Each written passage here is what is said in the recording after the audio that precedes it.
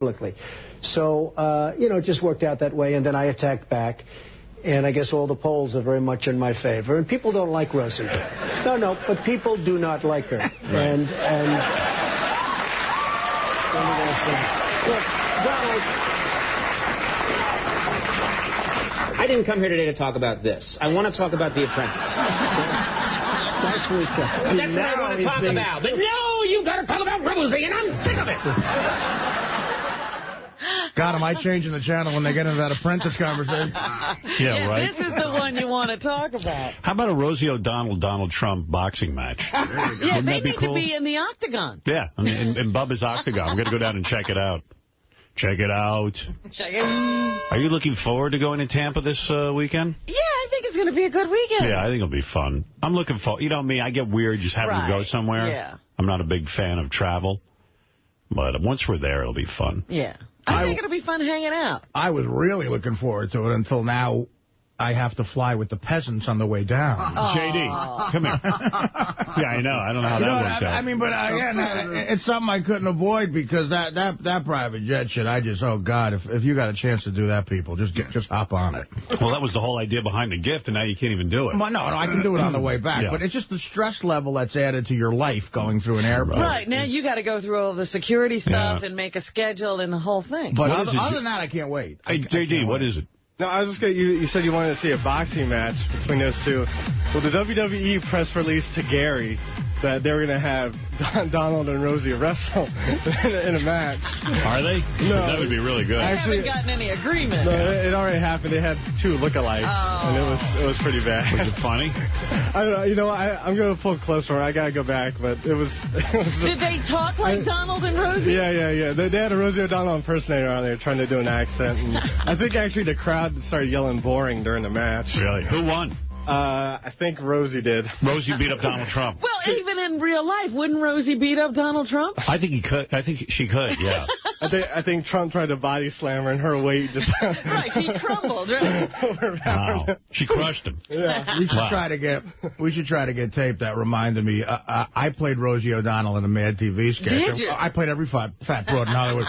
And I didn't even try to do an impression of her. I just bailed. Right. I was so depressing. They filled me up in like one of those berets she used to wear. It was awful.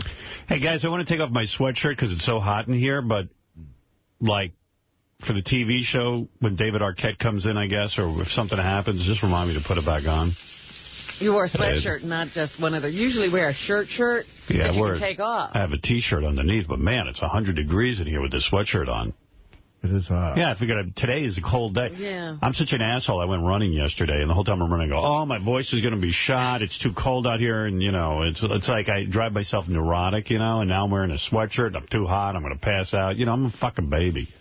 Well, they say that they have a Paxil will now help you with your obsessive thing. Really? Yeah, your hypochondriasis. Yeah, well, Stuttering John was on that stuff, and that scares me, all that Paxil and all that other kind of crap. And that's why I go to the shrink. He helps me reduce my anxiety so much. But a lot of shrinks do prescribe it, But, I mean...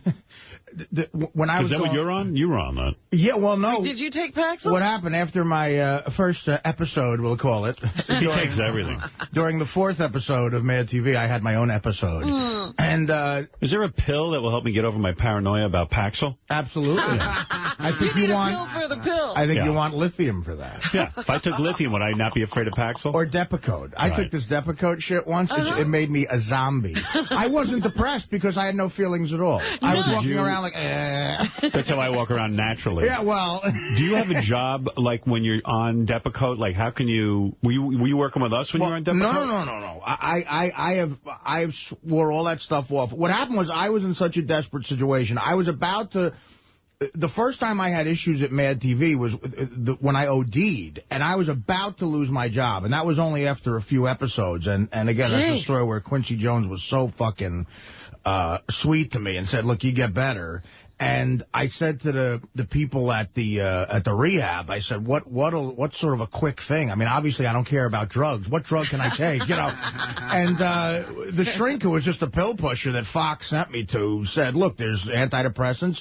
You start taking them now. It takes a couple of weeks, but you can snap out of this. And I must say, I was as deep into it, a depression and a craziness. How deep did it get? Did you want to kill yourself? I would have called my... the shrink said to me, are you suicidal? And I said, right now, look, if I lose this gig on TV that I worked literally... I mean, I'm starting to go, I left the port, I'm here, 3.5 years, it's $8 grand a week, I'm done. I said, I might be suicidal, yeah, you might see me on a bridge. So he gave me this Paxil. Do you really think you were suicidal, that you would have killed yourself if you lost a gig? I don't know. Who knows? Luckily, that was never tested, you know, because I did. They say that, you know, it's suicidal thoughts more than, you know, whether you're going to act on them or not, because the more you think it, the more you're likely to act on it. Yeah, right. Yeah. So he just wanted me to get out of that whole mindset, and he gave me these packs. And he was one of those shrinks looks at, yeah. All right, here's some pills. Listen, it's $89.95. Yeah, he wasn't even listening to you. So... in 3 weeks, just like this guy said, and I had taped enough sketches, thanks God, to where I never missed an episode on the air. Howard, I was at home during Christmas, and I got up one day, and I was like, I looked at my mother, who was really upset, and I said, Ma, I feel like I could build a fucking house right now. She goes, get out. I go, I don't know what the fuck it is, but I am ready to go. Wow. And it was like... I'm going on a diet. Well, yeah, it wasn't that bad. Yeah. But I went out. For the first time, I met some of my old friends. I didn't drink. I didn't get that obnoxious. But I was like, hey, guys, I feel, let's do something. What do you want to do? Life is good. I want to go running through a garden. What do you guys want to do? And I got back to Mad TV, and the producers specified throughout the rest of the first season I had to stay on it. And I must say, I did my best work I've ever done there. You were still funny. And I was funnier than I ever was in my life. Wow. I think, because I was... Hey, guys, let's learn Chinese. Right. And then what happened was I was just scared of the whole... I didn't want to be on this the rest of my fucking life. So in the summer, I just stopped on my own taking it. And, you know, I haven't taken it ever since. Right. But what they did, depressed. What they did was the next year said to balance me off, they put me on lithium. And that was bad. God awful. I had an awful... Well, why not stay on Paxil if you're going to stay on anything? Well, they said if you're worried about the Paxil, this will even you out for a little while till... the goal was to get off of lithium. You know. And I haven't taken it since, but... lithium is a hardcore drug, dude. That's when you're really messed up. That's when you know you're fucked up. Real mental patients take lithium. That's when I went, wow, I'm a real mental patient. Like schizophrenics take lithium. Yeah. Mental, you know, those obsessive compulsives. That's not the obsessive compulsives, the manic depressives. Yeah. Those people who can go into a zombie-like state take lithium. You do a lot of acid? Because I had to research this because, you know, one night I took too much acid, so I was like, kind of curious like what they would have done to me at the hospital. They supposedly give you lithium because you're hallucinating so heavily. Right. And it takes away the hallucinations and the anxiety about the hallucinations. These were enormous white pills, and... That's going to freak you out, too. Yeah, they were big. Yeah, and they're packing a lot in there. That lithium is big? Well, they were these big white pills they gave me, and and the Depakote was similar, but it left such a weird taste in my mouth. But again, you see how I love sweets now? A side effect is it enhances your sweet tooth. So I was like, I couldn't get enough. Like, I was stepping away from rehearsal just to lick icing off something. And they would have to, like, yell cut and go, oh, do you have icing on your face? And I gained a lot of weight at that point. And then I went back on Coke. And then I lost weight again. Well, there you go. But this last episode with the heroin, I said I was so depressed because, you know, I missed a week here, blah, blah, blah. And again, it's smart doctors. You always say go to New York. And just this guy was so right who I talked to. He goes, listen, man, you're in withdrawals from the heroin. That's why you're depressed. 3 weeks out of that, you're going to get better. You don't need an antidepressant. And he was right, you know. And most of the last year since then, I've been fine. Yeah, good. Because, you know, heroin and that stuff coming off it, you are suicidal. Why wouldn't you be depressed? You will jump off a bridge, you know. Yeah. Jessica Hahn's on the phone. She was on an antidepressant like Artie. Wow. I think I knew that. Is she still, or is she... Are you still on it? I've been through everything Artie's been through, literally. I just remember one time I was in California when Jessica gave me that horrible pot that freaked me out. That, like, really fucked my head up. Killer pot? pot? I had nothing to do with it. Which I think was sprayed with something, quite frankly. It was killer pot. Paraquat. Paraquat. I am not, Howard. Other people had it, and they did inhale. You said they did. No, the other person who doesn't want to be named said that she faked it. Uh-huh. Yeah. People were taken to the hospital then. Yeah, other people had it like the head of the Crips. All I know is Jessica Hahn has like killer weed, or used to. I don't know if she still does, but then when she opened up her purse, I saw some pills and stuff, so. No, yeah, because I was taking what Artie, it is true after like 3 or 4 weeks, but you see, I've been through everything Artie's been through. You just never take the time to talk to me, but I've been through everything. You were a heroin addict? I've used heroin. Wow. Whoa. Yeah. A sister. One of the things I had to come... That's why when he mentioned that pill the other day with the homeless people, I so understood. Wow, I really should have hooked up with you with the Playboy Mansion. Yeah, I'm telling you, I could have... Well, yeah. Like Jessica, she goes, well, if you stopped to talk to me, you would know more things about me. I would just... Give me a hand job. I know, honey. It's not like you don't have a bazillion... Jessica, Howard stalked you every day since 1987, I think. I mean... Heroin. When were you on heroin? I smoked it. I didn't do, the heavy...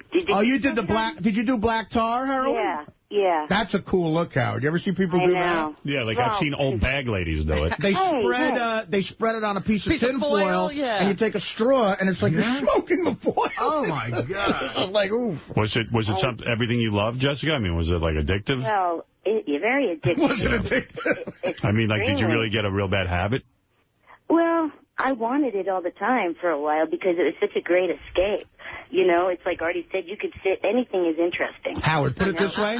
If you see a chick doing that, just know you are $10 away from a great blowjob. Right. Yeah, but I was alone every time. I mean, I've never, Jessica, did you give Casey a hand job? Remember you said you didn't? No, Howard. I'm curious because... Yeah, I'm going to say, and listen, if I did, would I say, oh, yeah, Howard, I did, sorry. Yeah, you would tell the truth. No, I did. Apparently she wouldn't. Evidently she wouldn't. All right, okay. I'm just curious if you gave him the hand job. No. I would love to know about it. Like did the guy... Well, because he was involved with that other girl, too. It's not something you do. Your friend is there. Okay. But, but Artie, that whole thing he's been through, I can so identify. That pill you were talking about, Artie, is a lifesaver. All right. Well, there you go. Jessica Hahn admitting that she, too, like Artie, was on an antidepressant. And it's heroin. been a long time. And heroin. Everything's good now. Everything's good. But anyway, I'm just... What were you all Artie. depressed about? Sometimes I just feel empty. I have everything, but sometimes, who knows? Artie can't figure it out. How am I? Tell you what, if I woke up and realized I banged Jim Baker, I might have go to drugs, too. Think that would do it? Yeah. Jessica, Did you see in the paper that Jim Baker's son is now an evangelist, a minister? I know everything. Do you know that he adopted 5 children? He's doing actually pretty... I mean, the son has a place in Brooklyn, I think. Well, the son looks just like Jim Baker, and he's tattooed like from head to foot. Right, he had that rebellious period. And he's like a heavy metal preacher, like he's trying to reach... the opposite. Yeah, he's got his own angle. I feel bad, though, every time I see him. I feel like real bad. All right, thanks, Jessica. All right, I love you. All right, love you. I couldn't get a word in. The guy is like rock and roll, heavy metal evangelist. Sort of like the Stephen Baldwin thing where he's got skateboarders in his... Yeah, the Republican Baldwin. Skateboarders in his congregation. Yeah, he's cool. He's a cool Christian. And break dancers. The son's like... break dancers for Jesus. The son's like, I'm a cool Christian. All cool tattooed guys who want to get into, Christianity and all that. I'm the cool guy to come to. And it's like it's a good angle. I mean, the family can't make a friggin' honest living. They can't get out of that religion shit. Well, they don't know how to work. No. They got to keep with the family business. I guess some people would think it's an honest religion. I don't. I mean, an honest day's living. Work. Yeah. The first thing in the oath of a con artist, not that they're con artists, I don't know, but I'm saying should be, look, never work. Right. Ralph, you're on the air in Jersey. Yeah. Although the kid might actually believe all the bullshit his father was up to and be delusional and really think that this is his calling. Right. Absolutely. I don't know that you can. I don't know that anybody can give you... It's one thing to believe in a set of rules, but all the other fairy tales that go on that they have people believing in, like, people walked on water and lived for 900 years and all that crap. Do you really think people buy the whole thing? I don't know, but when you're about 21 years old and you got to figure out what to do for a living, I guess you'd probably say, hey, my dad didn't really appear to be having too bad a time doing this evangelism thing, and a lot of people gave him money for just talking a bunch of bullshit. Yeah, so. and I'm not telling him anything bad. It won't hurt him, what I'm saying. You know, I was trying to think back to when I was a little kid in catechism in Catholic school, how I thought about Jesus when I did believe. And it's completely the same way I thought about Santa Claus and Superman. I was like, Jesus was a great guy. He could walk on water. You know? I know more about Superman than I do. Absolutely you do. And it would be completely all right if they were telling you this story and they told you it's a fairy tale. Right. Hi, Ralph. What do you want to say? Jessica's gone, huh? Yeah. I was just wondering what she's on these days, because she seems to always be up. You know what I mean? It's like she never sleeps. Yeah. Yeah. I'm wondering. Maybe she's a vampire. Yeah, you know what? That's a good point, Ralph. We keep forgetting when she calls, and it's 3:20 a.m. out there. Yeah, and she calls like pretty much any hour she might call, so she doesn't appear to sleep. Yeah, I wonder what she's on. What are you on, Ralph? You're up. Yeah, what are you doing up? I don't know, man. It was just one of those, I don't know, I woke up early. Yeah, Ralph's up. Wow. Ralph's up for the day. What are you going to do today with all this time, Ralph? I don't know. I'm all fucked up now.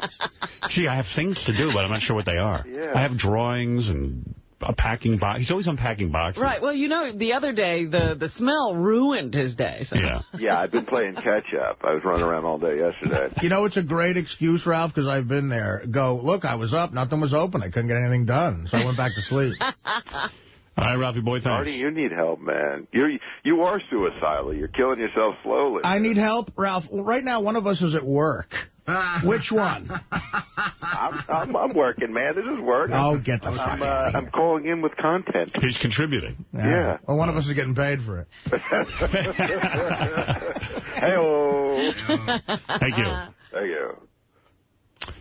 That's a good question if Jessica's listening. What are you on that you're up all the time? I'll tell you what, Ralph makes an excellent point there, now that I'm thinking about it. And she never seems groggy. No, she's wide awake. Hi, everyone. It's me, Jessica. She's on that Stern Fan Network all the time in Jessica Hahn's corner. How many, in this country, if you saw a close-up of the Stern Fan Network on a computer, if you just panned right to the right, how many crack pipes would you see? It's not like that, man. Yeah. You don't understand the Stern community. I'm saying maybe 10%. Maybe. All right. Good morning, everybody. So I don't know if you care about Donald Trump and Rosie O'Donnell, but he wrote a letter to Barbara Walters and Rosie O'Donnell, basically saying that he wrote it to Rosie O'Donnell, basically saying that Barbara Walters lied to both of them. That's right, because he says everything he said is true. You know, it was weird yesterday. Not only was it our anniversary 1 year here, but the ratings came out for our old radio station in New York. Oh, how are they? They're lower than when David Lee Roth was there. Oh, jeez. So it's like... But David Hinckley didn't write a word about it. There must be some sort of pact there or something. Oh? That's not news? I don't know. I guess not, evidently. It seems like news. Yeah. Jessica Hahn wants to respond to Ralph. Go ahead. Are you on anything that you're up all the time? No, I have different hours than you guys. You're going to get me in trouble. What are your hours? Really? My hours are, I get up about 2 in the morning, and I tan, and I exercise and shower, and, walk my dogs, the whole thing. Then aren't you asleep by like 8 o'clock in the morning? No, I go back to sleep around 1 in the afternoon. I do everything, and I sleep. I have very odd hours because I don't really have hours, Right. This is what you've set up. Yeah, I get up at 2, and I start doing things. I love it because nobody's around. You get up at 2 in the morning, you shower, you exercise, and you tan. I tan, I work out. What, do you have your own tanning bed? Yeah. In the house? Yeah. And the tan is, like, crucial to your feeling good? Well, it makes me feel healthier. I do it like 3 times a week. I tan, and then the gym's there, too. So you're not concerned tanning that much with skin cancer? I mean... No, I pretty much live my life. Pretty much how I say it. Anything else is crazy. Right. And then I work out and take the dogs out, run errands and stuff, and then by 1 or 2, I lay down. You lay down and then you sleep for how long? For about 4 hours, and then I get up again and go back about 9. You go back to sleep at 9? I sleep from, around 2 to 5. Do you go out at night and stuff? Do you ever, go out? No, I never go out. Never. Never? Are you a recluse? No, I love my house. It's just why go out to, like, stinky bars or whatever. You know, I'd just much rather be home. Do you go to a restaurant? Yeah, I mean, occasionally. I really love where I am. I have everything right here. And when do you have sex with that guy that pays you? Howard. Well, you know what I mean. Do you guys have You say that like you're, like, mad or bitter. No, I'm not mad at all. I mean, I'm glad. I'm happy you're all set. I'm saying you basically have a relationship where... Yeah. I mean, most women have that relationship, quite frankly. Well, and then he'll come over, you know, sometimes, you know, in the evening. And I want a guy like that. Wendy, essentially... Yeah, we can't find guys. Yeah. I want a guy who'll come over, fuck me twice a week, and then pay all my bills. Essentially, the question is, yeah, when do you pay for the tanning bed? Yeah. When do you have to put out? Whenever he wants. How often does he come over for a little nookie? He stops over all the time. I don't blame him. But, I mean, when? I mean, you're always sleeping. You're always tanning. To me. Yeah, no. Honey, let me jump in that tanning bed with you. So it's 24-hour banking? So after I'm all clean and smooth and everything and refreshed, and I'll wake up and just put makeup on and everything, and he'll come over for a couple of hours, and we'll, you know, get together and watch a movie, and sometimes have dinner, sometimes not, and then he leaves. Yeah. And he keeps his separate place, and you've got your separate place. Yeah, he's like 5 minutes away. Oh, that's down the great. road. So how often do you have to bang? Like once or twice a week? Whenever he wants. Well, what's the average, we're saying? I don't know, three times. Huh. So it's a a week. What's that, a club? Blowjob and a... Sometimes it's just everything else but sex. You got to do the full... Oh, you're supposed to just do a hand job. You're probably like, yeah, that's good. Just got to do a hand job. Yeah, everything but, Got off easy tonight. Got off easy tonight. Just a hand job, maybe a little blowjob. blowjob. You know why? I just want him to lay back, relax, and then you know, he's happy and I'm done and I can, you know, get back to your life. Yeah, seriously. I know. Can we get through this? Get back to tanning. You said yesterday you only have about 1.5 years left till you hit the wall. Will he still support you if you hit the wall? Yeah, unfortunately, he's really loyal. I mean, for him, but he's super sweet. So, Jessica, I think it's 1.5 years before you hit the streets. Not all men are like you, Artie. We'll always take care of you. You know what? When he says stuff like that, now, he's going to go back to this, and I'm going to be depressed for the rest of the day. No, Jessica, I'll take care of you. Artie will take care of you. I got less money than this guy. I'll bang you till you're 70. Artie doesn't care. Yeah. Right. Well, I'll always be good to him, so he could put a bag over my head if he wants. Oh, she is a nice broad. Where are you at in your day right now? So you've just woken up. Yeah, I know. I just finished tanning, and I just, I'm about to go in the shower. How long do you tan for? About 30 minutes. 30 minutes you lay there naked? Yeah, I lay completely naked, and I just put something on my feet. And on your nips? Now, do you put it on your nips, too? I cover my eyes and my face a little bit, yeah. But not the nips? Oh, no. No, they're fine. And then you turn over, and then you do your ass? And I have a top and a bottom. It tans from the top so you and don't even have to move. Nice. Yeah, I could read in there if I want. I mean, I do everything in there. I turn over, I read if I want. But let me ask you a question, and I'm really curious about this. Are your vaginal lips tan because you're nude? No, the funny thing is, you're going to laugh. Well, I make like a little V-shape cloth. Yeah. Like, it's very bizarre. Over your chooch? Yeah, because I don't want anything hurting it, Yeah, you got to keep that thing. Right, if you burn that, you might be out on the street. I burnt my pussy. Hey. It's all stained. Oh, I burnt my pussy. Oh. My honey's got a burnt pussy.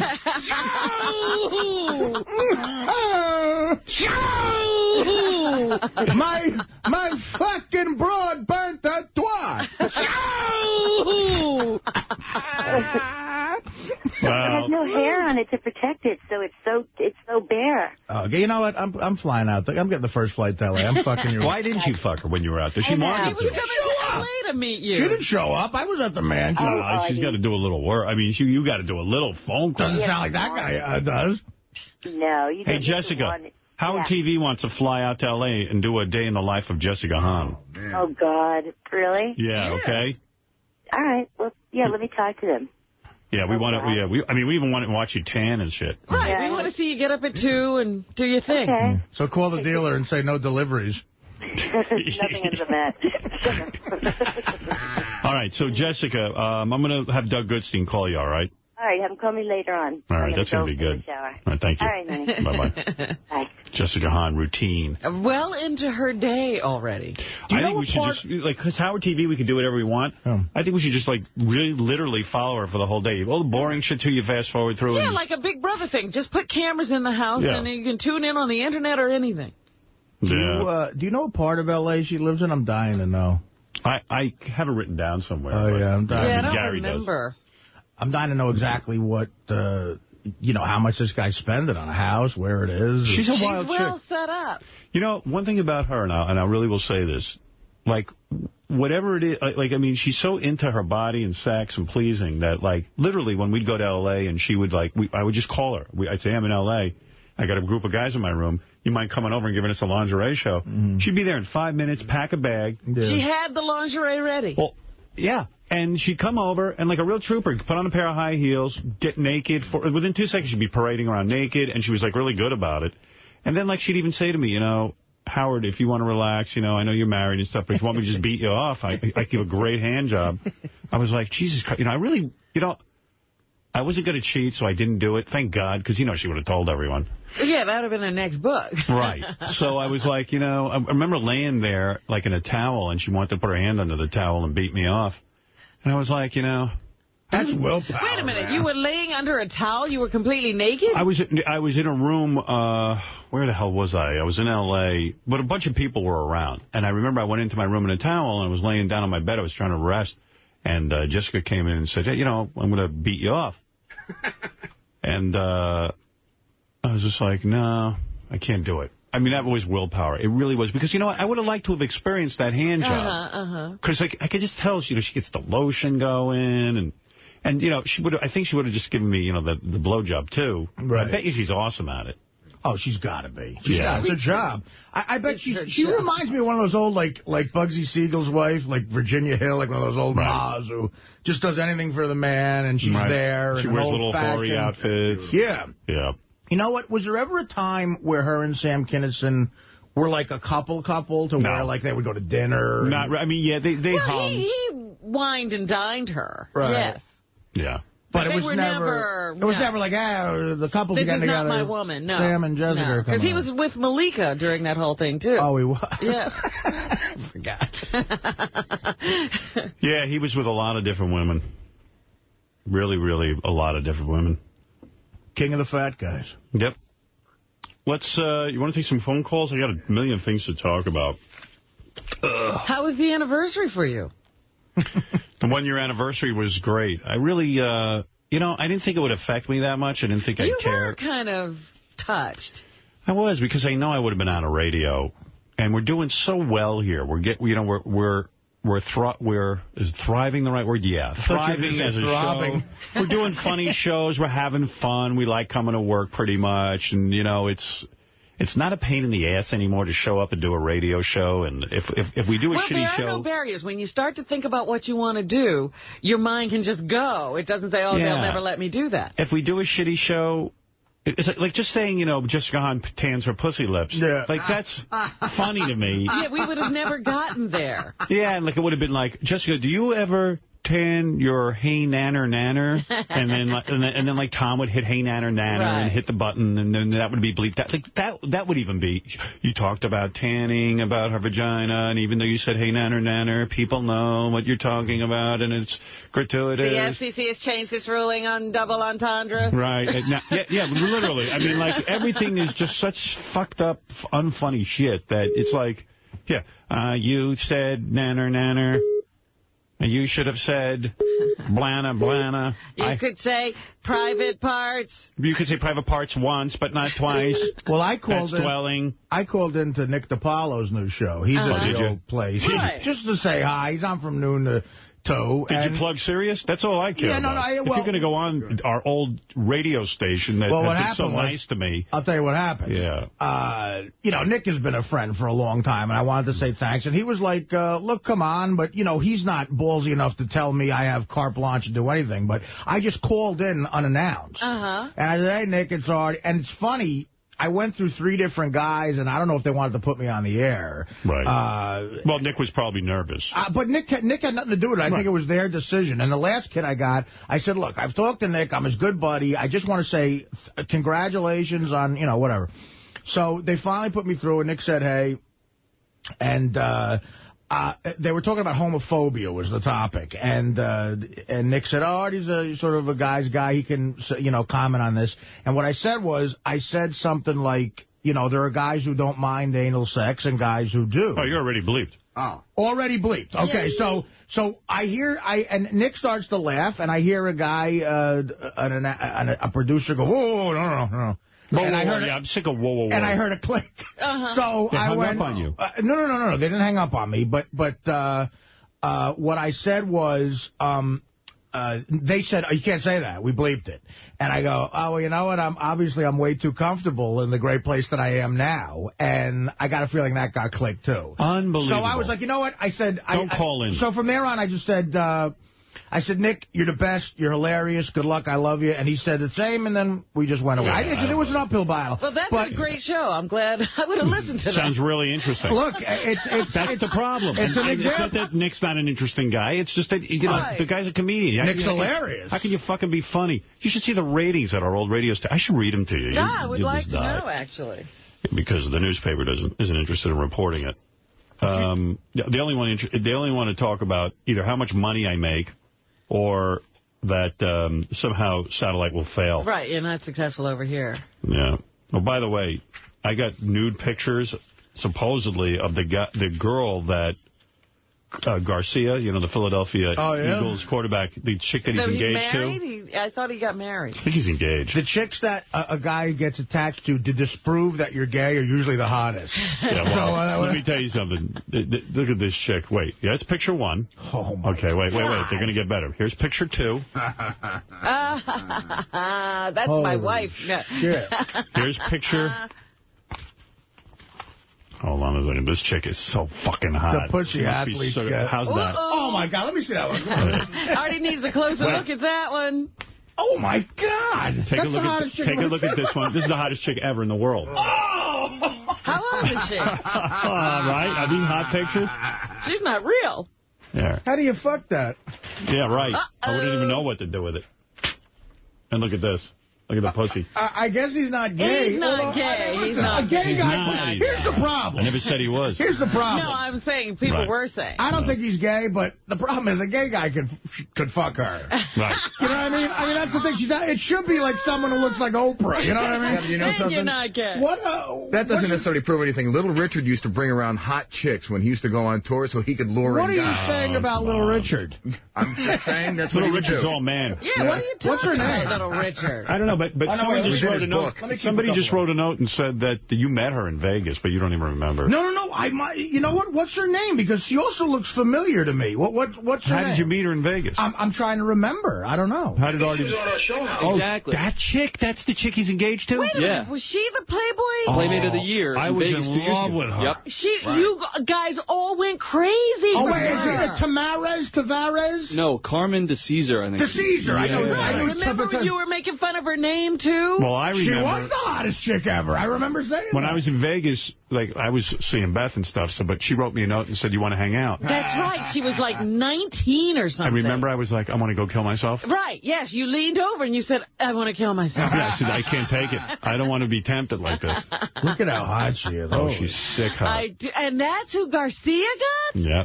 You guys left her alone and Garcia got her? She wanted Artie, too. He wasn't interested. He was with Dana. Not for nothing. Dana was there, too. But when I heard you being a gentleman, like, we can't. I'm like, where's Dana now? Is she around? Yeah. No, this chick will... Congratulations to him. Damn right. Look, I don't know what he is, but bastard. this chick will turn you straight. Even if he doesn't win the Super Bowl, he's already won. Let's just say for the record, the guy's straight. Yeah, he was playing in San Francisco. They tried to make everyone look gay. Anyway, listen. Like the football team is gay. Yeah. If you're in San Francisco, you're all gay. Look, there are no rumors about Montana. You'd be surprised. But that chick, you know what? Good for you, Garcia, you fuckhead. Beat the Giants. Beat the Giants, you get that kind of thing. Now he's in Philly. Okay, let's go to Joe. Joe, you're on the air. Hey, Howard, what's up? Hey, brother. How you doing? Hey, Artie. Yeah, buddy. Yeah, yesterday at the site. Remember I was the officer. I came up there. You signed my thing. Are you on a horse again, bro? No. I just look so tired. Everybody at the signing said I'm tired. I thought I was going to have to toss you and see if I could find some freaking drugs on you. No, dude, listen, I'm not on the horse, I promise you. You want to know something, though? I can defend Artie on this one, because I know when I get off the air here after, we usually do a 5. Yesterday we did about a 5.5-hour show, and Artie will go over and do the wrap-up show, whatever. Like, I go back to the office, I take like a little 20-minute, half-hour break and, like, try to close my eyes for a while. You're just so tired. Artie does that here. He takes his break during the show. Well, it's usually funny. Around 9 o'clock, he eats a big meal and then goes to sleep. You're talking about a Tuesday afternoon in January. Our fans are the best. 100 showed up, and I signed from 12:30 to 4, like a 3.5 hour nonstop signing. And this cop took you that long a time to sign 100 things? Artie's working on it was more like 3. his name. The guy said 100. The guy at J&R said they moved between 400 and 500 units. Oh, great. So they, and there was a cop there. There was one kid. I'm not going to mention the company he works for, but this was the best. If you're out there, he's probably listening. Artie had a signing yesterday of his DVD. Yeah, go ahead. He was going to work in Boston, and he heard us talking about it on the air, and he just veered off, called in, and came to the signing. I thought that was cool. Yeah, that's at like great. 7:30. And that's a real fan. And they all. I signed a bunch of stilettos. I signed a bunch of the car units that they take out, which is really cool. So. And the J&R guy said, Sirius is doing great. So it was a really, really nice turnout. Yeah, Sirius is doing great. Yeah, God bless him. Yeah, sir. You think I can get a stiletto? Because I can't put the radio in a patrol car, man. Well, I don't have any for you, man. I wish I could help you out. I'm going to get hooked up with one. All right. Go to J&R and flash the tin and go, look, unless you want this place tossed every 2 weeks. Yeah, if you guys want to be raided. That's why the cops used to do it. That's right, man. All right, Joe, thanks. All right, guys. Take care. Later on. You were about to do the ratings.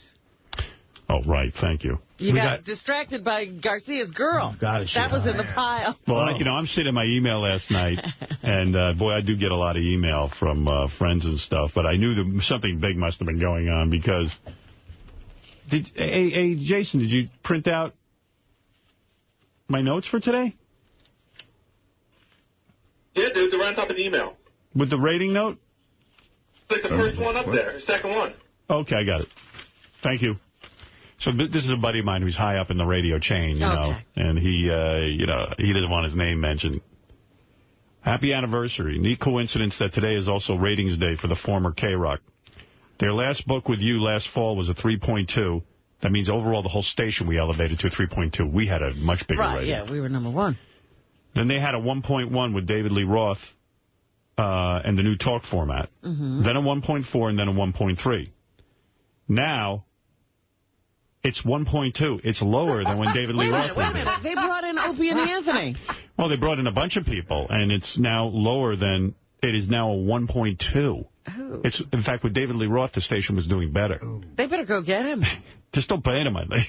1.2 is an overall rating. That's the whole station, yeah. I mean, that just sounds like one of their grade point averages in that Animal House scene. The ratings in the morning are 1.6, as low as David Lee Roth had. No, so that's not helping at all what they did. That's great. Mr. Blutarski, 0.2. Free FM, 1.2. Fat, drunk, and stupid is no way. Well, it's not only that. This guy in radio was explaining to me that, forget our former station, okay? They're saying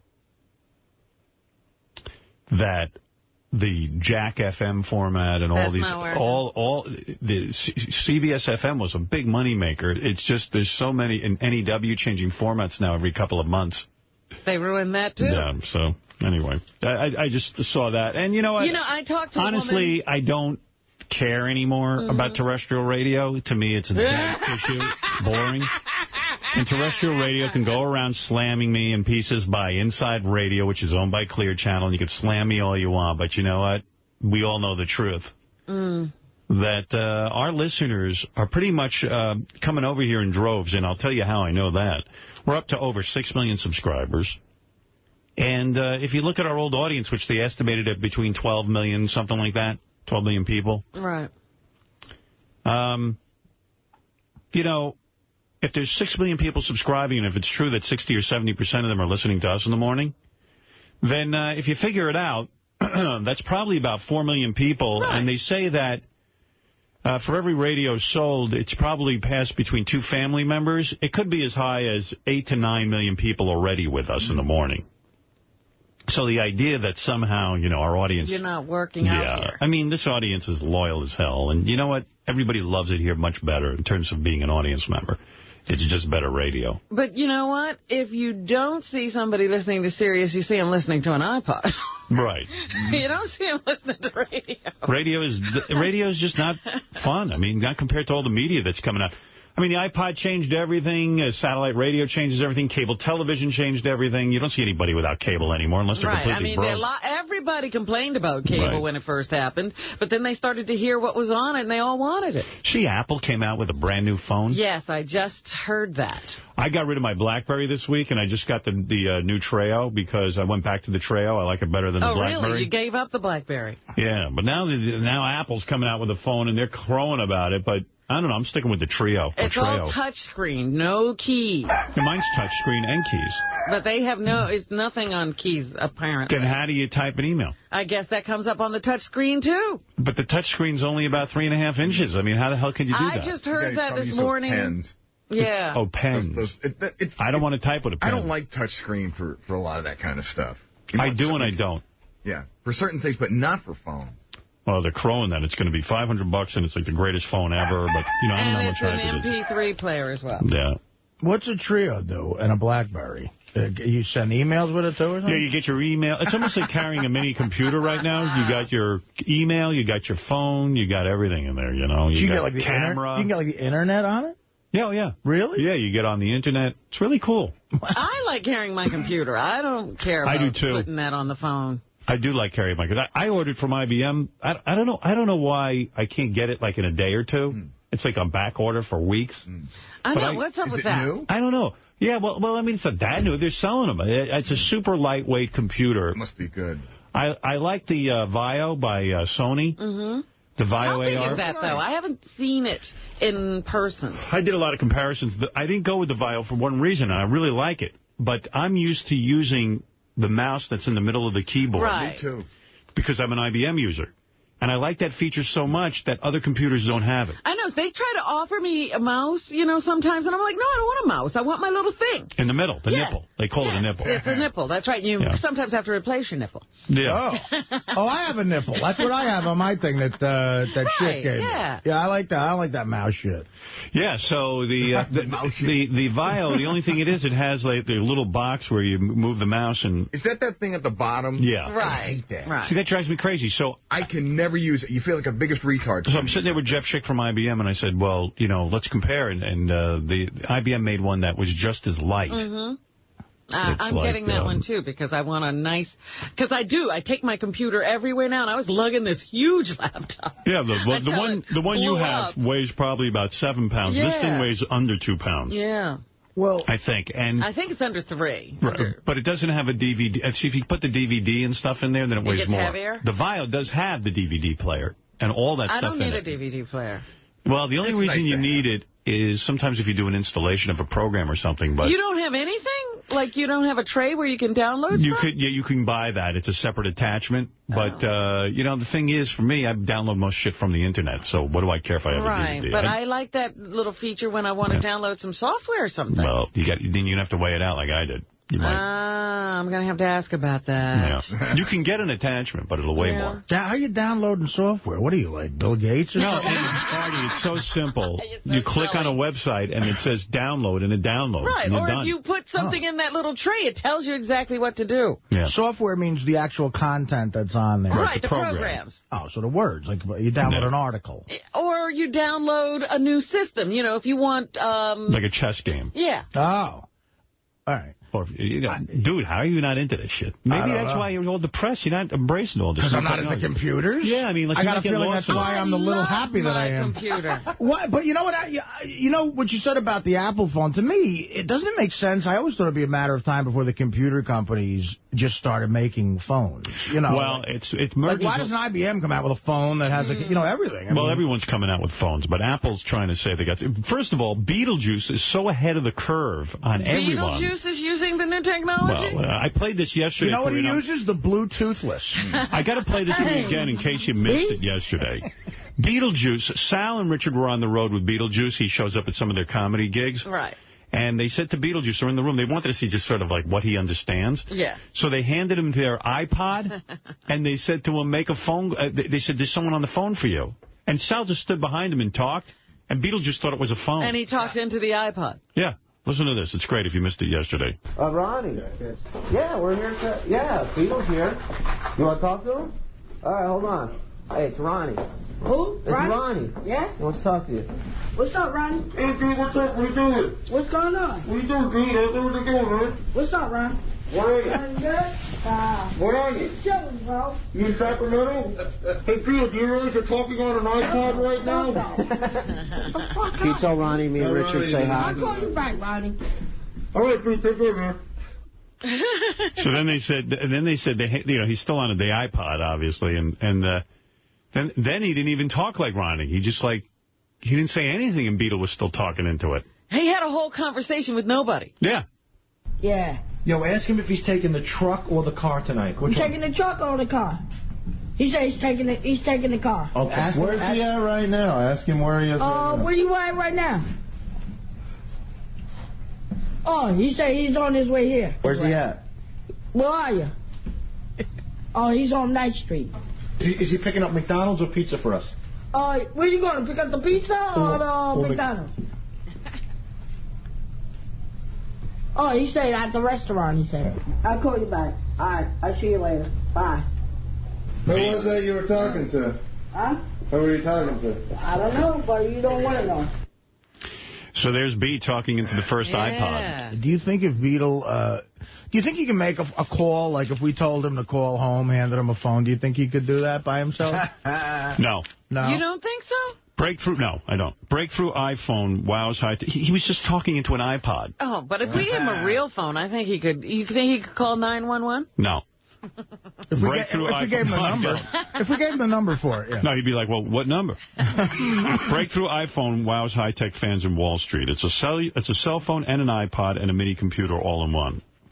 Looks kind of cool. Oh, an iPod, too. Huh? Apple How yesterday. How big is it? Is it large? Well, here, I'll read this to you. Apple yesterday unveiled its much-anticipated iPhone, which the company is betting will thrill customers and terrify competitors. Jam-packed with a slew of innovative features, the slim but widescreen iPhone is being hyped by Apple and tech junkies as a radical breakthrough for mobile phones. In much the same way that the iPod revolutionized portable music players. This I got to see. The iPhone will retail for $499 or $599, depending on memory capacity, when it becomes available in June. Steve Jobs is, all full of, this is the day I've been waiting for 2.5 years, motherfuckers. Blah, blah, blah, blah, blah. Every once in a while, a revolutionary product comes along and changes everything. We want to make a leapfrog product smart and easy to use. This is what iPhone is.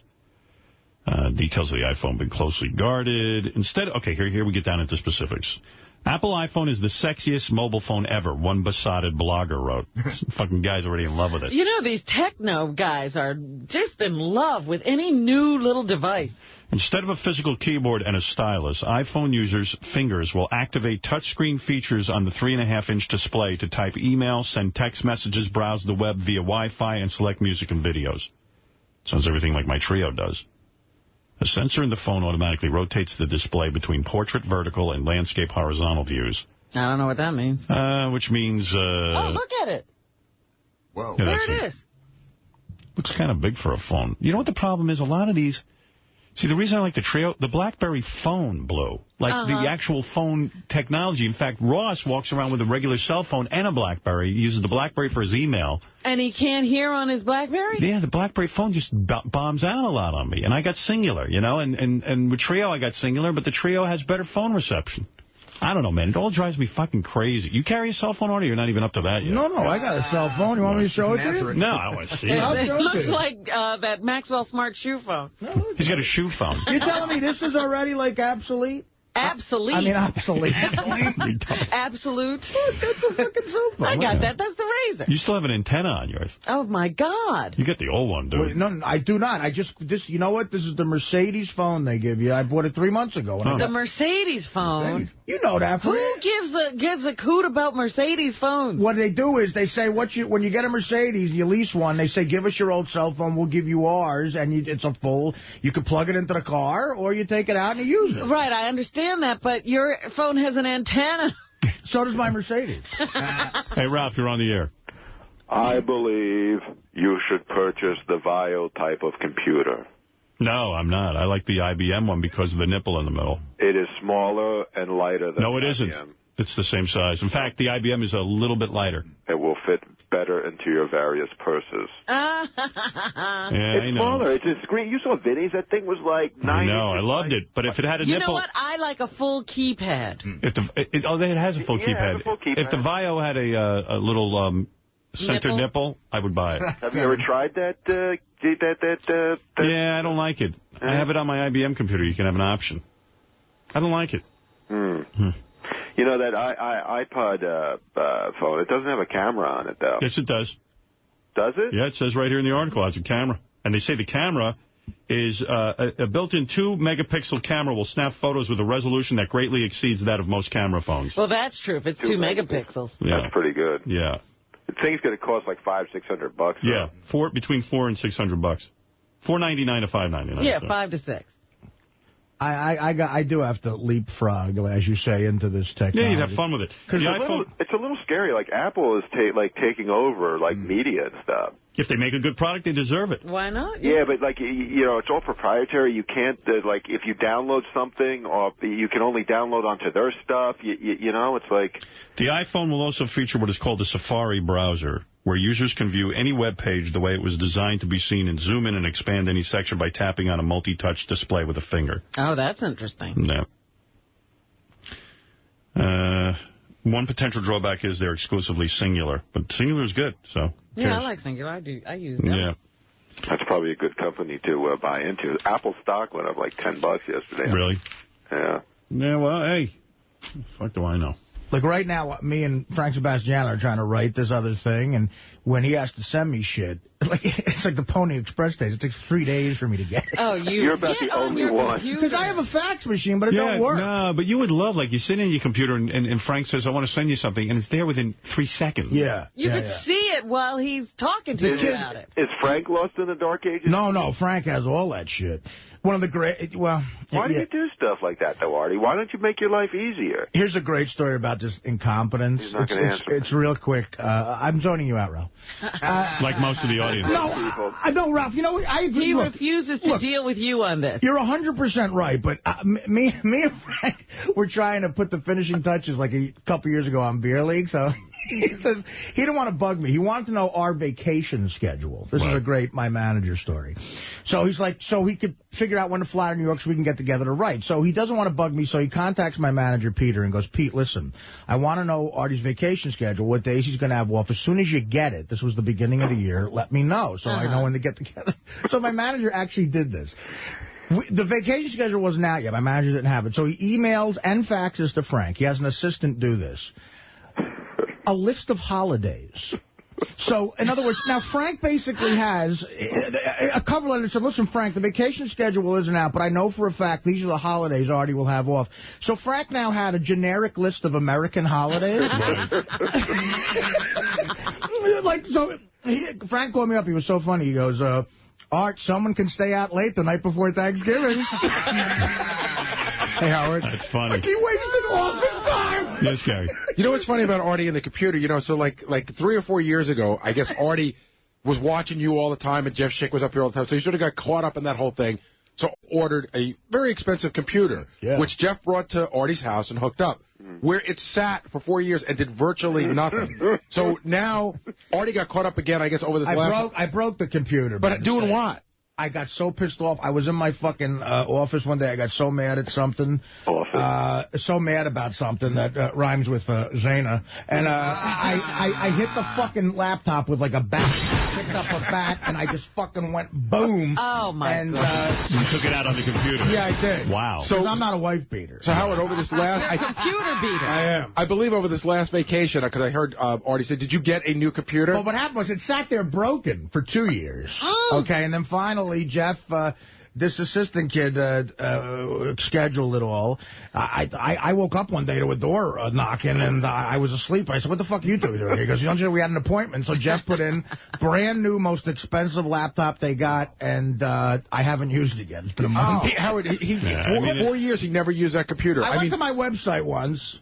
It's so great, though. So everything's wireless. It's you can wireless amazing. your I'm house. not arguing with that. Could email you any pages right. you just wrote. Artie, does anything normal go on in your life? It's like everything's a story. Everything's got... Well, you know, like a lot of people, Ralph, I do stay home all day looking at action figures. And, you know, I have those normal days where I'm afraid of gas and I won't leave for 4 weeks. It's not normal. Your driving is not normal. How about 40 years? My driving's not normal. How is my driving not normal? You squeeze yourself in that little car and then you drive 900 miles an hour drunk through the streets of New York. Oh. Excuse me, I did hear something Fuck the you, other like day. one time that happened. The other day when Artie...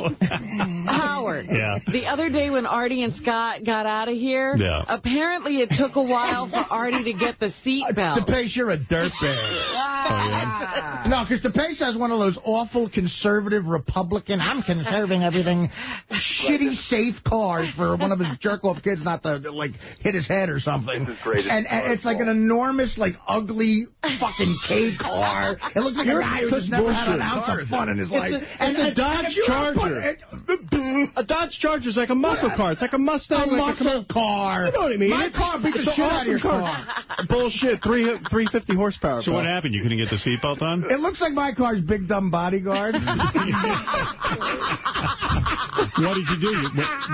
You already couldn't get the seatbelt on, Scott? No, what happened was it's one of those like awful cars where it's like, if you don't put the seatbelt on, it's like bing, bing, It has a weight sensor in the front seat. It does not. Yes, it does. I swear to God. Well, tell it to get a hair sensor. It's for safety for kids. If there's a kid there, it'll turn the airbag off. Oh, you don't be kids. Don't even be safe. So Artie's sitting in it, and the computer went, that's no kid. That's a kid with the Ed Musburger's disease. So Artie called into the show, was waiting on hold, and that's the noise I heard the whole time. You know, it wasn't that. I said, Artie, you got to put the seatbelt on, but he couldn't get it over. He's going, I'm trying to help him. I don't want to get it. I don't want it. Was like bullshit. I don't want to be. I hate seatbelts. They're awful. That's smart. They're dumb. It looked like his arms are real short, you know? He was like trying to... My arms are real short. So how long did it take him to wrestle with the seatbelt before he finally got on? Who won? 5 minutes, and then finally we got it. Were you trying to help him? I had to do it. I buckled it in. You buckled him in. Yeah. Here, Artie, I'll buckle you in. You know you can't deny any of this. Did you have to tell your computer? I can deny every bit of it because I wasn't trying to do it. I was doing it half-assed because it was a stupid thing. My car doesn't do that. Even though you had to buckle him in, he's not a kid, so that the airbags wouldn't turn off? My car doesn't beep when your fucking seatbelt isn't on. Well, your car's not as good as mine, then. Yeah, it's the car's fault, Artie. Yeah, but he was making noises, grunting. I just want to go back to one thing with Artie and technology, because he said something earlier that I thought was funny. His Mercedes phone... Scott, get back there and direct the show. Yeah. His Mercedes phone that he has, those things are insanely expensive, Howard, because I went through this with BMW. Right, I know. This is before Bluetooth, right? Now there's Bluetooth, but before that, and that's why Artie keeps doing it, you buy the phone with the car... I think it's like $1,000 for the phone. It is. It's $1,000 for a phone. And it's not even a good phone. And it's not a good phone. And once you take it out of the car, it is this weird-looking antenna phone. No. But it's like, I remember I went to BMW, and they go, and the phone's $1,000. I go, who buys that? They go, nobody. Right. Wow. Yeah, they offered it to me when I got mine. I said, no, thank you. Oh, really? And Artie's like, wow, this must be some phone. It's $1,000. No, but you know what happens to me? I just don't care. I just go, what'll get me out of here quickly? Wait, Artie, you know what's really funny? Like, you have when did you get your car? A year ago?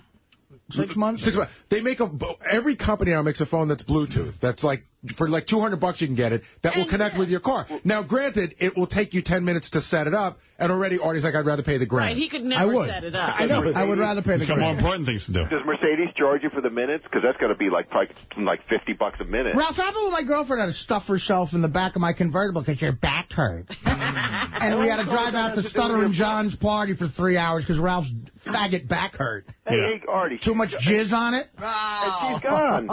And she's gone. What a fucking asshole. It's a good thing Ralph sat in the front. Yeah, right. Yeah. Yeah, what is she Maybe looking for? Maybe that's why Ralph's she's still gone. with you.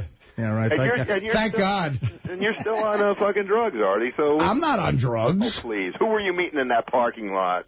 What parking lot? That bookie, that supposed bookie? Yeah, I still gamble. It's the one thing I have left. Yeah, what bookie you got to meet up for? Yeah, Ralph gave me this whole theory the other night, how he thought that there's no way you were meeting a bookie. I go, he was meeting a bookie. Why I go, call me naive, but I believe the guy. Why wouldn't you have to meet a bookie?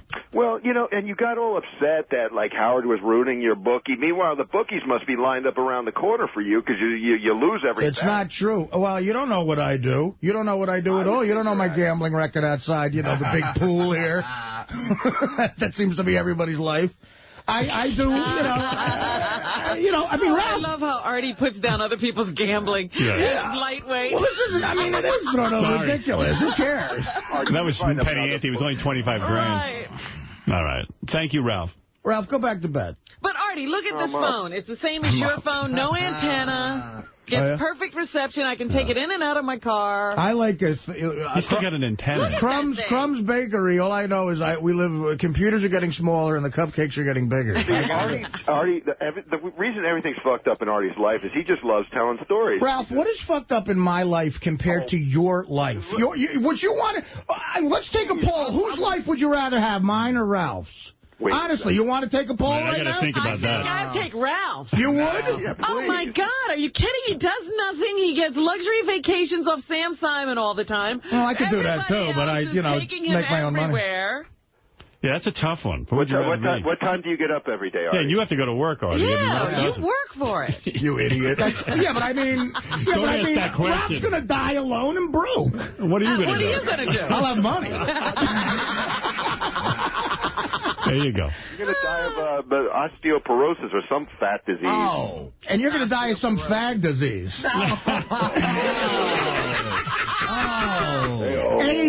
AIDS takes a lot quicker than osteoporosis. I love how you're examining your life by how you're going to die. Listen, let me tell you something. Well, Ralph brought that up. That was horribly dark, Ralph. All right, listen, we're both going to die alone, but I'll have money, so fuck off. We have a lot to get to. Let's just say that this conversation about cell phones and Artie's, whether you'd rather be Artie or Ralph. I think my life is way more normal than Artie's, though. Oh, my God. You want to go normal? You want to go normal now? All right, that's a better word, Ralph. You just brought that up. Whose life is more normal? Yours. Mine is without question more normal. I go to work. What's normal? No, I think with the, if you're going to weigh it all out, the drugs. Don't bring Wayne. Oh, Ralph's not on drugs? And the Ralph's on drugs. Ralph does that shit all the time. Mr. Ecstasy. I have seen Ralph sleeping in the street. Yeah, Ralph, just calm down. I'll give you the answer on this. You saw me what in the street? I saw you sleeping in the street. Like 10 years ago. He was unconscious. And you're gay. Gay isn't normal. I'm going to tell you right now, and Artie, I mean this will come across as it's a backhanded compliment, but it really is. I would much rather have Ralph's life because Artie has a conscience. And Artie gets tortured by things all the time. Ralph will show up and do things. It doesn't bother him. Artie has. You'd rather be an asshole. But Artie has an asshole must be a great thing because assholes don't care. That's right. Wait, what do you mean I have no conscience, Gary? I mean, like you have no problem making Dana sit in the back of the car because you're back from. You have no problem taking. She offered. She did not. But a person with a conscience would sit in the front like a pussy. Hold on. A person with a conscience would sit in the front seat and go, you know what? This is wrong. I feel bad. I'm making her sit in the back seat. I felt so bad, but my back felt he didn't feel that bad. And normal guys don't steal their friends' money. I'm just thinking about the other day. He was sitting here and he said, I'm going to stay with my mom. Everybody felt sorry for him. Now he's got a room. Yeah, okay. If Artie were in your shoes, if Artie were in your shoes and Artie went out to Sam Simon's for a month, Artie would be going around going, God, what can I do for Sam? I feel so bad. Right. Let me make Sam dinner. I would love to go out and put on Sam's slippers and robes and not give a shit. Right. Well, what makes you think I don't do anything for Sam? What do you do for Sam? I'm not gonna. You can't think of it. Unless he's gay, there's nothing you can do, man. It must be blowjobs. What are you gonna buy him some licorice? Yeah, what could you do? I do the right thing, you fuckhead. What do you do? I do the right thing. What do you do for him? I do the right thing. Oh, man. What are you admitting to here? What is the right thing? Nothing sexual. It sounds like Jessica and her husband. Sam, I'll be tanning the booth. I'll be putting Chris, a shock on with, my pen. Ralph and Artie. Yes. Who's more normal? Hello, you're on the air, Chris. We're both whack. Yeah, it's Hal, what's going on? Hey, now. Let me tell you something, man. Ralph is such an asshole. Why don't you just get off fucking Artie's back, dude? He don't do shit. He's such a homo. I can't stand this guy. You sound like a piece of Philly trash. Shut up. I want to take my subscription back, man. This guy just fucking blows. Artie, you're the man, dude. You're the man. Thank you. Thanks, Rob. Alienate our best city. That's wonderful. That's good. Concise argument. All right. Thank you, Ralph. Goodbye. Moron. All right. You know what? The argument, who has the better life, Artie or Ralph?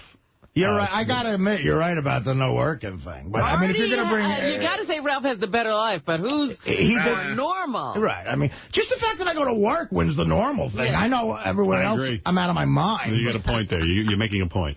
All right. Listen, we've got to take a break. It's been a fun-filled hour, but I've got to take a break. And also, did Scott DeBase hear about our new contest? What? Fifth caller can have his pet monkey direct the show for a week. You're mad about that? No, it's just he always says it. Like in the car, he's your best friend. Like, oh, let's get out of here. Fuck these assholes. You know, we got to go home, get home early and everything. And he's fucking monitoring my every move. Right. You can't get your seatbelt on. I'm in his enormous... I loved that story. I said, oh, my God. His enormous George Bush car. Do you realize after the weekend at Bubba's how many stories we're going to have on each other? That's, and how horrible? That's why we have to go. I bet most of us won't even be talking to each other when we get back. All right, we'll be back right after these words. I tried so hard to learn this on guitar. It's a hard song to play for me. Is it? Yeah. Can you play it, Fred? Yeah, kind of, sort of. I mean, I'd probably have to listen to it more. Because he plays in these weird tunings. Because that's one guy playing. That's not like two guitars. You know, you listen to it, you can almost think two guys are playing. Again, like, the scourge that heroin, I guess still is, but was, like, something else that Rolling Stones book taught was basically that Keith Richards was just like this infection. Everyone he met, he would turn on to heroin, and they'd all become junkies. They would all die, and he just kept going. Like engineers that recorded albums with them, engineers' assistants, young guys. He would just shoot them up. And well, what's wrong with people that they can't say no to Keith Richards? I don't know, but it was the early 70s maybe. There wasn't as much knowledge. You're a young kid. This is like a rock god you're with. But the point is he's fucking... You want to hang with him. He's still doing concerts. Oh, yeah, no, he's going just strong. Joe, you're on the air. Go ahead in Philadelphia. Hey, Howard, how you doing? Hey, now. Hey, you made a New Year's resolution your first day back. Yes. Not to talk over each other. Yes. I don't know if it's Ralph that's making it more prevalent, or I feel like I'm listening to The View. Uh-oh. Well, that's not good. We gotta stop that then. I mean, Artie's jumping on Robin, and Ralph's jumping on you, and then Gary comes in with his big ass lips. And we get excited, I guess. That last segment was this guy's got a point, I guess, because you know that happens when arguments start that are sort of passionate. What are you going to do? You know. Yeah, Artie and Ralph were going at each other pretty good, but I like the argument. The argument. Yeah, I mean, Artie. I wasn't going to slow it down, you know. So, all right. Hey, thank you. We're going to try and be more aware of that. Okay. Love you, Howard. Love you, buddy. It'll happen though from time to time. I'm going to tell you, we're not perfect. Shouldn't be a standard, though. That's right. We're going to be aware of it. Now, everybody just shut up.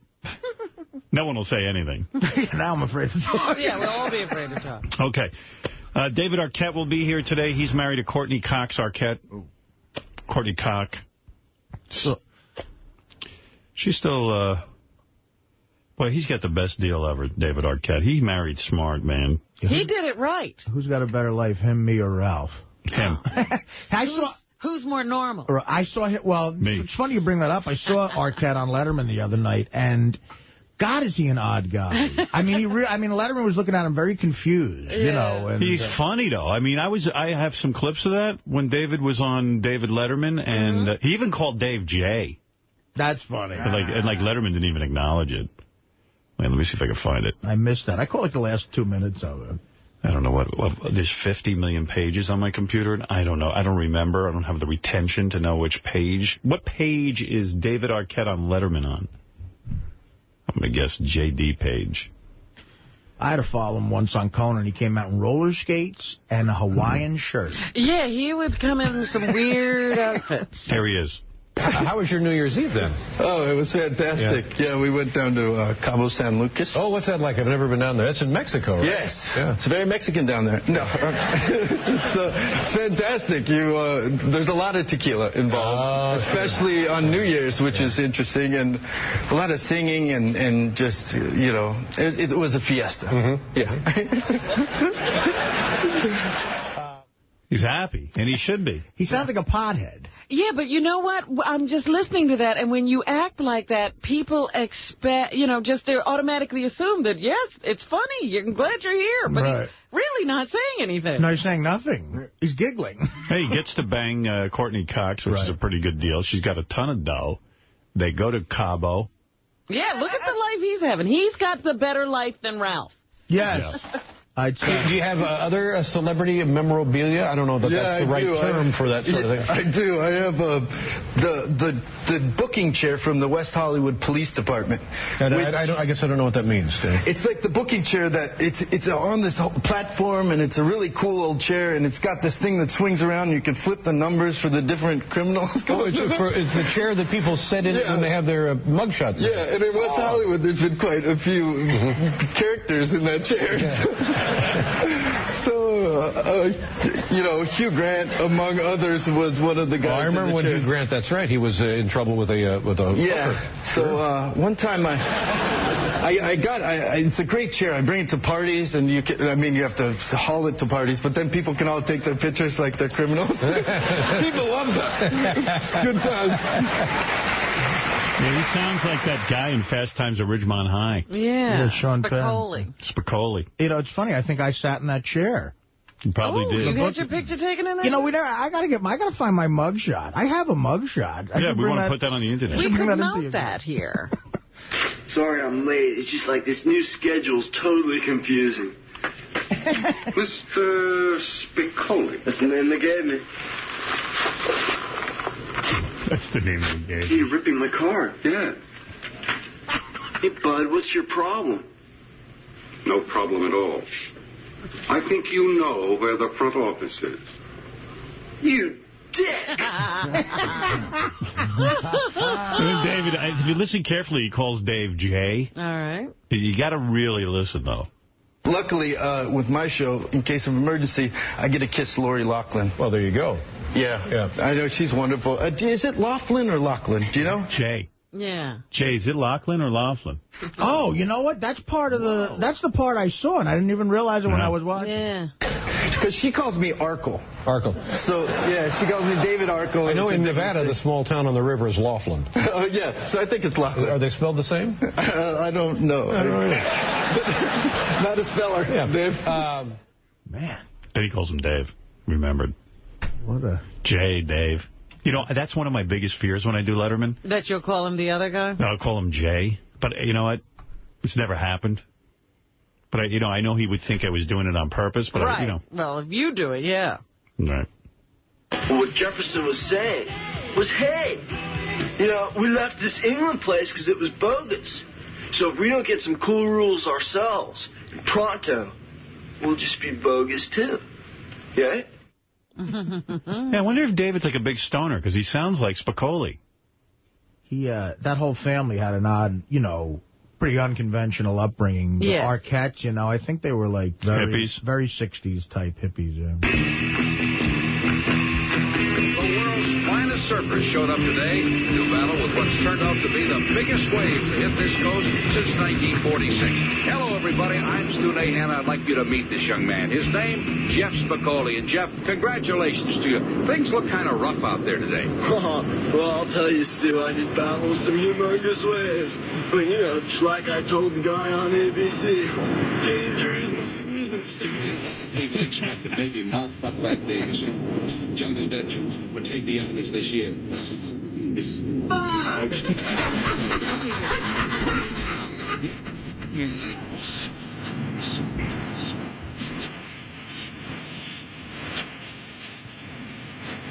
ahead, bud. Let's party. Why don't you take the stupid? I didn't listen. Yes, For Jeff Spicoli. Oh, headed over to Austria.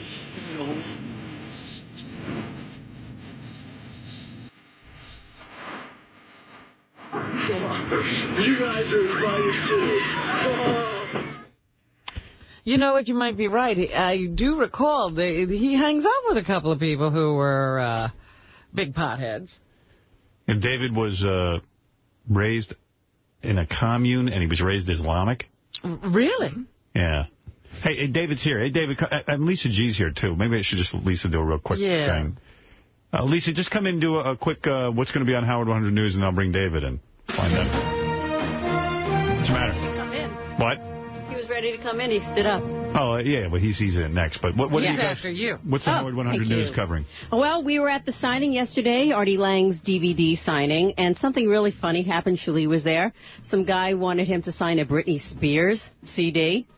It was pretty, it just sounds really crazy here, everyone's in line. He's just busting Artie's balls. Right, yeah. I mean, it was, I mean, it's like, hey, dude, come on, what do I got to do with Britney Spears? And there are people who will spend all day to just do that joke. And oddly, yeah. I mean, it wasn't that funny. It was just I know. I'll go to the signing and have Artie sign a Britney Spears CD. I'm like, yeah, all right, yeah, okay. And the rapper was out. It was a black kid, actually. And I was like, you're into Britney Spears, dude? Is that He's very... the black kid who goes to the Van Halen concert. I guess so. Yeah. All right, anything else, Lisa? Yes, is the city of Tampa ready for the Stern Nation heading down to Tampa, Florida? No, they're not ready. Believe me, we're not ready.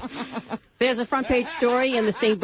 Petersburg Times today about Bubba getting married. Yeah, Bubba was on the air yesterday. I'm listening to him. He goes, now, seriously, Brent, is there another personality that you can think of sports here in the Tampa area or who's on the cover of the second largest newspaper in St. Pete? And I'm like, Bubba, St. Pete. I mean, Is he making a big deal about the paper covering it? There's nothing to cover down there. He's a big star. So, Bubba's all excited. And he is, and he wants to do everything. As soon as they say something else is going on, he goes, should I do that too? Even Ross, who was talking to him yesterday on the phone, said, Bubba, don't you want to have a little time before you actually walk down the aisle? No, Bubba needs to slow down because he doesn't realize we're a bunch of adults and stiffs. Like, we don't want to do anything. I want to get down to Tampa. If it's nice weather, I want to hang by the pool. Right. He's got an itinerary. He thinks we all want to be doing shit. Right. He wants to create a circus. Yeah, like an eventful day. Right. And I'm like, dude, like I know Beth planned a spa treatment, and I plan to hang by the pool. I like going out on a boat. If he's got a boat to go out on, I'll go out. Yeah, but I mean, it's like he feels like he has to entertain us. And then he had his whole studio redone to get it ready for us to come. And I'm like... He had his house redone. Like, somebody said to Beth, who was it? Said, Ralph goes to Beth, Howard and you are going down to Bubba's studio on Friday.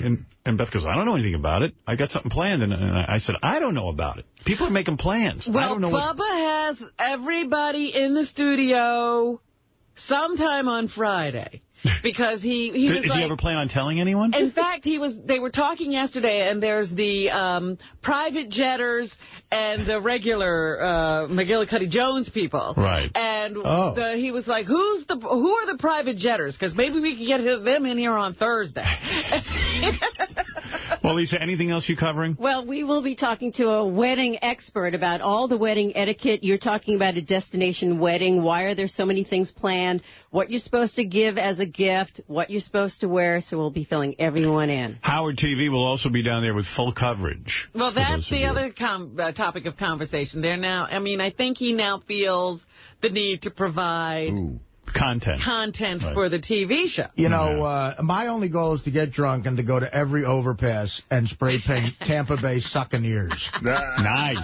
That's all I want to do. That's a good idea. All right, Lisa, thank you. More. Yeah, you can listen all weekend for information on the Bubba wedding. Yeah, it's pretty funny listening to Bubba talk about it. So like I said, I don't think there's a man on the planet who has a better life than David Arquette. He's here. He's got a new show, In Case of Emergency, tonight at 10 o'clock on ABC. And his wife's show, Dirt, is Tuesday nights at 10 o'clock on FX.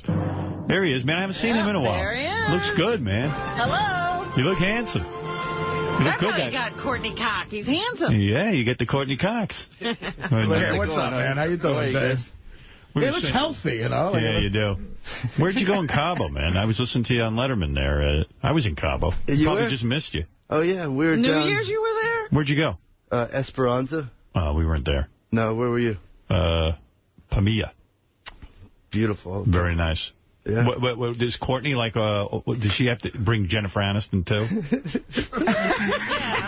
she go How long did that take? Yeah, right, exactly. The poor guy. I don't know, man. I'm just curious. What the fuck? Help me out. I mean, how difficult is it to have her be the best friend of Jennifer Aniston? You were in the middle of all that, man. You got all the friggin' dirt. Think about it. I just realized all that. I really did. Because when Brad leaves, like you, Brad, and Courtney, and Jennifer used to hang out all the time. Yeah. And then so like you get Jennifer as the friend, and Courtney's there, like evidently like accepting the tears on the shoulder routine. What do you do during all that female bonding? Oh, boy. I don't know how to navigate these waters. Yes, you do. By the pool, man. I mean... Jennifer's great. I mean, she's, you know, it was, they broke up. Do you have to act the like... marriage ended, and, yeah, it was sad. But do you have to act like Brad's an ass now? Like, he was a fucking asshole. Do you know what I mean? Well, you know, I love Brad. He's a great guy. He did, you know, some stuff that hurt our friends. So, you know, but that, you know. You got to pick sides, bro. You know, I got to say. We had to. Yeah. I got to say, I mean, I'm a Hollywood outsider. I'm going to stay that way, so I don't mind doing this. I was at a party once with Sandler. Was Sandler down there, too, with you guys? Yeah. Jennifer Aniston, a couple of these characters. And all I'll say is there had to be weed down there, right? Yeah. Hey, easy. What happened? There had to be a lot of weed down there. Weed Come on. in Mexico? What are you smoking? Are you a big stoner? Because, like, you sound... I just realized on the Letterman, you do sound like Spicoli a little bit. Oh, really? You know? Oh, it's probably just residual. Yeah. I mean... It's cool. I mean, no big deal. I mean, Artie's on heroin. What's the difference? Oh, well, I said that myself, though. This is a little embarrassing. So. Do you guys... Out them. Do you and your wife and Jennifer sit around making fun of Brad adopting half of the world and stuff? Take you goof on that? Like, it's kind of a cool thing, but, like, all of a sudden, he's got, like, tons of black kids, and, you know, it's weird. Like, why couldn't he just have a baby? He's taking care of the world. Why couldn't he have a baby with Jennifer? Gosh. Is she like, do you actually see her crying and shit? It must be wild. Oh, you had to. No. I mean, weren't you around the house? Never, not one tear shed. You Was know, it weird that what you might think. Was it weird then you had to be best friends with, like, Vince Vaughn, and all of a sudden, like, hey, wait a second. Or did you ever meet Vince Vaughn? Oh, of course he did. Of course he did. I don't know how to answer any of these questions. Answer me this, and I'll make it easier. And there are speculations that wasn't even real, that whole Vince Vaughn thing. No, that was real. They really did. They were a couple. Really dated? They really cared I could about tell. each other. He was fucking her. They cared about each other. Yeah. So how did you find out that Brad Pitt split? Like who tells you? Courtney? Or, like, are you there and get it straight from Jennifer's mouth? We knew. We all knew about it. Forget that part. When did you know that he was sleeping with Angelina Jolie? Wow. That's pretty much it. Was a surprise. I think David's secretly happy for Brad Pitt. He's probably out of a lot of misery. Well, you know what it's like. Courtney probably told him, because it's like, you know, when your wife has a friend who yaps to her about her life, it's like, and she comes in with gossip, and you're just trying to do whatever you want to do in the house. And he gets it all. Yeah, it's like, yeah, right. Yeah, you go, okay, what happened now? Who gives a shit? It's so exciting, though, isn't it? To be in the middle of all that. The two most famous people in the world. Oh, my God. I would be so wrapped up. I would, like, think I died and went to heaven if I was married to Courtney Cox. I say you have the best life. Married to Courtney Cox, who's, let's face it, piece of ass. Great money. You know, Hollywood, great homes, the whole thing you two have. You got a great life. Got kids now and shit. One kid. Sorry. And sorry I'm not up on every detail. Yeah. All right. Come on. And, like, it's this great thing. That's right. Coco Cox Arquette. Right? Right? Cox Arquette, yeah, she's a Cox Arquette, right? Coco Cox Arquette. No, there's no Cox in it. Nah, yeah, dude, yes, stand your ground with that. No, shoot a Coco Arquette, man. You're Coco. Thanks, Artie. Yeah. Coco, not Coco Cox Arquette. Honestly, I wasn't making a joke. I thought it was Coco Cox Arquette. No. No, it is definitely Just Coco Arquette. Coco, her middle name's Riley Arquette. Well, congratulations. Hey, thank you. Yeah. And I imagine you're like a fun dad and stuff. Yeah. Good dude. You're a good dude. But the thing is that, you know, like, it must be just so great to be in the middle of all the everything. Like, It's like being the eye of the storm. We have friends we gossip about, but it's like Ross and Melissa. Right. Who cares about them? Yeah. Well, Archie and his wife. Didn't David call you? Didn't David Arquette call you, Howard, and ask what it was like when me and Dana broke up? How you found out? He wanted all the gossip. I had to find out. But you too were tight-lipped about it. But you're not. But do you enjoy gossiping about your friends? Seriously, I mean, I do. I'm not a big gossiper. Right. So Jennifer and Brad can have all this going on, and you're not on the phone calling somebody? Guess what? What'd you say to Jennifer when she was breaking up? Did you have words of wisdom, advice and shit? Well, in general, I think if something's not working out for people, then move on. But it was working until he met Angelina Jolie. It was working fine. Sure. Yeah. Well, everything works. They wouldn't have broke up if And plus, he's the best-looking guy on the planet. To lose him is a big blow because who do you go to next? Yeah, how do you replace that? Anyone you go to next is going to look kind of shabby. Yeah, it's a step down. I wouldn't want to follow Brad Pitt. Yeah, I broke up with Brad. This is Ed. Ed from accounting. My friend Balthazar Getty, he's a great guy, and he's always like, well, Brad is, if he walked in, I would be like, here, Brad, here's my wife. You go fuck her. Take her. That's right. It's like a lion on the Serengeti. I want you. Yeah. I mean, I'm pretty sure Brad could get any woman he wants. Yeah. But then Brad? No. But he would get laid a lot if he was a plumber, But now he's a multi-millionaire movie. But if Jennifer Aniston was a close friend of my girlfriend's and stuff, if she's coming over, if I got People magazine out and stuff, with pictures of Brad and Angelina on the cover, I hide that. Yeah, you don't have it. But we didn't buy those at all until we started doing the show Dirt, and then...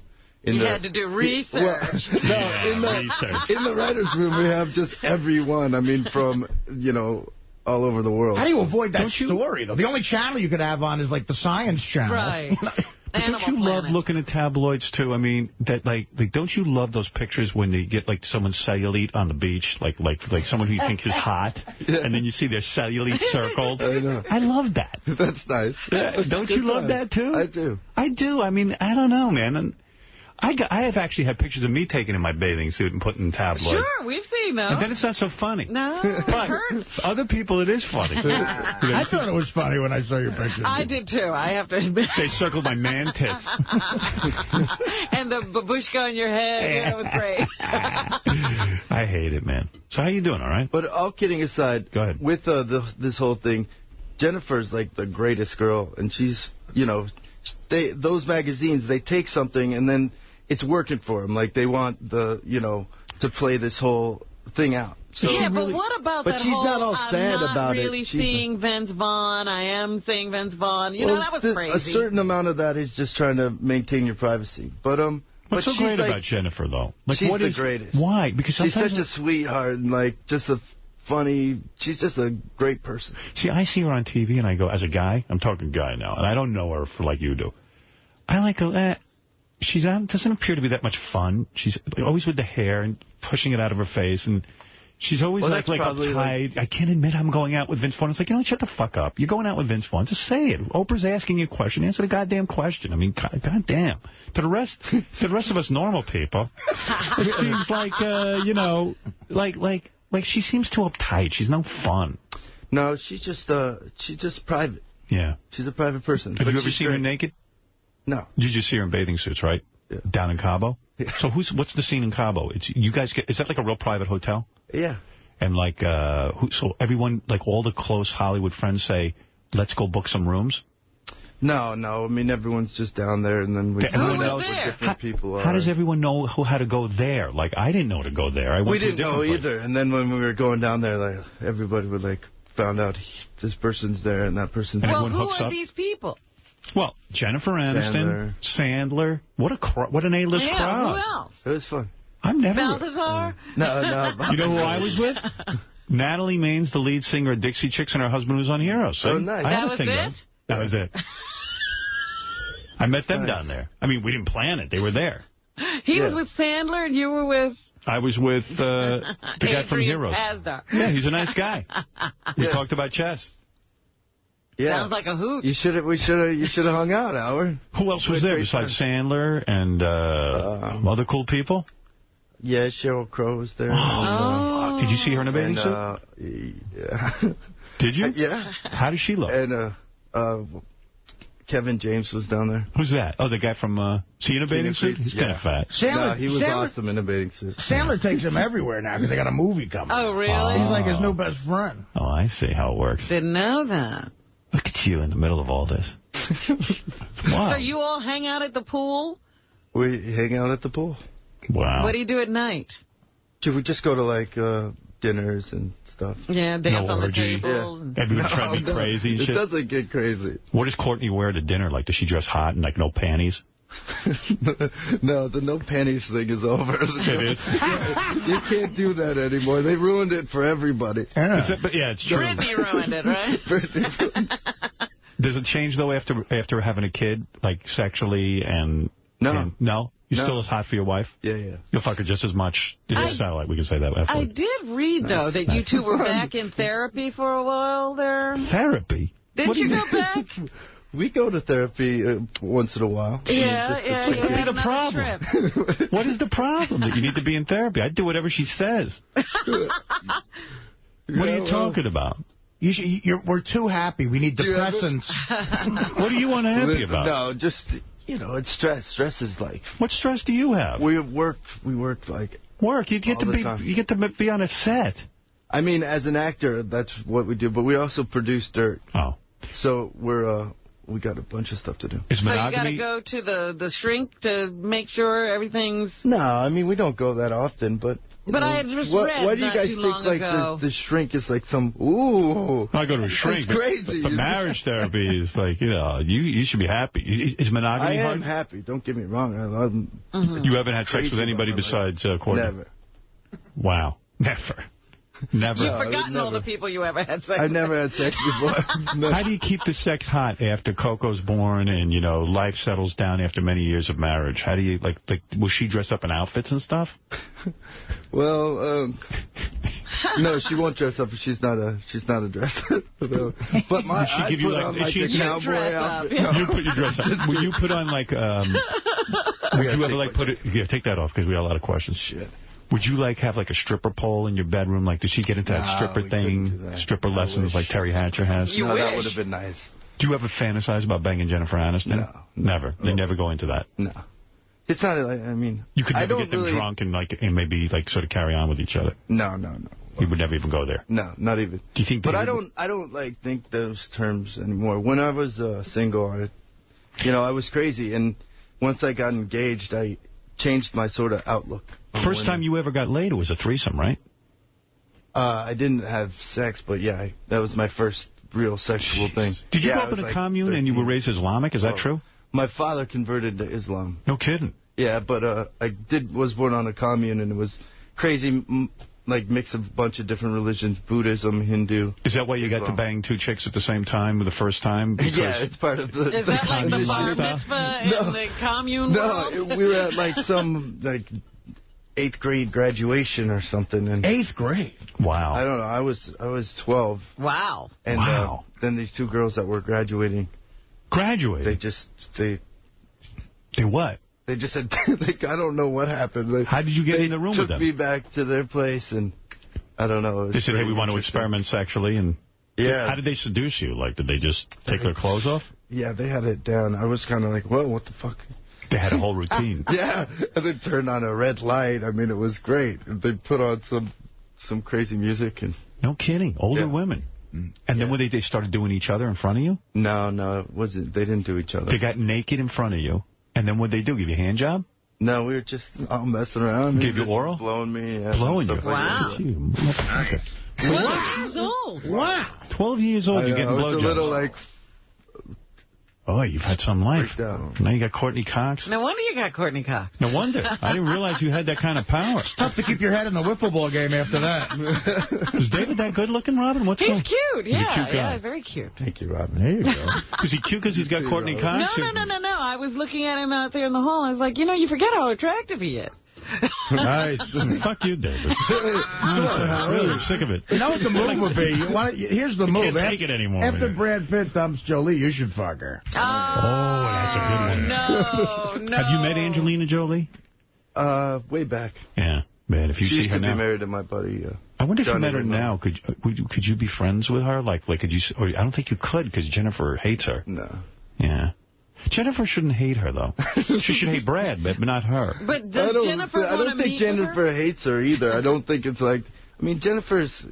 She's got the way they depict it all is completely wrong. She's a very strong woman. She's totally solid, and she's just got a great attitude. Have you spoken to Brad since the breakup? I mean, you spent a lot of years with the guy. I spoke to him once. Oh, I mean, did? no, I didn't actually speak. I texted him. You texted him? What'd you text him? Way to go? Yeah, I just said congratulations on the baby. Oh, that was nice. Did he write you back? Yeah. Look, I'm fucking now, but I'll talk to you later. You know, but there's this whole period that he won't talk about where Brad came back and he and Jennifer were trying to work it out. That must have been fun. In all of that. He was in on all of it. David's right there, man. You're right there, bro. Oh, That's some story you got in you. You could only do projects with people that hate Angelina Jolie. That's right. Like her father. Let's go to Ralph. What do you want to say? Oh, no. Hey, now. Oh, boy. Hey, wait, first of all, Courtney's looking hot again. Yeah, you got to see her on she's going Dirt. to come She's back. unbelievable. When was she not hot? She wasn't ever not hot. Well, she had a baby. No chick is hot when she's having a baby. Well, Ralph saw her then. She was a little off for a while. Did she have work done, David? Or No. No work? No. I'm really against Then it's the baby thing. She's looking good. Anyway, No, she's like just working out like crazy. She's doing the show. Howard, you're so right about that rap of like watching something like that, because like when John and when Stamos and Rebecca were going through their stuff, it was so great to hear about like what she was up to and then who he was up to with, and they're all famous people, and they're like, oh. Yeah, John will call me off the air and tell me like who's banging. And it's wild. Yeah, he's jumping over fences to get into this chick's house because there's photographers outside, and Yeah, it's it's like, great. wow, this is great. Oh, man. You see, I think David's dropping the ball here. I think he's a great guest, but he's on a show, Dirt. Wouldn't it be great promotion just to give us all the dirt? Yeah, just make the papers. That's what your show's about. Yeah. Courtney would dump his ass, though. It ain't worth it. You're right, man. It ain't You'd never worth see it. Coco again. It's a tough line, No, I mean that's part of the whole game. You have to, you have to have people around you trust. Yeah, well, that's true. So your sister, Patricia Arquette, recently said that your mom used to beat you fucking guys, like beat you and stuff. That was bad. Yeah, when I felt she bad was, for you. Yeah, well, my mother came from a dysfunctional family, and she was abused, and she was, especially on the older kids. I got a little, but You sort of missed it or something? Pretty much. I mean, I saw the sort of tail end. But then my mom ended up going and becoming a marriage family counselor. I love that when they make that It's always funny. No, They get better after. Yeah, great. Glad you raised us and beat the crap out of us, and now you realize what you did wrong. Thanks a lot. How about working on that when I'm a kid? Yeah, but it's an amazing thing because she sort of broke the cycle, So what would it entail? Like spankings and beatings? And yeah, I mean, should have put an iron on your head or anything? No. No, she didn't put cigarettes out on you or anything like that. Yeah, that's the hardcore stuff. Hanger? Have you used a hanger on you? My mom used to beat me with a hanger. Electric cord, anything like that? That's nice. Belt with studs in it. I used to take the hanger. Wooden hanger with a piece of wire in it.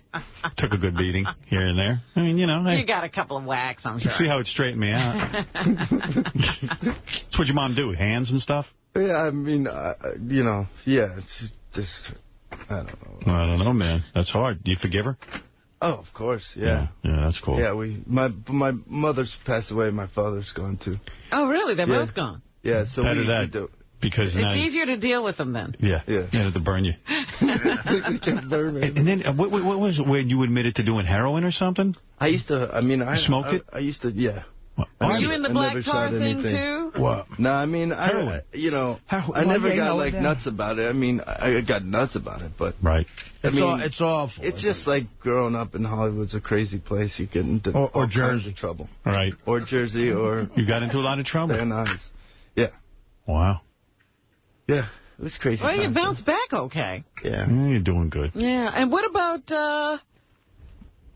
the Arquette that's doing the sex change? Has that happened? My sister, Alexis. Holy shit. Yeah. I watched that Surreal Life. Yeah. That's a handful. I thought you were crazy. Alexis is insane. Yeah, do you allow Alexis to come over and hang with Coco and Courtney? Yeah. You do? Of course. And he can calm down and like kind of act normal? Because on the show, he's like all over the place. No, but they pick all the is that what it is? moments. But yeah, Alexis is incredible. Do you call him your funny. sister or your brother? No, my sister. Now your sister. Yeah. You got to get hip to all that. Yeah, it's not easy, but not an easy life. I kind of feel bad for the dude. Yeah, no, definitely. I do. Does he got a boyfriend or anything? Yeah. Oh, he does. Seems like a nice guy. Great guy. Yeah. Girl. She, yeah. Does she have a boyfriend? Yeah. Well, you said he. Does he have a boyfriend? She. Well, he, I don't. Well, he just said you call her she. It's his sister now. Look, I'm getting used to it, too. I'm not in that world. When I'm the couth one here, we have trouble. What's your brother going to do with his penis? Put it up in the box. Well, seriously, is he going to chop you have an Emmy? If you have an Emmy, it'd be nice next to that or something. What do you do? Is he going to chop his dick off? I guess so. I mean, you don't talk to him about it? I haven't gotten into all of it. Tell him not to do it. I mean, you think it's freakish. It really is. You know what? It's even if you want to dress up like a girl, have your penis, because you have a good orgasm. But sometimes it bothers them so much. Then they get it off, and then you miss it. Ruins the illusion of being a woman. Why don't you tell your phantom limbs come in? Tell your brother just to tuck his penis between his legs, like balls and penis. Because I do that when I want to feel like a girl. Would you fuck me or fuck me? Does Coco call him aunt or uncle? I guess Aunt Alexis. I don't know. Oh, how do you not know that? I mean, we have. I don't just. It's too weird. Yeah. I don't think Coco's ever met him. Said that. I mean, has Coco met your brother? Yeah. Yeah. Yeah, plenty of times. Does Coco say what's wrong with Aunt Alexis? No, Robin, stop. Little kids pick up on that, believe it or not. They do. They get very confused by stuff like that. They're like, well, is he... I don't understand what's going on. Well, you know? I saw it with my sister, Rosanna's daughter. So she grew up with it, and it's really normal. And she calls... And it's Aunt Alexis. It's Aunt Alexis. So we got to start teaching Coco Aunt Alexis. Yeah. Even if it freaks her out. Yeah. You're in on this teaching? We? Yeah, come on. I don't help the guy out. Yeah. We're all going to go along with it. Aunt Alexis has a huge penis. Oh, my aunt has a huge cock. And I could see Courtney going, you know, Coco, some girls have penises. What? That's going to be a whole thing. You know, this is a pretty weird family to have to bring to your girlfriend. I mean, and that was pretty wild when you got together with Courtney and you had to reveal that your family is... He never told her. He never I did. married her first. Yeah, but they're a famous family. She had to know. Went down there when we got engaged. Yeah. Yeah. I talked to your sister... Rosanna. Yeah. Boy, I always wanted to bang your sister. How great she. Oh, my God. Yeah, we had a nice conversation. She's fantastic. Yeah. Boy, oh, boy, I used to beat off to her. If you don't mind me saying, if that's cool. That's okay, right? She's one of the sexiest chicks in the last... I've ever seen. Hey, every rock band was writing songs about her, weren't they? Yeah, that's right. Oh, yeah, they did? In the 80s, she was one of the sexiest chicks. Could you do me a favor, one favor, all the years? She's still beautiful. I mean, Rosanna, you see her now, it's unbelievable. Yeah. What's she doing? No, she doesn't do anything. No. I saw that documentary she made about Deborah Winger. I watched because it was all these hot broads she was going to interview, and I wanted to see if they were hot. But how they lasted? Well, no, but it was in no makeup. It was a real broad thing. Like, no makeup. We're just going to be hanging out. Oh, dear. I mean, I liked it. It was good and everything, but I wanted them to be hotter. But Rosanna still looked good. You know what you got to do? You got to tape when you and Courtney sit down with Coco and explain the whole thing with your brother. Yeah, that's good. Please just tape that for me. I don't ask you to do much. I mean, it could be, you could market it. I mean, other people are going through this. Honey, that's not a penis. It's a large clitoris. She has an Audi. That's a good question. It's like, you're right, because he's at the center of all this. He's got an interesting life. He's married to somebody so interesting and famous. If the bottom fell out financially and you had to give dirt on one subject, like what would it be? Like, what would you... Who would you out? Who would you sell? You'd have to come clean with all the Brad Pitt, Aniston shit, I think, at this point. How does it work when you produce a show like Dirt? Like, where do you get a script for that? Some dude sends it to you? No, we have a whole writer's room. There's a guy, Matthew Carnahan, who's the creator, writer. He's an incredible guy. And, how'd you find him? An amazing script. He's, we read a bunch of scripts, loved his. We developed this idea for 2 years with FX. Yeah. And they came and give you a bunch of money? I mean, yeah. FX is cheap. But no, they're good. They probably put out backed some money our show big time, so Did it's they? been amazing. But they came up with the idea to make it centered around a female character. I see. That runs a tabloid. So it's all behind the scenes of a tabloid. What does your wife wear in this show? Does she wear super hot outfits? Like, is she kind of slutty in it? Good. Yeah, there's tons of sex scenes. Not like Friends-style outfits, which was wholesome. No. She dresses it's sexy? all like, yeah. And it's like sex scenes. Like, I have to deal with that. Does she have sex scenes? Like, full nudity? No, not full nudity. She short titties? No. Do you see anything? Ass? Yeah, you see stuff. You see her ass? You see stuff. Well, he's seen it. No, I know he's seen it. I want Does she do masturbation scenes in the show? Yeah, last night was an episode where she did. Well, how graphic does it get? Because FX does some graphic stuff. It's a graphic show. Wow. It's pretty out there. I'm going to have to check this out. Can you see the outline of the vaginal lips? If I may ask. If you have HD TV, maybe. HD TV shows that? Yeah. It's so graphic that you can see every detail? I wanted to see some camel toe. Now, are you on the set when she's doing these sex scenes? No. I don't. I actually don't go by the set that often anymore because of that. How soon after your wife gave birth did you wait to have sex? Like, did you wait? A while. Yeah. Why? Because it was trauma to that area? Yeah. Wow. Yeah. Was it hard for you to watch the birth? I mean, to see all that stuff? No, not so much that part. And you didn't pass out? No. I don't think guys should be Strong in man. there. I don't think guys should see that. I really don't think so either. No, I saw it. I said the other day, nobody invites you in if your wife's having an appendectomy. Right. Why should you watch this? I was just saying, I don't want to watch you take a shit either. Why another medical procedure is everybody invited in on? What's your favorite thing to do with your wife? What, sexually? What's your favorite thing to do? Oh, just, I don't know. When we have time alone, that's the best. Really? Really. What do you do? Do you play games? Yeah. No, but no, we just, hang out. When it's just us three with the baby, that's the best. Time. Yeah. When it's just like no phones are ringing. With the baby? You guys are that's freaky. I mean, when Jennifer isn't calling every minute, and like you can kind of fucking have your own phone. And the phone finally stops ringing? No, and I can't find a guy. Assistants and I'm in love with Brad. Well, what kind of life are you living? You got a butler? Yeah, how many people you got helping you out with the kid? Got a nanny? We have a nanny. Nanny? Live-in nanny? No, it doesn't live in. All right. Black chick, white chick? Black? Mexican? Hispanic? Yeah. Mexican. Hispanic. I knew it. Coco has an accent. I figured out. Daddy. Aunt Alexis is here. We tell the nannies to speak to her in Spanish. You do, because you want them to be bilingual. That's the ticket. Very good. I got them figured as the next celebrity couple to get the black kid, though. Don't they seem like right for that? Are you into a black kid? I would adopt You would like a black kid? I mean, any adoption's an amazing thing. So, yeah. It's, I mean. Would you adopt a black? Yeah, adopt any. A real Are black. You looking I'm into talking it? about. I'm not talking about a light-skinned black. I'm talking about an African. An African. Yeah, I mean, that doesn't matter. It doesn't. No.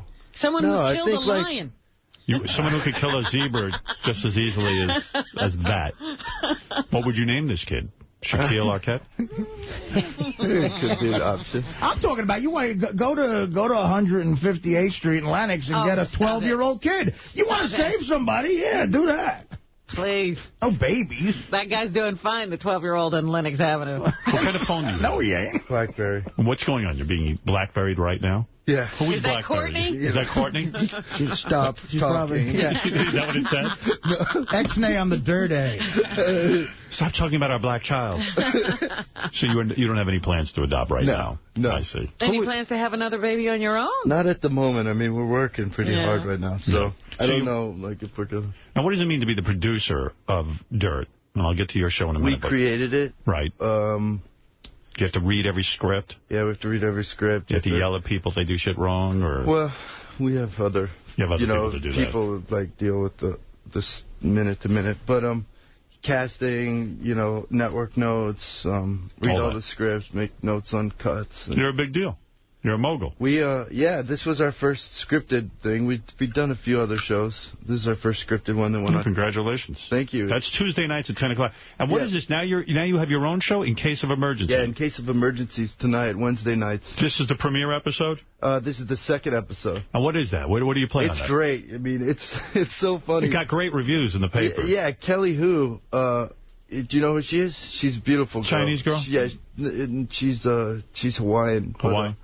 Yeah, I think maybe Hawaiian. I don't know Kelly Hu. Do we know her? She was in the Scorpion King. Yeah, had her we on? had her in the show. She sat on the couch when we were at K-Rock. Oh, she's super hot. Yes. And then Jonathan Silverman. Chinese chick. You know, Jonathan I know him, Silverman? yeah. They have a great... it opens up at a massage parlor, a sort of a happy ending massage parlor. Yeah. She comes in and, if this is on ABC, and she gets She jerks him off. Yeah. Right on ABC? Right on ABC. Wow. And then he recognizes her as the class valedictorian. Oh, that's great. She sees him and that's funny. Kicks him out. And that's funny. It's really funny. And my character is suicidal because I'm a Enron type of guy and facing jail time. So I'm about to commit suicide, but I can't go through with it. And I toss my gun, and it hits me in the foot.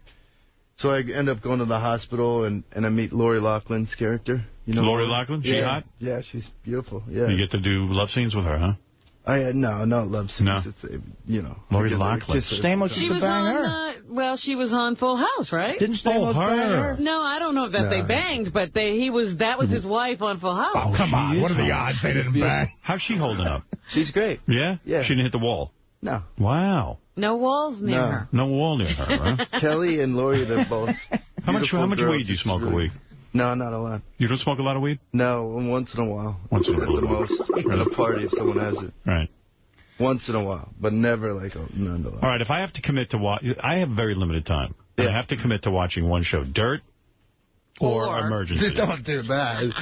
This is like Schindler's List for you, pal. What was that one? Sophie's Choice. Sophie's Choice.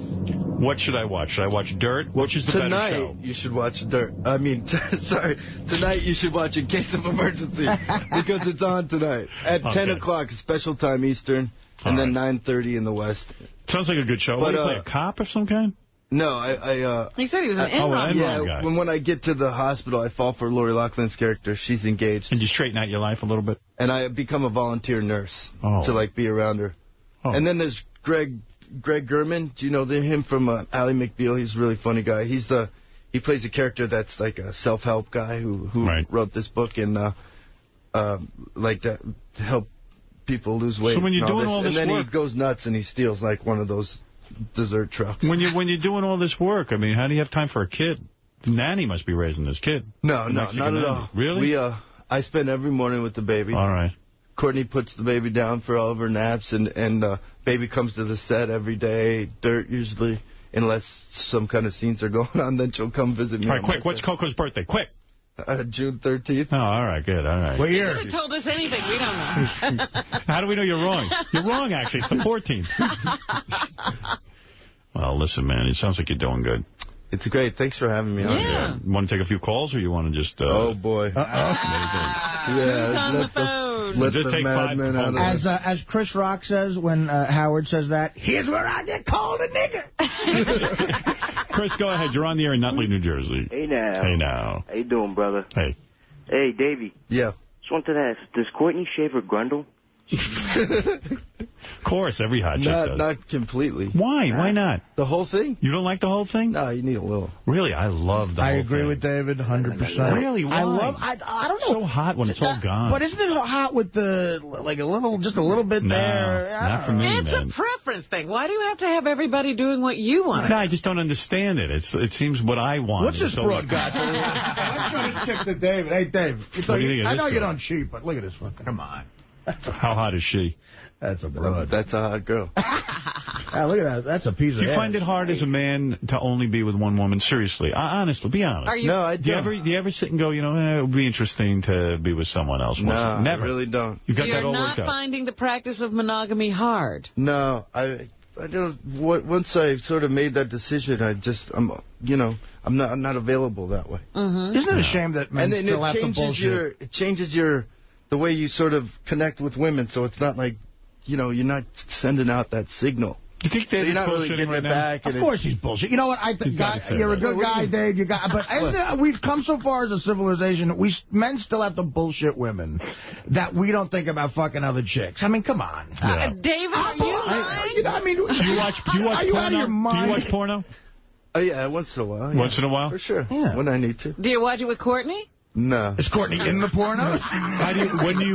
So you beat off still with the porno, right? Come on. What else are you going to do with it? Where did this come from? Like the What do you mean, where did it come from? I'm talking man to man. I mean, I beat off still. Blame the kid who asked the shave the grundle question. Right, yeah. What's wrong with him? What do you do? You have to wait for the nanny, for Coco to be out of the house? When do you do it? No. Where do you do it in your know, the funny thing is, I'm a private person, too, to a certain extent. No, you're not, man. Let's leave a little mystery. But we're guys. When do you do it? You know, just do it once in a while. Really? When do you watch your porno? When do you watch the porno? Now, where do you have a stash of porno? And where do you keep it? Yeah, where do you keep your Next stash? to the weed. Then he doesn't smoke. Yeah. The porno he doesn't watch is next to the weed he doesn't smoke. Oh, is it so hard? Live for just this interview. You know, Dave, you almost got out before the phone call. Oh, I should have gone. Oh, man. No, but it is hard. When I think about beating off, as soon as my girlfriend leaves, she went away for 2 days. I was beating off like a maniac. I got into my porn stash. Right. I'm watching Chloroform Girls 2. I'm watching it all. You know what'll stop it? We talked about Paxil before. Take Paxil because you can't. You can't do that? You can't come. Oh. Yeah. It's the worst. But if you're totally faithful to your wife, which you are, and you don't think about other women, and yet you do rush to watch the porno, see? So. Yeah, I mean, to me, that would, and that's only like when you have to, but it's more of a, different thing. Look, maybe what does that mean? It's more of like a, it's not a real person or anything. No, of course it's not cheating, but it is. I'm not saying you're cheating. Do you read Playboy and all that, or are you into magazines? No. No, just hardcore porno. just fist fuckers. What do you like? Yeah. What do you like to see in porno? Do you like to see girls together or midgets? Anal? What's your thing? What do you like? Oh, come on, David. Let us know. And then maybe in the ass.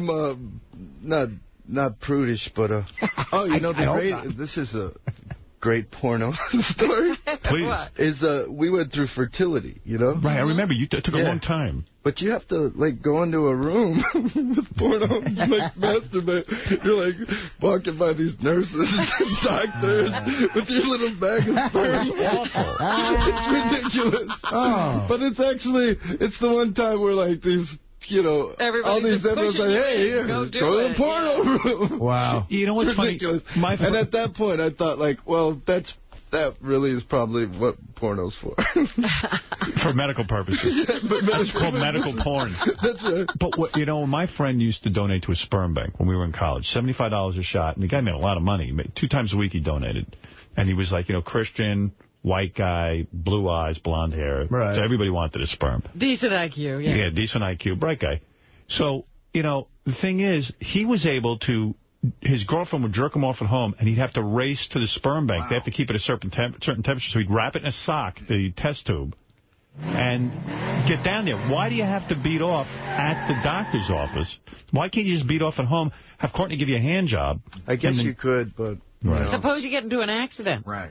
I think the best, that he's keeping it fresh. Yeah. Isn't it weird, though, that the sperm that produced your child was caused by another chick? You know what I mean? Right. That's true. You had an orgasm. Not really, right? I mean... come on. I mean, at the end... Shouldn't you think about your wife? At the end, and he got a little closer at the very end, you thought of Courtney? I turned it off. I got quiet. And you thought about Courtney. I had a little moment with my wife. We were together. And then it's like, oh! Would she come to the sperm bank, whatever it's called, the doctor's office, go with you and then help you beat off? Or no, you had to go down there yourself? Yeah. She wouldn't wait in the waiting room while you were beating off? Seems like a lot of pressure. Is it pressure? Would she go to the doctor's office and wait in the waiting room? And you say, okay, here goes David to go beat off. Yeah, I guess so. Oh, man, that's too much pressure. What do you do to guarantee? If you jerk off at home, what do you give it to a Domino's pizza delivery kid? How do you get it there? Would it take you a very long time to finish because you knew your wife was waiting and everyone was anxious? It's a little bit of pressure. Yeah. Yeah, did you ever have a problem? I mean, you know, people are like, hey, how long is it going to be? They're knocking on the door. There's other people out here. And then when you walk out, like, does your wife go, did you come? Did you come? Did you finish? Was it a good batch? Not so much. It's way more clinical. It's kind of weird. Wow. And weird process. Man. Yeah. Well, what are you going to do, man? You have to do it. Yeah, I mean, Something the weirdest thing, too, is that you also... They put the egg and the sperm together. They wait for it to join, and then they take it, and essentially a doctor impregnates my wife. Yeah, but was that Courtney's egg? It's wild. Yeah. It was Courtney's egg. Yeah, so it's totally your biological kid. Yeah, completely. See, you know what would be cool? Because like, sometimes I think you was like crazy kind of guy. You go into the doctor's office, they give you the magazines. You go in the bathroom to jerk off. You should have had like a huge screaming orgasm. Like you should have been like, like this really played up. You know what it reminds me of?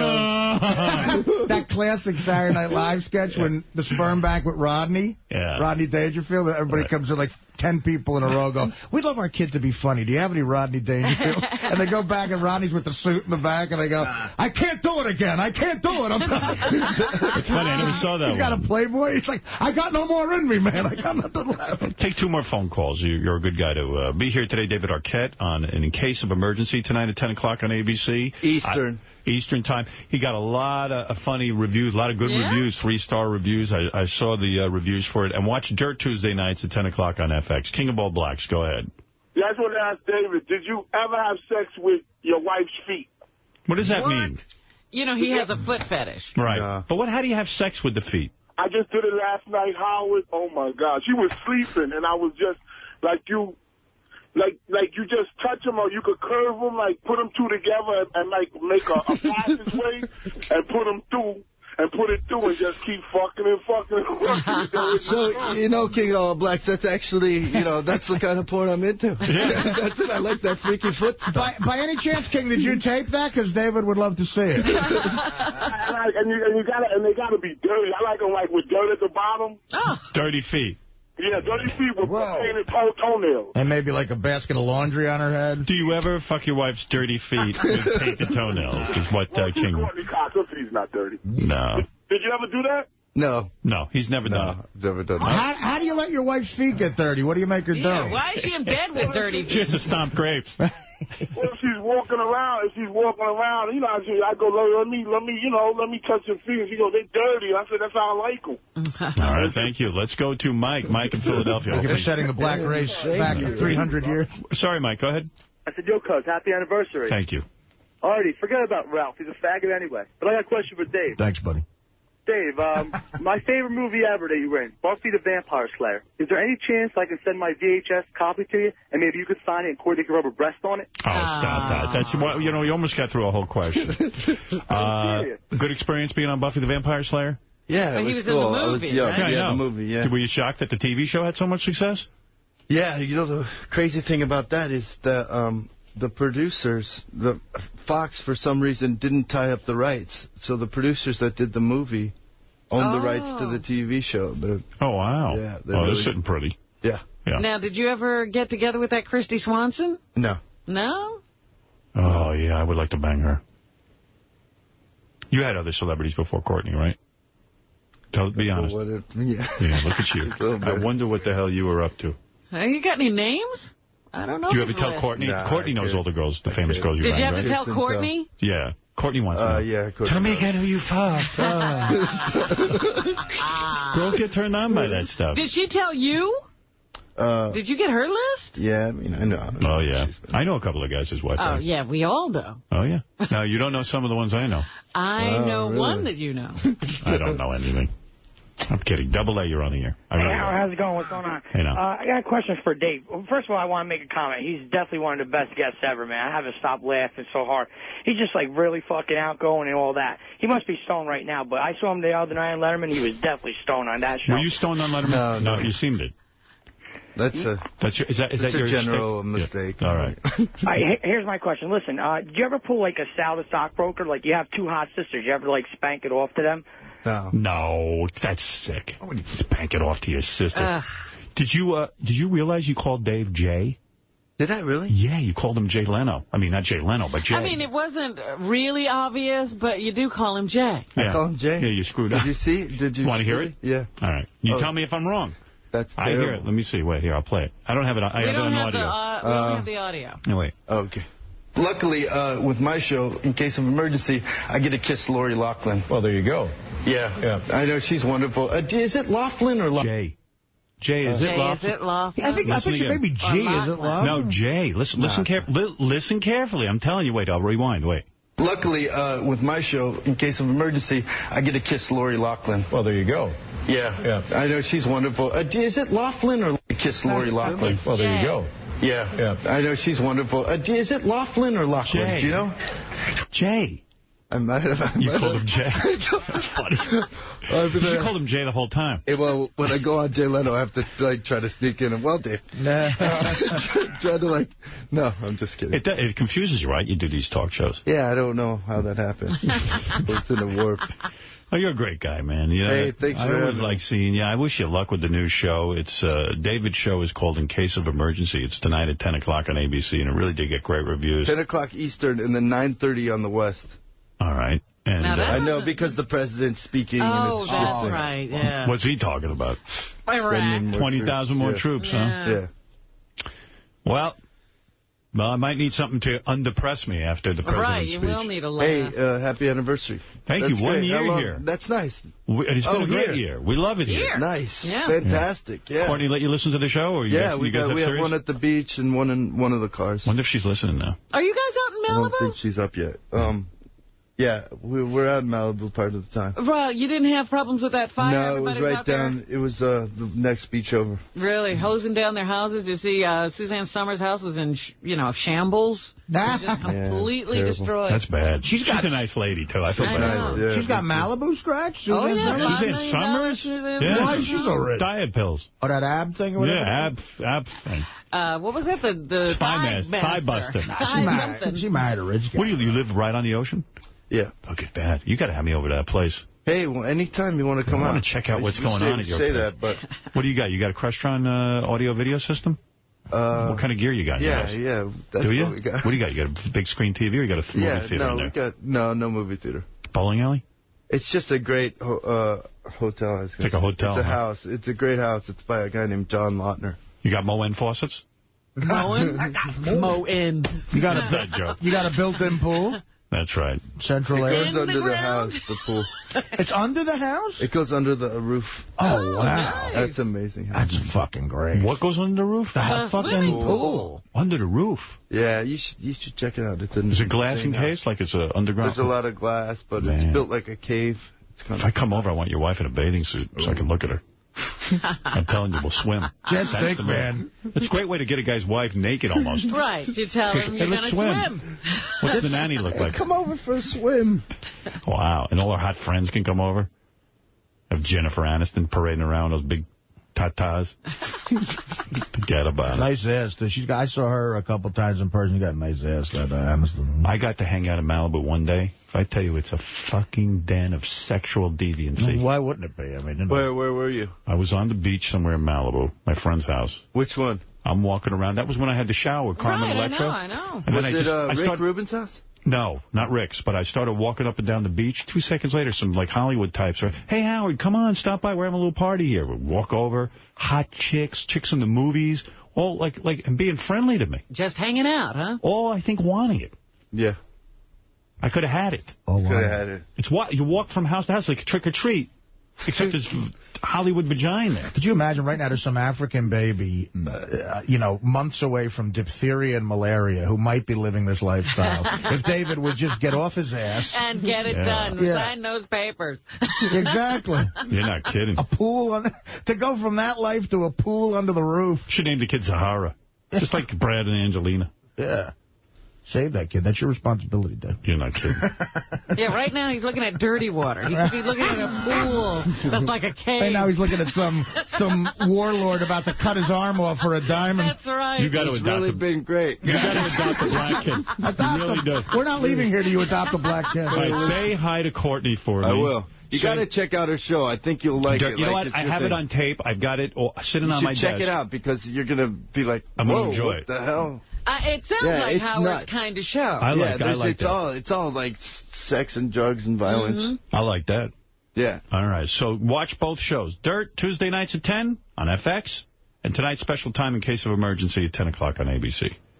And tell her to come in here and promote it with you next time. I will. Yeah, she's afraid to come in here. I would. I think so. I'm afraid to come in here. Get on the robo-spanker. No, you're not. All right, we're going to take a break, and we'll be back right after this.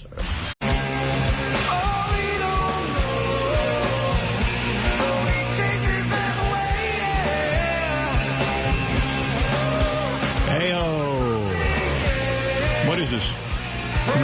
Oh, Pro Jam, yeah. I've been busy doing other things. I wasn't paying attention. Did I interrupt a good song? Yeah, great song. I'm sick of that song. That's the song they always play. What do you want to hear? Baba O'Reilly live? Everybody's saying that. That's supposed to be really Oh, that's awesome. They do... This is the Who doing it or Pearl Jam? Pearl Jam doing it. Baba O'Reilly? Yeah, they're big Who fans. Right. Yeah.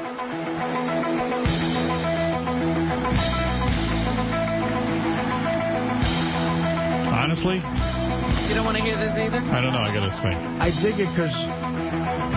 The guitar's getting on my nerves. Really? Yeah, I'd rather hear that. Usually that opening is not on guitar, right? Right. That's cool. That synthesizer usually does that. I'm more into the synthesizer opening, but... It's pretty good for guitar, though. I think it sounds great. Hey, great. Big deal. I'm already bombing from it. The Teenage Wasteland, oh, yes.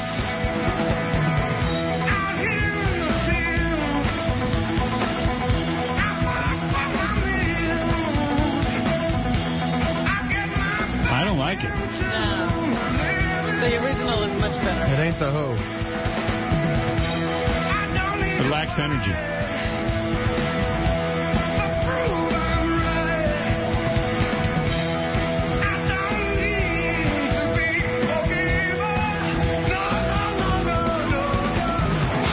I'm at a Pearl Jam concert. They got enough good songs. I want to hear Pearl Jam. It shows you why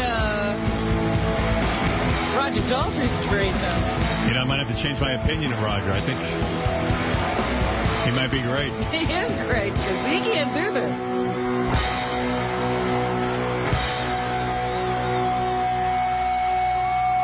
Don't cry.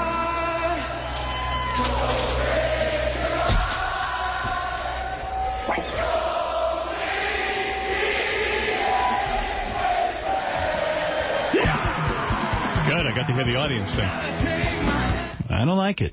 I don't like it. I didn't mind it so much, but there's no reason not to just listen to It's the, not to the great, Who's version. yeah. That's better. Yes. And I'm all about remakes. I like remakes, but that's not for me.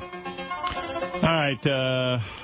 I heard some TV show using one of Train's versions of a Led Zeppelin song the other night. Well, that is a real good remake. You see, there's an example of a guy who can do a remake. It's Pat Monahan from Train doing any Led Zeppelin. Dream On, I think they were. Oh, they were doing Aerosmith? Maybe it wasn't Dream On. It was a Led Zeppelin song. Which was the one he did here?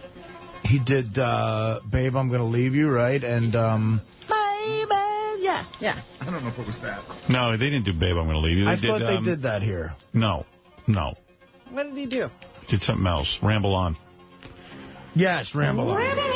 Sing my song. Maybe that's what it was. And What Is and What Should Never Be. They did. I remember it because it had a big impact.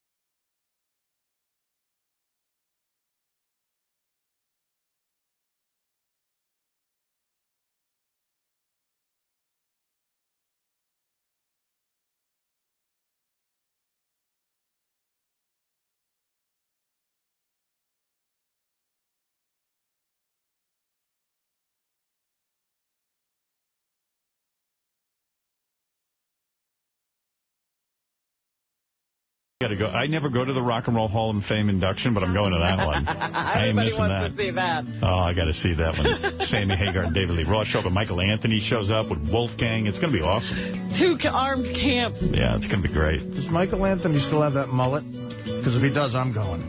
I'm growing a mullet just for the Rock and Roll Hall of Fame. You know, I never thought I had a mullet. I always tell people, nah, I never had it. I was never that. And you know what? I've seen pictures. I had a mullet. You had a mullet? I'm not even sure what I had. It's beyond a mullet. Yeah, your mullet went crazy. I was a pompadour. I was like a big cockatiel. People forget you were way more about hair, man. But I wasn't, but I was. I mean, right. I didn't realize what I was about. Well, now we realize that you were, you know, your hair was like from the 18th century when they used to have those high wigs. My friend Dr. Lou Weinstein, his dad used to call me Chief Justice in high school because I had really big hair there, too. And he said, oh, the Chief Justice is here. And I was always insulted, and I realized he was absolutely dead on. He was like, yeah, I'm a Chief Justice. I look like the guy with the powdered wig and the whole thing. I mean, but everybody used to run around looking like that. Oh, not like that. Yeah, I mean, back then, you know, like those wigs came from somewhere. I was talking to Howard about one of his 80s Letterman appearances last week, and, you know, he's saying pre-Ralph and everything. Yeah. It's the funniest thing. I mean, I always just thought he was funny. I never look at clothes, but oh my God. Now that, you know, it's more noticeable. He had, dude, you had leather pants on. Black leather pants with brown boots. Brown cowboy boots, and the leather pants tucked into the cowboy boots. Oh, no. Yeah. Oh, my God, you have no idea. And people must have thought this was insane. Fashion faux pas you used to be. I mean, could you imagine a guy in the Midwest looking at that? You know, it's funny. My father... One of them New York fruits. My father was funny. My father always loved you, you know. And when you did those appearances on TV, he'd be like, what is he, what is he out of his mind? What is he, fucking nuts? I mean, I must have been nuts. Well, I mean, you know, hey, look, I was young. You kept it rock and roll for a while. Like, did you have that hair at my age? I'm 39. Did you have crazy, right? I had crazy hair. Yeah.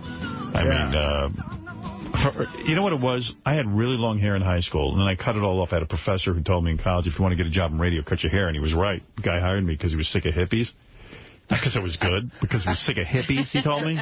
And, you know, someone from your generation, they don't want to hear that. You're like such a sellout. It's like, I'm sick but of I showed up in a suit and short hair, and but then, like, I remember... Because at NBC, you were conservative looking with the mustache. I was very conservative. I stayed with it because I figured, well, that's what gets you a job. But then I had the job, and Dee Snider who said, hey, gee, why are you so conservative? You know, I always think of you as a wild man. I said, you know, I always had long hair. I guess, you know, I got it in my head that I have to cut it for my job. Right. So I grew it out. But I didn't grow it out. I got like a weird, like, pouffant. It went nuts. It's poofy and a bouffant. A pouffant. And I had this big, giant hair. I didn't know what to do with it.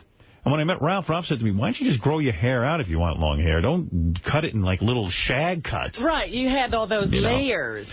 But there's no way to really get the full impact till you watch some of those old Lettermans, which is really amazing. It's like your hair has a life of its own. It's disturbing. I mean, it looks like a mental patient. And I didn't realize it at the time because, you know, I saw you like that every day. Oh. But no, looking back. How an embarrassment. Even when, you know, I did those banners for your birthday party, you know, some of those shots are of that hair. Oh, my God. I mean, just shame on me. That's true. You would have been my age around the Channel 9 show. Yeah. So you did have huge hair at the Channel 9. Well, when people said, why did you hire Ralph? I hire Ralph because if left on my own, I look like a fucking mental case. I mean, my God. What do you mean, why to hire Ralph? You know, I always used to say, you know, Jessica Hahn's breasts, you know, like she could never contain those things. But your hair was the thing you couldn't contain. No, and I didn't know how to do it myself. Like, I literally needed, I didn't know how to even groom this hair. This hair was such a burden. But look, no one is more in the dark style-wise than me. I mean, obviously. But even I know black leather pants and the brown boots. I mean, because that's even, you had to try to look like that. That's a risk. I thought I looked handsome. Right. I mean, and before Ralph, I hired a guy, Robin turned me on to him, Mr. Ponte. Oh, yes. Mr. Ponte, you had to call him. And we went shopping. Robin was nice enough to say, listen, you need some help. You had to call the guy Mr. Ponte? Mr. Ponte. Was he a fruit? And I don't know what the man's sexuality was, but he told me I looked like a gorgeous prince. He tied me up in a belly shirt, so, you know, in a sailor's outfit. No. Yeah, hey, listen to this. We go shopping at some store, and he has me, and he gets in the dressing room even with me. And I come out, I'm wearing white flowing pants with a shirt tied up with my midriff showing. Oh, that's great. You look like Sinbad. Do you remember? I look like Sinbad the sailor, not Sinbad the comedian. I walk out, and he goes, "You Where are the 40 thieves? Are a dark prince." And I said, if there was videotape of that, that is the funniest fucking thing I've ever Mr. heard in my Ponte life. says to me, "You could wear this on the beach." Or beach. What fucking beach? Jones Beach? I'm not going to wear that, get my ass kicked. What beach am I on? And I looked at it, and I went, and as bad a dresser as I am, I looked at it and I go, dude, I can't wear a belly shirt. I don't know what this is. I mean, that's and I'm really a nice guy. I didn't want to insult the guy, Mr. Ponte. I didn't want to insult. So then he was trying out things. He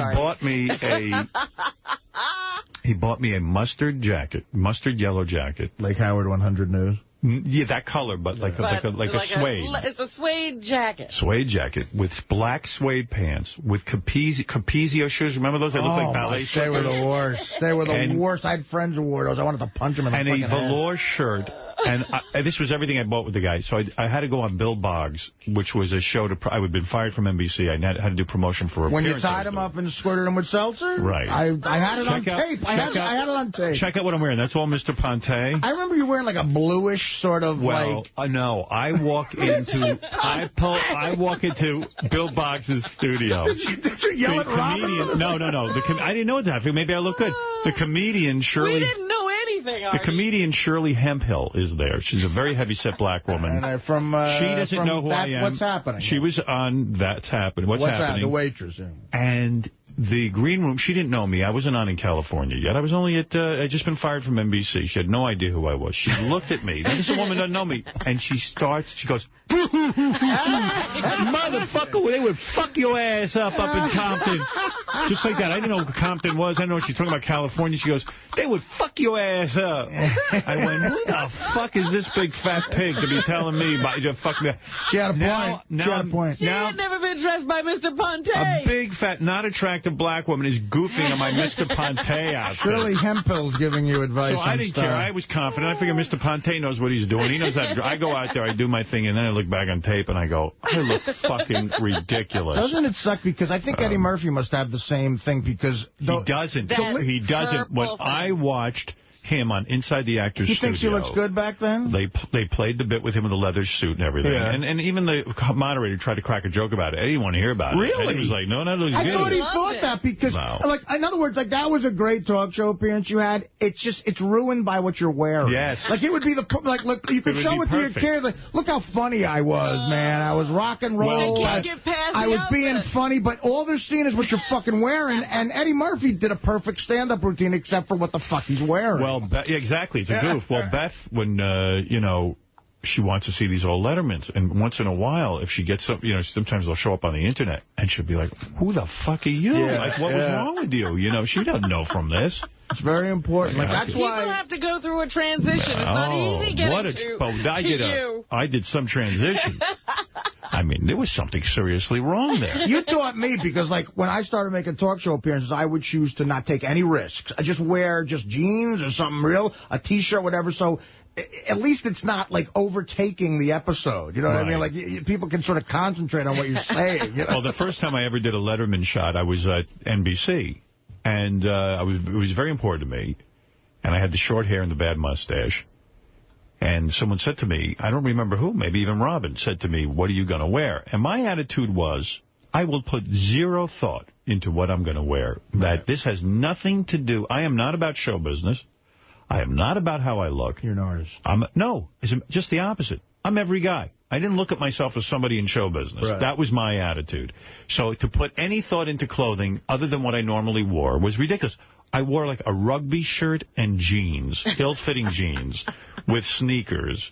I come out, I'm bent over like Nosferatu, and I'm literally like looking like a fucking schlub. And I got to tell you something. I see why people get consultants and stuff because, you look retarded. Yeah. You look on TV, you could look extra retarded. So, I mean, after 50 Lettermans and looking like a fucking idiot, I kind of looked into maybe what I should wear. But still, that outfit you just described has got to be easier to watch than the leather pants. Because the leather pants... leather pants was my attempt to look nice without any help. You're going for something there. Yeah, and that could go horribly wrong. But at least the pants is more plain looking. It's not, you know... I think even Letterman cracked on the He leather did. pants. I wanted to look stylish. Right. And it shows you what a guy I am. I don't know what stylish is. I don't know anything about it. And that was the Eddie Murphy leather era, probably. Yeah. Right. Yeah, everybody was wearing the leather pants. I don't even know. I don't know what looks good on me. I look in the mirror. I go, how the hell do I know what to wear? What am I, Mr. Ponte? Maybe I underestimate Ralph because you've developed a look that really does work for you. Yeah. Even my sister says that, who's into the stuff. She goes, Howard has a very good look for him. Yeah, well, you got to work on this thing. I'm telling you. That's why, you put a little time. Because you know what? You see these appearances, and like you were saying... They stay forever. You hated your turtleneck that you wore. Oh, right. Exactly. That's all I can see. We're guys. We don't know what to wear. You got to get someone with an eye for that, a design eye. It's just like that stupid high school picture, Yeah, that's why I hire Ralph. Forever. Yeah. And it hit me, too, because my mother called me right afterwards, and I was so happy because it went so well. And before she said I was funny, she said, what were you wearing a turtleneck for? And I'm like, that's it. You know what? If I ever have kids, years from now, I'll show them. That's all I got to see. Daddy was enormously fat in a turtleneck. Stuffed in a turtleneck. Might as well have the mute on while they're watching it. Looks like you were, imitating a sausage. Yeah, well, thank you, Robin. I mean, Jesus. I'm doing my sausage impression. Clearly, Robin thought about it more than I did. I did not get to see the People's Choice Awards yesterday. I didn't either. I didn't even know they were happening. Everything is so busy here. I was just reading the cover story on Bubba the Love Sponge and his marriage and how he met his wife. How is the story going? It's a big story. It's a big story. Yeah, no, it's a big story down in Tampa that Bubba's getting married. What do they say in the article? It's a very romantic story. I mean... Did they say how the couple met? And yeah, they say Bubba's first words to her was, fuck off. Oh, gee. It was something like that. And because she walked up to him and said, oh, my God, you're more attractive than that imbecile on the radio that you do. And it just seems like a very, very heartwarming story. Heaven. Match made in heaven. Let me see. People's Choice Awards. Where is that, Gary? Real quick, I'll buzz through that. I haven't heard it. Who won what? It seems to me, when I'm looking at the lineup of the People's Choice Awards, they just give an award to everybody in Hollywood. J.D. Page, Howard. The only thing I know about the People's Choice Awards, Ralph wrote me a note saying that Johnny Depp now has developed the British accent. Well, yeah, he's, an expat. Right. Yeah. Well, he's totally European now. Right. Yeah, he's not American anymore. He just works here. Let's take a listen to that. Wait. Johnny Depp is in London working on a film, but he's here with us live by satellite. Johnny was also the favorite for male action star. Congratulations, friend. Yes, you done. Thank you. Thank you so much. Hi. First, I want to apologize for not being able to be there in person. I'm across the puddle working on another film. I just wanted to thank you so much for this great honor once again. And I know that I've said this before, but the fact that these awards come from the people.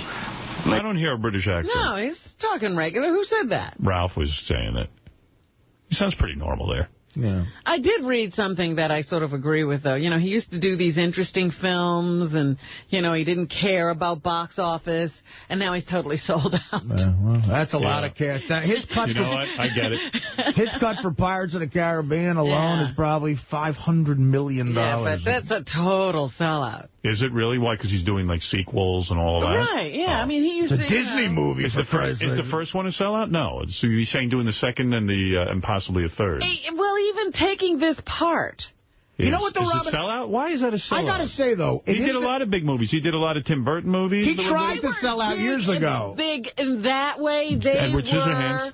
Quirky. They were still quirky and interesting characters. But he tried to sell out years ago, and it didn't work. Remember that movie Nick of Time he did? I remember. Yeah. He wanted to become, now Keanu Reeves or whatever, and it didn't work. It bombed.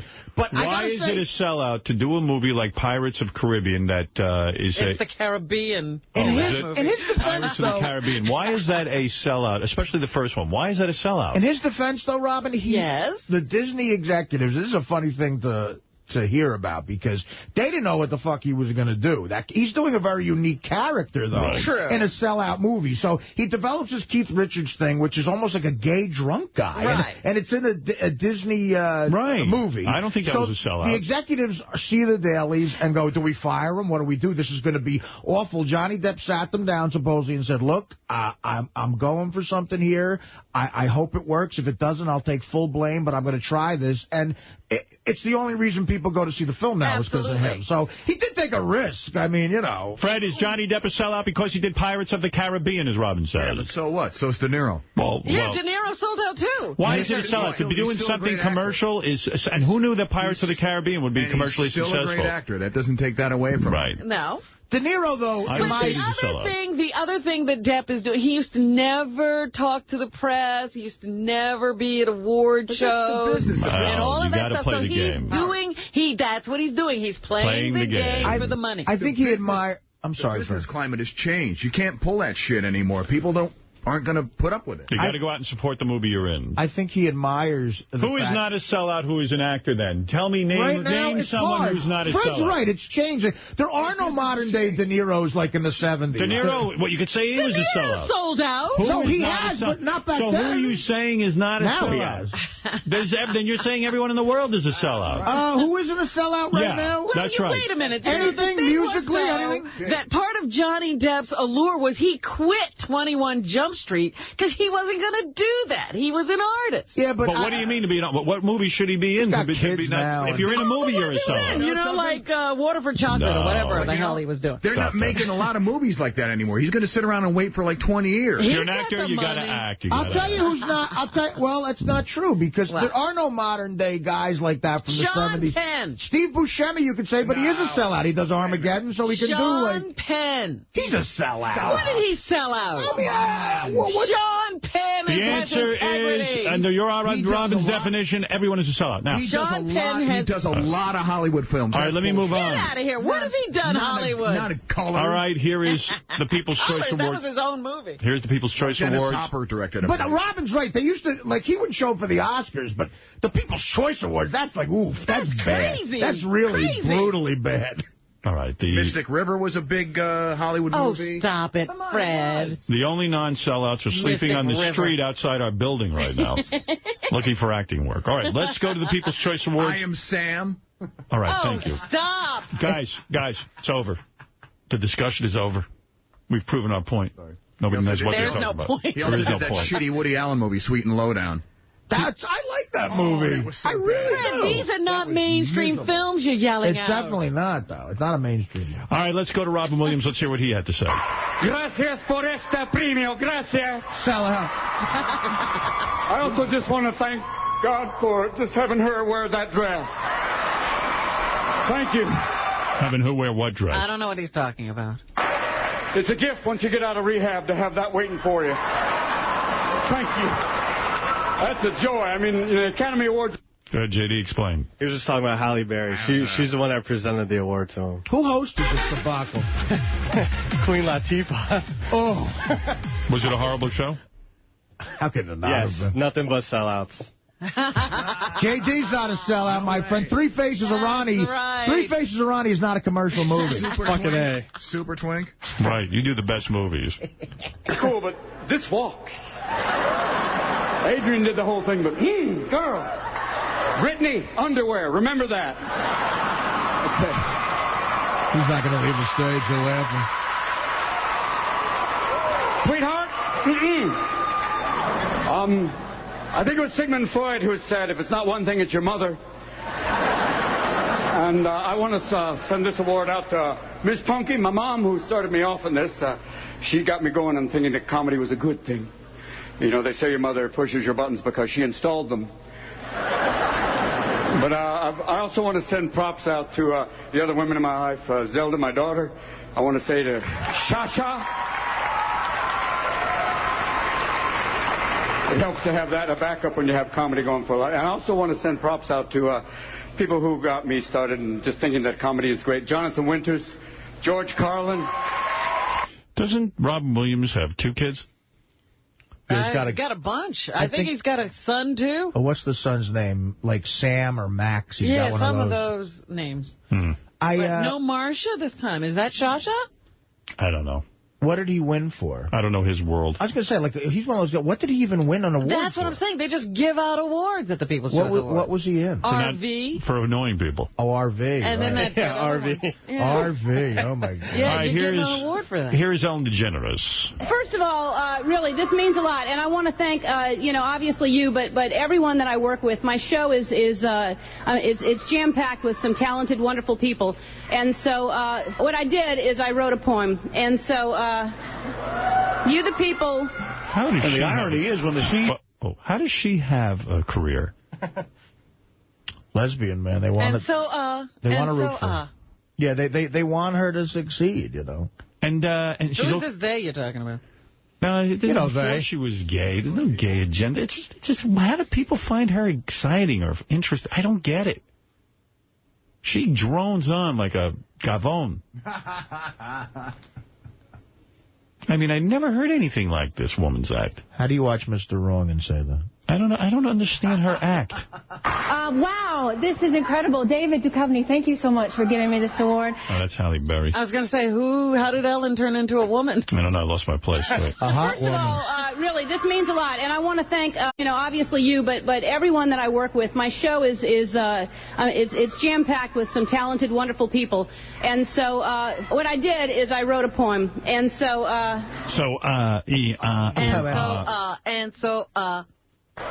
You, the people, have made a choice. I thank you all, especially Joyce. Anybody? Joyce? And Fran and Nancy, you're here and dressed fancy. Hey, Carol and Tina, I want to thank you. And Joan and Gina and Jeremy, too. Even that delivery, like, what is that? Like, nothing I say is important, but... It's all thrown away. Yeah. And there's like an anxiety thing there, like she's supposed to be so anxious. Yeah. Shut the fuck up. Just shut up. How about you shut up? How about you have a talk show where you don't say anything? I don't get her. Hopefully I'm getting all of you. I don't have time to name you all. Oh, maybe just one more. Paul. Hey, thanks a whole lot. It means a lot to me. Should she get a People's Choice Award if she can't beat Oprah? Does an Oprah get it? Yeah, what is that? Yeah, she actually did beat Oprah. Wow. But not in the ratings. Oh, no. Cameron Diaz, what does she win for? I don't know. Female leading lady, I don't know. Something stupid. I'm like, I can't even remember the movies these people were in. Thank you so much. I have to say that I love making movies. Yeah, no kidding. Who wouldn't? I love making movies. Movies, shit. We all want to make You movies. lucky girl. It would be fun if there was some sort of Masons Award and a guy went up there and said, I love building porches. Love it, I love it, I love it, I love it. It's the best job in the entire world. Yeah. You're right. You're right, and you're rubbing it in, and who wants to hear it? Yeah. None of you will ever have this job. Man, if it makes anybody feel any better, I hate doing what I do. Oh, stop. I do. I mean, I don't know. Most people hate their jobs, but if you're in the movies, it's great. If we work I'm telling you, I did a movie. It's great. Oh, you want to feel like a princess? Yep. Every day of my life. Yeah. Princess Stern. I love to bring smiles to all of your faces. Except 99% of the people in the world aren't born as good looking as Cameron Diaz. Right, and get plucked out of obscurity to be in movies. Because they're good looking. It brings so much happiness to me to see all of you here enjoying yourselves, investing so much in what we do, because I think that everybody that does what we do in this business does it all for you. Whatever. Please. I think she says in this speech that she hopes her relationship with the people lasts a long, long time. Yeah. Because obviously with guys, she doesn't do that well. Yeah. Well. Yeah, Justin Timberlake dumped her ass.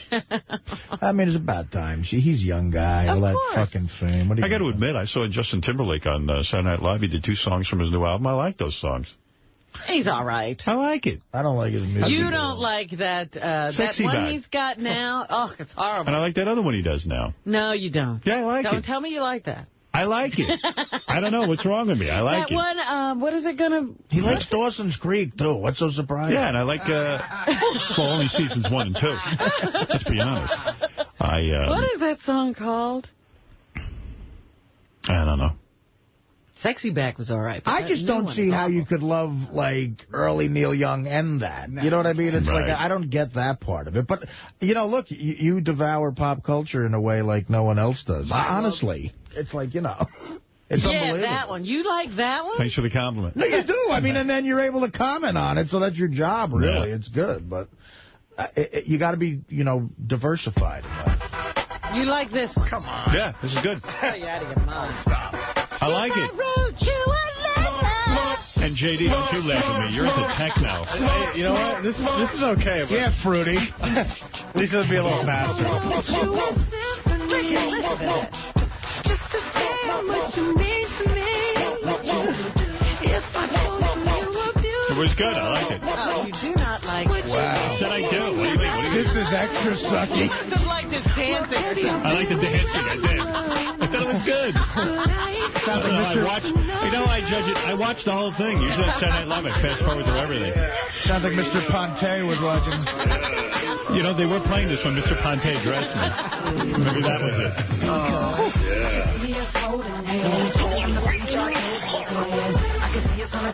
I like the music. Most irritating song. I could work out to this. The music's good. I don't know about the singing. I could fuck some girl to this. The music's good. Why don't you go back to your fucking little cubby hole?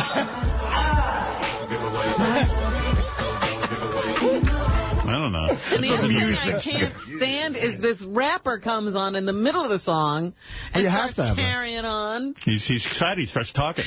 But you just said the music. He talks in the middle of the song. It's not music and it's not singing. It's neither one. Right. And by the way, if you're at your computer writing me email about that I'm gay because I enjoyed the song, like, just save it. It's not going to affect me. I liked it. I'm being honest. I don't know. What am I going to tell you?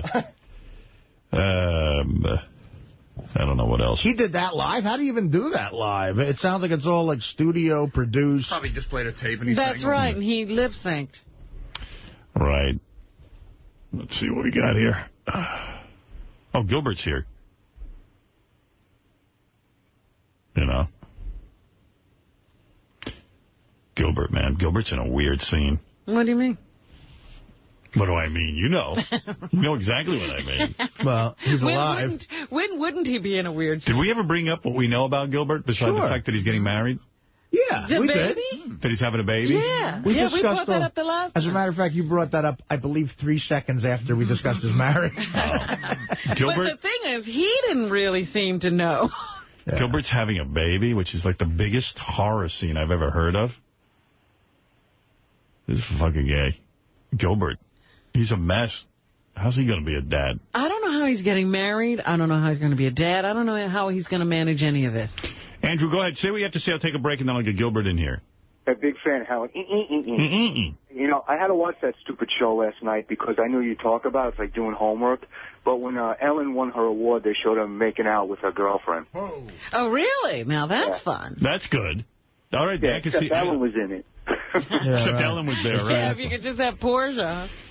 Hey, Howard, is J.D. Dan Foreman's kid? Sounds just like him. And looks like him, too. That's funny. That is interesting. I never thought of that. They do look alike. If I ever do another TV show like that, I would have J.D. be our mascot, like our Alfred E. Newman.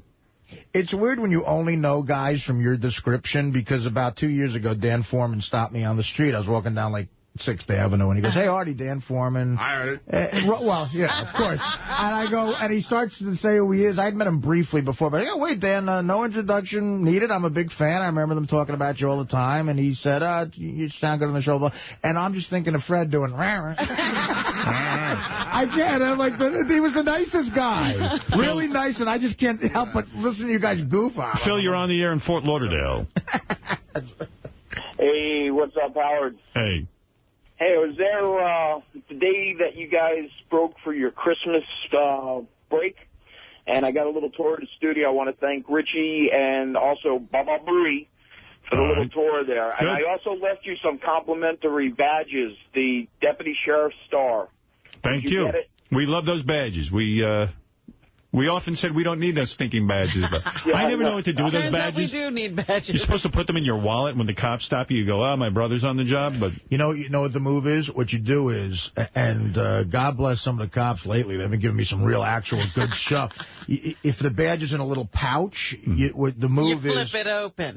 You put your license registration in the pouch, hand it to the cop, let him discern everything, and then he'll come back and go, "Who's this? Who do you know?" And then you get into the discussion that way. What I do with my badge is I pull over hot chicks and arrest them, and I tell them they have to blow me unless like my friend, my friend who went, you can either walk to work for the next 6 months, or you could take care of the kid. I can't believe your friend did that. Well, he's now not a cop. What's the move, right? I've got the card, right, the PBA card. So I get pulled over. I'm going to tell you the story. I got pulled over about 4 months ago on the West Side Highway, right? So the guy goes, very angry. He goes, "Let me see your license."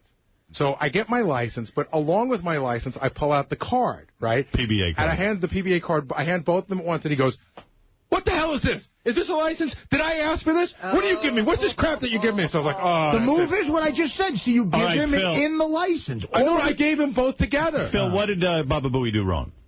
Nothing. He didn't do anything wrong. It just depends on the cop. I mean, some of us will, take that into consideration and cut your break because obviously you got it from somebody of importance. But why are the cops so hostile, some of them? Because that's not fair. If we have a brother on the job, he should honor that. Well, that's another thing. He said, he goes, "Who gave you this card?" I go, "My cousin's on the job," which is my Say your brother's on the job. But then, so now he starts grilling me about who my cousin is. He wants to know exactly how we're related. Cousin's the thing people always say. They're ready for that. Then I came right out and I said, "Listen, here's the deal. He's not really my cousin. He's like a cousin to me." You're an asshole. You know that? I'm going to say, excuse me. You're a fucking asshole. You deserve 20 tickets. Why? Because you don't know what the hell you're doing. If the move is to say to the cop, "My brother." Okay, why do my brother and I have different last names? My brother's name is on the back of the card. Well, then you're an asshole. You're not supposed to put any name on the back. No, of course, no. The guy who gave me the card, who you know, puts his name on the back of the card. So you say it's your brother-in-law. Okay. Okay. So what's between brother-in-law and cousin? Cousin's too far removed. And then 2 seconds later, if you're going with cousin, don't say, "Okay, he's not really my cousin. The guy gave it to me." You come clean in 2 seconds. The guy was screaming at me. I guarantee you, I don't care how good a liar you are. Don't lie. Burst into tears is what you should do. Go ahead, Ron. Here's the deal. Here's what you do. You take your license, you put it in between all the cards. Right. Okay? Whatever cards you have. Then first you open you don't say anything to the guy. You play it really cool. You open up your wallet. You got your badges lined up, first of all, on the top of your wallet. How many badges do you have? I got 3. All right. How do you carry all this? I wear my badges. They're small. They're small. I'm like Marshall Dillon. I wear all my badges right on my shirt. And just so you know, Phil, this guy who gave you the badge, it's got its own separate wallet. It's a trifold, or you open it up and the badge is in there. It's like the only thing in there. Yeah, I'm going to carry that. So you open your wallet and you got the badges lined up, first of all. Then you pull your license out and you don't say anything. You just let the cards fall out. And the guy starts laughing usually because they go, "What is all of that stuff?" Then you explain to him, half the time you don't even have to explain. Officer, I blew half the police department for these cards. I would hope you'd honor that. What if I only have a money clip? That's all I have. So in my money clip is my license, my credit cards, and a very good PBA card, like a good one. Right. All right, so now what happens? Now I take my thing out. I got all my cards. What am I supposed to do now? What did he do wrong? Here's what you do then. If you only have one, okay, you don't hand it to him with the license. Right. You hand him the license, but you have it in your hand so he can see it. Right. You did it by accident. See, now you're making it like... You're making it like a bribe. You're actually making the guy look like an asshole. Okay, that's by what I did handing him the card. You know what I'm saying? Yeah. That's why I stay out of all of this stuff. I just say, give me the ticket. But Howard, you didn't know that till 2 minutes ago, right? Or what? That you don't hand it both at once. Of course I know, Gary. Honest to God, I love you like a brother. But I got to tell you something. Tell him he's your brother. You are thick as a brick. But you didn't know. Oh, so how come you're a fucking authority on this 2 minutes after? You didn't say it before Ronnie came in here. I would never go to a cop and hand him my PBA card. You didn't say that before Ronnie came in. Now you're a fucking authority 5 minutes later. Hey, dude, I always... No, really, you're an authority after the fact. You're the greatest quarterback. It's happened to me twice in my life. Right. And I open up my wallet, and when you open your wallet, they see the card. You don't hand them the fucking card. I don't care what you say. So have it sort of like in your lap or have it fall out and just say, "Oh, whoops." You know, when you hand the guy, it's almost like handing him a $100 bill. But I did that once. You don't do that. But I did that once, and the cop didn't see it. I had it out. Well, like but your teeth distracted him. And then afterwards, you really don't get the world sometimes. Yeah, right, because you're a fucking genius. Well, actually, I am. You know more than everybody. I know more than you. I know how to be a little bit sort of on the QT and not embarrass the man. He yelled at me a lot. Of course, because you're handing him a bribe. He doesn't know if you're with the internal affairs.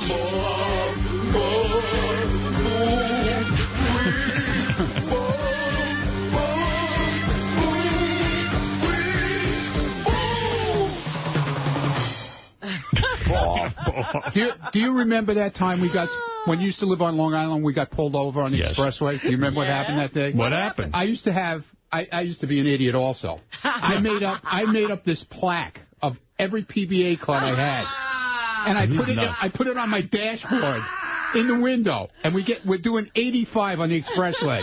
And we get pulled over, and the guy comes over to the car and he goes, "Nice billboard." "What is that?" He goes, "Listen, I want that card, I want that card, and I want that card." What do you want? Wants it for good? Yeah. He says, he took 3 of them. So they basically get out of jail free cards, and he took them. He took them, but I had about 6 of them there, but he only took 3. He goes, "My son goes into the city a lot. He needs them." It was a Nassau Highway Patrol guy. Because it makes it seem like you're saying, okay, I can break the law no matter what. You guys have to give me a free pass. What you do is you kind of you're subtle about it. I was officer, I'm sorry, let me see him. You fumble around, you have a little trouble in your wallet. And he sees when you go into the wallet, you got 50 fucking badges and shit. He's going to say to you, what are these badges? Also, you got to be insanely polite. Like, I mean, yes, they love to get their asses just lathered up. Sir, please. Oh, yeah, I'm like, oh, my God, my God, officer, I'm a very law-abiding man. I'm sorry. Will you use these badges? Yes, well, what I do is, see, I find that you play the humble thing. Yeah. I go like, look, man, does this mean anything or am I wasting your time? And you show them, like, you say, I don't want to waste your time. Does this mean a thing? I don't play it like that. You know how I got it has worked for me. They go, all right, well, that's sort of an honest way to approach it. And then they ask who gave it to you. And that has worked for me in the past. I play it like, one time it worked for me. I didn't even have the PBA card. Right. Like one of those traffic cops, brownies. Now, just before you're famous? Yeah. Right. I got fired from NBC. I said, I don't know how to drive. I said... That's more than humble. I wanted to get out of the city, and I really couldn't find a street that wasn't one way during rush hour. I couldn't get home. I said, listen, I got fired from my job. I'm in a panic to get home. I want to kill myself. I said, officer, I don't know what to do. I can't find one street that lets me go to the tunnel. Right. She said, you don't get the fuck out of here. Go down. She goes, you don't want to hear me whine. I'll tell you what I did learn, what a cop taught me. The first words out of my mouth, Artie's right, is I immediately apologize. As soon as they come, I go, I apologize, officer, for whatever it is that I did. Did you get out of the ticket? Well, I did get out of the ticket. Right. You don't go ahead and admit guilt. But I'll tell you another thing. You don't say anything. You play it really cool. You don't even say hello. Have you? You just go ahead. You don't deny doing what he accuses you of doing either, because that calls him stupid. You don't do anything. You don't volunteer anything. Right. Yeah, there's an approach. Officer, you're stupid. Yeah, well, if he goes, you ran a red light, don't go, no, I didn't. Yeah, that's say, the right. You know why I stopped you? You go, no, sir. What was it? Oh, I know. I'll tell you how it's done. I've been teaching with law enforcement over 20 years. This is my expert. You have an awful toupee and they can't stop staring at it? He hides his PBA card under the toupee, and then when the officer pulls him up, he rolls down the window and the toupee blows off, and then he sees the PBA card. He has a badge glued to his forehead. When you get pulled over, right? You got to pull over, and if it's at nighttime, you keep your hands on the steering wheel, and always keep your hands on the steering wheel with the dome light on. And when the officer comes up to you, you say, officer, the key word here is, I want to be honest with you. I went through the red light. All right? And you sit still, let him go through everything as he talks, and then you can introduce my brother, my uncle's on the job. Because if you show him that right away, you're insulting the officer. And Yeah, saying, don't stop me, putz. Right. Because I get a lot of people in my class, they blew the stop sign. Officer says, I was just sitting at the corner. Well, my uncle's on the job. I don't care if your uncle's on the job. What does that mean? Right. Yeah, you still broke the law. All right. That's right. Bobo is right. Shannon, you're on the air in Miami.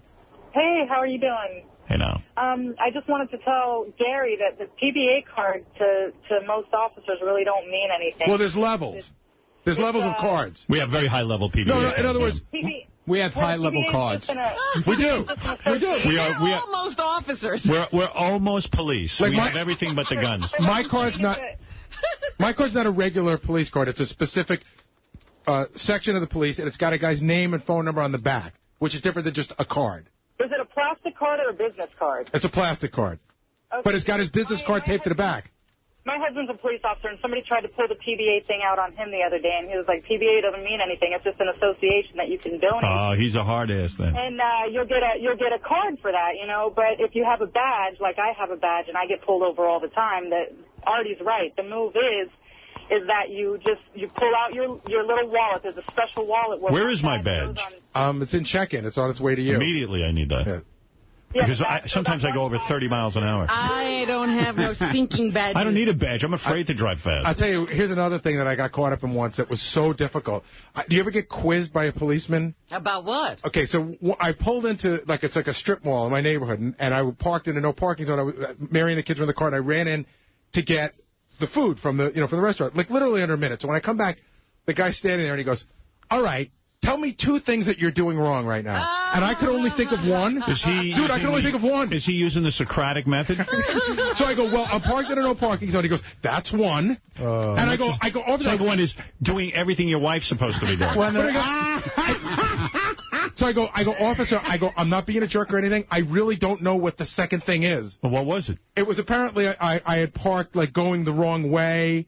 In other words, I was. But it was like you're not a 45-degree angle. But Howard, I was panicked. I didn't know the answer to the second question. I'll go you one better than that. In L.A., the cops are some of them are very bitter if you're in show business. They deal with show business people, and I guess sometimes they're arrogant towards them, and they already have this preconceived notion of you're an asshole. I'm on my way to the Norm show. I'm driving over Mulholland Drive, and I rolled through a red light, turning yellow into red. No problem. You got your badge. Well, at the time, I didn't because I was in transition from New York to L.A., but I was in a convertible Mercedes. The top was down. This cop was just like, whatever. He pulls me over. Where you going, buddy? And I said, I'm an actor on a TV show, and I'm going to Warner Brothers. And he goes, oh, wow, what show are you on?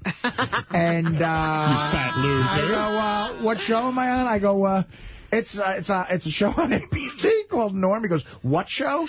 I go, it's called Norm. He goes, what is that? I go, well, we're in our second season. They moved us to Friday.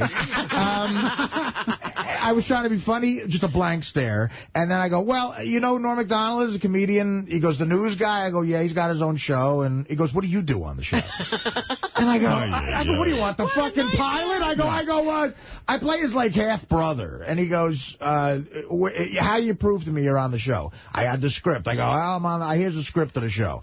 All right, where's your name in the cast? He makes me fucking turn to the cast page, shows me that. And then he goes, listen, man, I'm doing you a favor because clearly you guys need to do something different over there. It ain't working. And I go, what do you mean? He goes, well, maybe you should be a little late for rehearsal because I don't think you guys have a good show going on over there. He goes, I pulled somebody over from the Drew Carey show recently, and I let them go. And so now he's really, really breaking my job. Goodness. Then he goes, it's a nice car. He goes, on the Norm show, you can afford a car like this? I go, well, I've been in business for a while. And then so he does this for 15 minutes. I'd be like, officer, do you want some rewrites? Well, listen. Yeah, I was going to say, what are you, the script police? He does this for 15 minutes, and then he goes to his car. He does that whole thing. I'm worried. Of course I'm getting a ticket. Comes back, no ticket, hands me back my license. He goes, tell Norm I'm a big fan. I think he just fucking, he just made me shit my pants. He busted your balls. He busted my balls. He was so condescending. That show's not working, man. Hey, I got to get Gilbert in here. You need to do something different. I got to get Gilbert in here. Yes, we must. When's the wife due? I don't know. And he's going to be all weird when we ask him about it, but, he's not even proud that he got her pregnant. He seems just to think it's all funny. He looks like he was in pain. Right. All right, I got to take a break first, and then Gilbert's coming in. Gilbert's doing some... Howard. Yeah. Sorry, I just wanted to tell Gary that, the badge is just a little bit more official, that's all, because police officers have to buy the badge, and I'm going to send him one. Yeah, thanks, because we get these badges, and I don't really carry one, but We got better Well, I'm stuff. gonna send Gary a real badge so All right. he can get a real wallet. And You know what I want to do? I want to, like, kill someone and then show my badge. Say to the cops, hey, come on, All right, guys. go ahead. Like You know, I got my brother on the job. But here's my question. Like, what can you do besides get out of a parking ticket with your badge? Or a you can speeding? get out of a speeding ticket. You can get out of all kinds of tickets. I mean, I got into an accident the other day, and the cop gave me a ticket because it was my fault. But actually, since I had my badge, hooked me up and showed on the ticket as no accident. Wow. Can I smoke weed and not get busted, maybe? But Howard, what do you do with the? You want to take it out of the car, huh? You can probably do that. I want to get out of my car with the badge and see what I can get away with. Well, you know, we're running behind, but I got the classic story about that with the guy who, my gig in Albany, I had a cab driver drive me home. I was on your show now. That's a different level. So I'd been here for a few years, and I sleep through the whole cab ride. I wake up, my cab driver from Albany, 2 minutes from my house, he's smoking a huge fat fucking joint, blowing it out the window. I wake up and I go, dude, I got to throw up. Pulls over to a Texaco station at 4 a.m. off Route 17. I violently start throwing up. Ugh. Pot smoke billowing out of the car. Cop pulls over, gets 2 feet from me, shines the flashlight in my face. Now I'm violently throwing up. There's pot coming out of the car. The dude's trying to hide it in his crotch, and the cop puts the light up and goes, Artie! And they just drove away. No, that's different. You didn't have to use your badge. Yeah, that's your badge. But he was the third caller the next Monday going, I pulled Artie. I saw him throwing up. I was like, that's fine. He's a good man. Yeah. Shannon, okay, thanks. Thank you for taking my call. Right. Got to take a break. We have Gilbert in here next. Maybe I'll go into the break with the guys re-edited the phone call with my parents calling that guy named Howard. Yeah. If you want to hear it all the way through. And then Gilbert Gottfried will be in, who's tomorrow night at Caroline's in Broadway, Manhattan. But here, let me see if I can find it. Take me a second. Shit, I just got rid of it. I got rid of my page because the other page, the Gilbert page, don't ask what's going on here. Robert, it's very complicated in here. I know, you got an encyclopedia over there you're trying to get through. Yeah.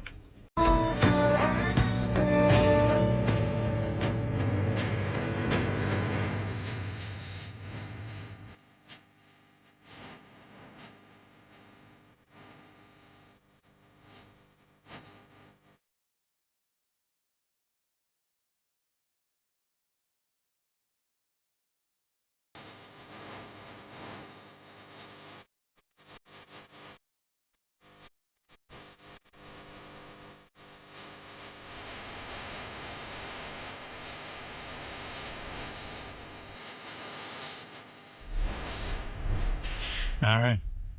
That's a good song. What happened to this guy? He's not good anymore. I liked his last album. Yeah? But, I mean, he's not turning them out like pancakes. He was cool. It was a great one. Gilbert's here. I want to get him in. I don't like leaving him waiting around. He gets upset. Big star. There he is. He was eyeing. I got him the enormous free cupcakes. Oh, I'm sure he took advantage of that. He loves free. Gilbert's got a real short haircut now, almost like a Chinese guy. Yeah, I'm doing Schindler's List, too. Wow. You're almost completely bald. Yeah. Are you going bald? No. Why are you cutting your hair so short? I don't know. You're lucky enough to have hair. Give it a little growth, no? I guess I should. Kind of look like Robert Blake now. Not really. It's like a... He looks Chinese. A little bit, you know. You could put him in front of a rickshaw. It wouldn't look strange. Do you go to a salon or do you go to like a barber shop? Oh, barber shop. Or do you get the Flowbee and just do it? If you go to a barber shop because it's cheaper, the salons charge too much money? Oh, sure. Right. Yeah. No, you're very, very cheap, right? Yeah, no, I don't go to any place that gives me a Perrier water when I walk in. You don't need that. You don't want to pay extra for that. So what's going on, man? When's the wedding? When is the baby due? Oh, God, I try to block out all of that stuff. He is so miserable. I would love to know how this all happened. Why did you ask her even to marry you? Because you knocked her up? What happened? I don't know. I'm still expecting to wake up and have my old life back. Why are you getting married exactly? Is it because you're having a kid, or is there other, like, romantic reasons? Yeah, I have no idea. It's just too horrible. Have you asked her to sign a prenuptial agreement? I'm working on that, certainly. Right. It's hard, though, once you have the kid coming. Yeah. Huh? Yeah. But, Gilbert, do you know, is there a wedding being planned? Is there a date set? I think so. I'm not involved in it. I believe that. Yeah. Oh, my God. So how will you know to show up? Yeah. Is it hard to get you to come and look at centerpieces? When is the baby due? I think June. June. And is it a boy or a girl? Do you know yet? No, I don't know yet. I know. I interviewed the baby. Yeah. I went over with one of those, what do they call those? Ultrasound machine, and lo and behold, we could actually You converse. could hear the baby. The baby said a few things to me that were rather intuitive. Really? Yeah, here's what the baby said to me. I said, can you hear me? And the baby went, My daddy is so cheap, he uses lawn chairs as furniture. the kid already knows. Wow, somebody's been talking. Yeah. And then the baby said, My daddy is a bigger plug whore than Jackie Martling.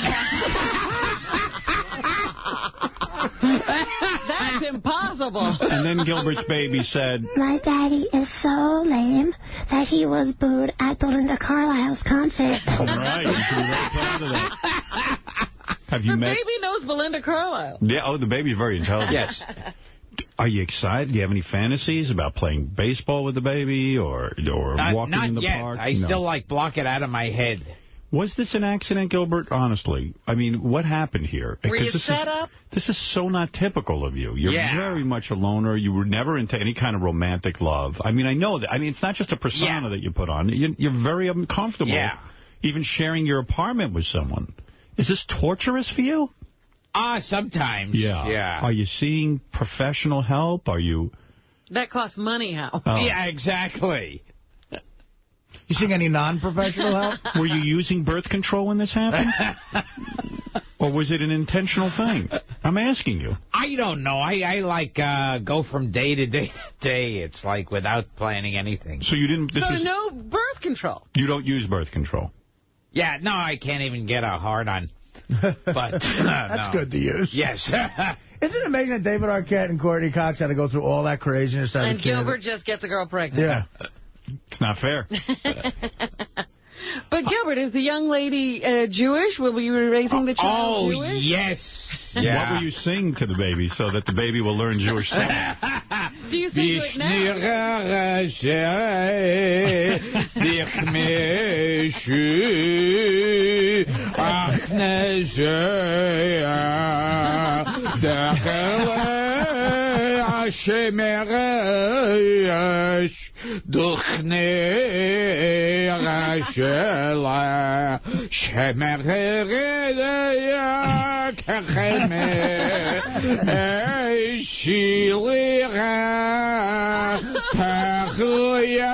Will you ever... that's a sweet lullaby. Yes, it is. Are you singing to the baby's stomach now? Because they say you should talk to the baby. Oh, God. Well, the baby said some interesting things to me. Gilbert's future baby. Here's what the baby had to say. Why couldn't I have been shot out of Bobcat Goldthwait's cock? He has more of a career than my daddy. Your child wants to be Bobcat Goldthwait's child.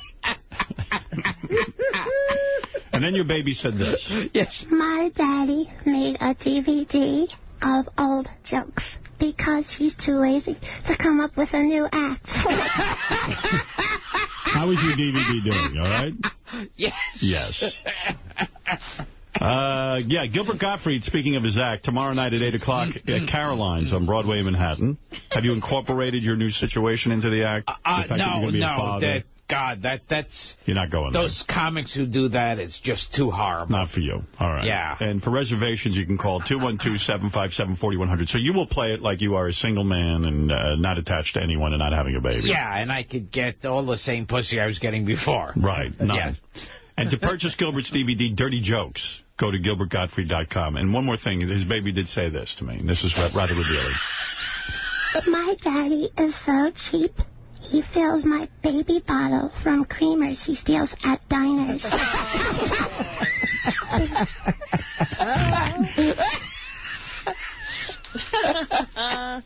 So the marriage is the baby's due in June. Yeah. Will the marriage occur before the baby comes? I guess so, yeah. Oh, so you got to get married before June. So there is a date involved in the marriage? Yeah, she's planning all that stuff. Do you have any idea? Is it May? Is it April? I mean, that's very soon. Yeah. Have the invitations gone out? I don't know. She's in charge of that. Can we please come to the wedding? I like run and hide when it's discussed. But is it going to be a big ceremony? Are there going to be invitations? You're not eloping to... No, not a big... Who will be there? Uh-oh, Gary's here. What is it, Gary? Don't turn it around, Gilbert. Now the microphone's behind your head. Oh, okay. You gotta turn it around. Oh. What did he do? He switched I his put mic. my gun backwards. I hate weddings. He's nervous. I tried to get out of my cousin's wedding. I hate weddings. Gilbert, please, can I come to your wedding? I would love to. Yeah, who's going to sit on your side? You got to have people. You can give me some advice on it. Let me tell you about broads. So on the honeymoon, generally they have sex on the honeymoon. What are you going to do with a wedding? I mean, are you going to wear a suit and you're going to get up in front of all the people and walk down the aisle? I mean, you're going to... nothing that big, no. How about a best man? Is there a best man? Do you have anyone in mind? Richard Lewis? Yes. How about who is your best man? Fred Stoller? Yes, Charlie Sheen. Now, who is your best man? Honestly. Yes. Kipadana would be a good one. Who is your best man? I don't have one.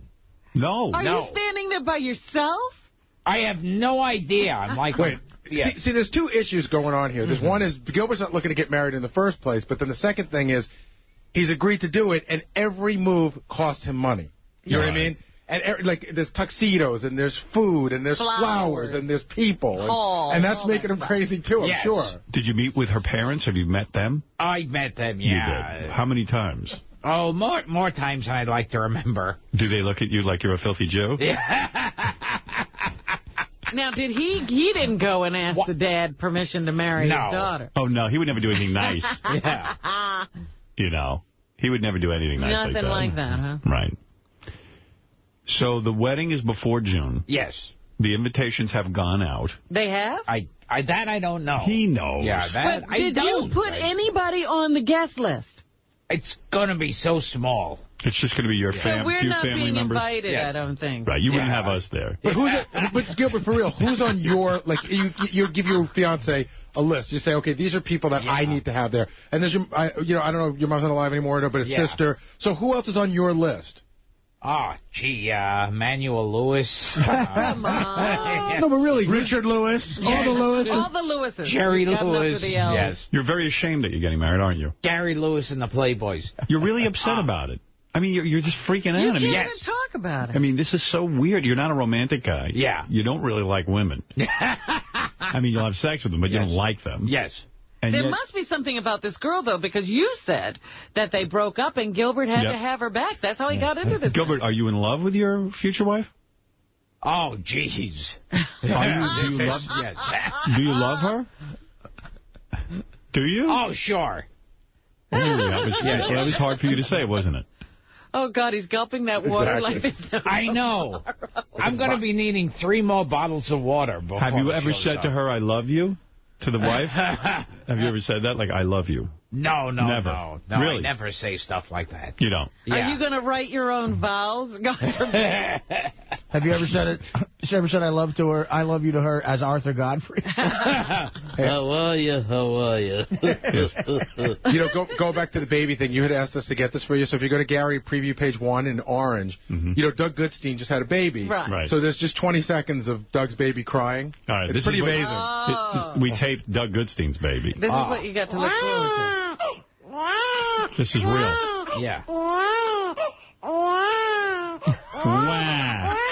That's so cute. That's in your apartment, Gilbert. That sounds like a porn baby. Oh, yeah. Oh, take it. How are you going to deal with that? How about when that's on a plane? That's what's going to be running through the father's mind when he hears his baby cry. Here's, I interviewed the baby. Here's what the baby had to say about her future father, Gilbert Gottfried. My daddy tells my mommy that he is way funnier than J-Lo now. And then the baby said this. I don't care what anybody says. I think my daddy's old Groucho impression is relevant.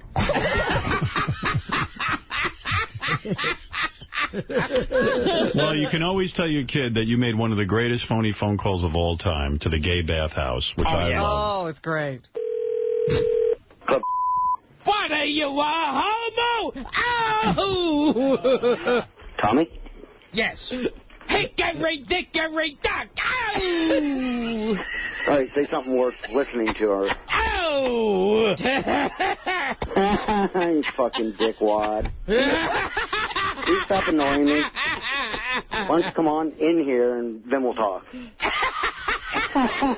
fucking asshole. Come on, come down here. Don't call me on the phone, you pussy. What are you, a homo? Ow! Are you? Yes. You have the address? Come on down and fuck with me, you little fucker. In your face. In your face, fuckface. Come on down here, motherfucker. Come on, pussy. Hey, that's the best you can do. Okay. Come on down here and say it to my face, you motherfucker. Okay. Do it. Get down here. Hurry. Fucking knock you next week, motherfucker. Oh, I love this. Come on. Bring it on, motherfucker. Bring it on. Oh, I don't like what you put down. Dick face. Come on, bring it on. Yes. Fucking oh, my don't have muscles balls to feel come down so here. much You're better just going to call me on the phone and be a dick. Why don't you come down here and try it, dickhead? Oh, that's right. Asshole. Oh, excellent. You love that, don't you? Yes. That's the best. Well, Gilbert will be at Caroline's, 8 o'clock tomorrow, Broadway, Manhattan. I don't get much of a sense of happiness about the marriage or the baby. I don't know what to think this will come to. I don't know. And to purchase Gilbert's DVD, Dirty Jokes, which is now number 7,149 on Amazon's DVD sales list. Congratulations. I heard that we're not invited to the wedding. Who was it who helped you through that horrible illness? Your wife wasn't around. Yeah. Oh. Howard was your wife. Neither was your kid. Your kid did say this to me. Up All Night was one of the most important comedy shows in history. Up All Night, yes. My father doesn't even want to marry my mommy. My daddy is considered the comedian's comedian. Oh, great. That just means he never made the big time. Wow. Your kid's got a lot to say, just like you. Very opinionated. If I hear Daddy do Dice Godfrey one more time, I'm going to strangle myself with my umbilical cord. You think, I wonder if it would be annoying having Gilbert as a father with all his impressions and you loud think laughs. he's going to do the impressions Right. and all that? Absolutely. And sing to the baby? Please, I'm begging somebody to abort me. I don't want to go through life being a cheap money-lending Jew. Oh, my goodness. When my daddy leaves for work, my mommy says, "Where did Hitler go wrong?" Well, good for you. Gilbert, congratulations. Yes. Sounds like you're a real family man. Yeah. Yeah. And you will never have another woman again, a different woman. Oh, yeah, because Right. I was getting so much before. Right. Yeah. Well, you That's used to get that's not a problem, really. Does anything get to you emotionally? How do you feel about these soldiers in Iraq dying? And do you ever get political and think about the boys overseas? Or do you ever have any feelings for anything? Yes, Yeah. yes, my boy's overseas, yeah. Wow. See what I mean? He's very closed off, Yes. Robin. Very uncomfortable. You think you're closed. Yeah, This is a dark... This is a textbook case. Yeah, I think, the safe has never been cracked. You never went to a psychiatrist to get analyzed? Or, No. No. Now, you go to a psychiatrist? Yes. How often? 3 days a week now. Wow. Used to go 4. Wow. Help me. Look at me. Yes, you changed so much. I didn't know you cut back a day. You did? 3 days, yeah. That's a big deal, isn't it? Yeah. When did that happen? Well, how do you have a life? Busy going to a psychiatrist everywhere. I have no other friends. Do you ever visit your mother's grave or anything? Ever talk to your mother at her grave? Or are you just happy she's out of the picture? No, I have a mannequin in the room. I see. Does Gilbert have brothers and sisters? He has a sister. I met his sister. Lovely woman. Paul Winchell. Yes. The ventriloquist. He used to, he had a horrible upbringing with his mother. Terrible. And he built, a dummy of his mother that he used to scream at. Yeah, that's pretty good. You should do that. You should do that. Yes. Did you love your mother, or did you have nothing really to do with her? Was she terrible to you? Yeah. Did she make fun of you? I was like Georgie Jessel. Right. Yes. Well. Yeah, hello, Ma. It's your son. Yeah. Hi, it's Georgie. You know your son, Georgie? The one that sends your money every week. Yeah, that's the one. Yeah, so, hey, did you get that parrot I sent you? What, you ate it? Why, how could you eat that parrot? It spoke 3 languages. Oh, it should have said something. How's your health been doing, Mama? What, you see spots before your eyes? Well, put your glasses on. Are they on? Oh, now you see the spots more clear. Okay. That was some act. Yes. Wow. Well, I got to tell you, Gilbert, everyone in the audience is very excited for you. Yes, I'm sure. Can't wait to see your little baby. We can't wait to see you wheeling a carriage around Manhattan. Yes. I'm sure people will get pictures of that. Anyone sees that, take a picture. Well, okay, it's time for news. I'm going to ask Steve Langford to come in, as well as John Hein, and get updates for you right now. Steve, what are you working on in the Howard 100 newsroom? Just some of the stories we're working on in the Howard 100 newsroom. Bubba the Love God, his big Florida wedding day this weekend. A local paper there reporting in a feature story about Bubba that he met bride-to-be Heather at the Livestock Music Festival 5 years ago when she was trying to get an interview with Bubba. Bubba told her, F you then, but now Bubba and Heather will walk down the aisle this Saturday night. The Stern Show essentially airlifting itself to Florida for the great occasion. Howard 100 News there to provide full coverage. Are you in our hotel? No. No? No. Good. Good. You got to keep press outside. That's right. There's got to be separation between press and the subject. What are you wearing, Robin? Did you figure it out yet? Yes, I found a little something. Something short with no panties? That's it. I found a big something. Did you hire Ralph to get you a suit? Well, I don't have time. Again, it's all about Ralph. Ralph, did you talk to him? Well, I'm leaving yesterday for the signing, and somebody comes up to me and goes, Ralph needs you to call him immediately. And I said, well, I got to go to this fucking signing. And then the signing took till 4, and I went home and slept all night. I haven't discussed it at all. Believe me, I'll have some. I'll just wear. You're not wearing a suit, though, right? I'll get whatever I need to get. All right. Yeah. What are you wearing? A short dress, Robin, or a long gown? No, it's sort of mid-calf. Mid-calf. I like you in mid-calf. With the titties. I got to say. I got to figure out what I'm wearing to Gilbert's wedding. I can't believe we can't come. The important thing is to wear pants and a jacket. And you could have a tie with it. Sometimes you should have shoes that will match the pants. Like if you have black pants, you could also have black shoes with them. That's already giving you dressing advice? Yes. Yeah. Socks go You know what would be great shoes. if Robin wore a wedding dress. Yeah. You know how you're not supposed to? I should wear a wedding dress You to should the look wedding? a magnificent wedding dress. You're going to catch the bouquet. Funny. You'll catch the bouquet. I told that to people. They thought it was a good idea. Oh, that's a funny idea. Why didn't you tell me? I'm telling you now. Well, too late. Steve, anything else you're covering besides the Big Bubba the Love Sponge wedding? Ask Elliot often a simple question, and you get threats. Howard 100 News asking the one-man crime spree how he feels about scoring more than $8,000 in the Stern Show football pool, often at first refusing to answer, then demanding a second chance to respond in order to issue more threats. Howard 100 News asking why Mr. Big Mouth is so afraid to answer simple questions. So you dealt with him again. Yes. Very good. Anything else? Whackpacker Joey Boots shipping off to Iraq. What? Boots telling Howard 100 News he's trying to get a job in Baghdad as part of a bid to clean up his act. I heard him on the air yesterday.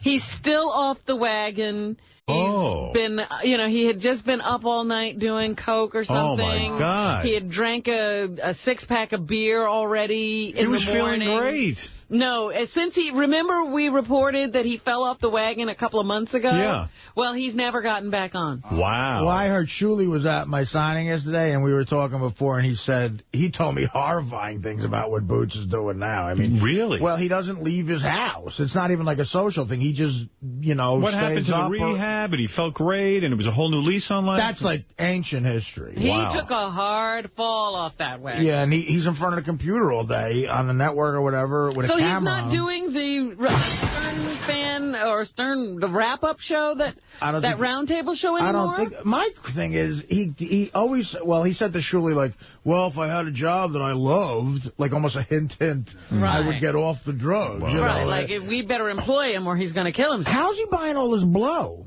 I mean, that's know. a lot of fucking money. I'd like to ask Maybe him. he's doing favors for it. Joe, I hope that ain't the case. Well, then maybe he'll do us a favor and call in.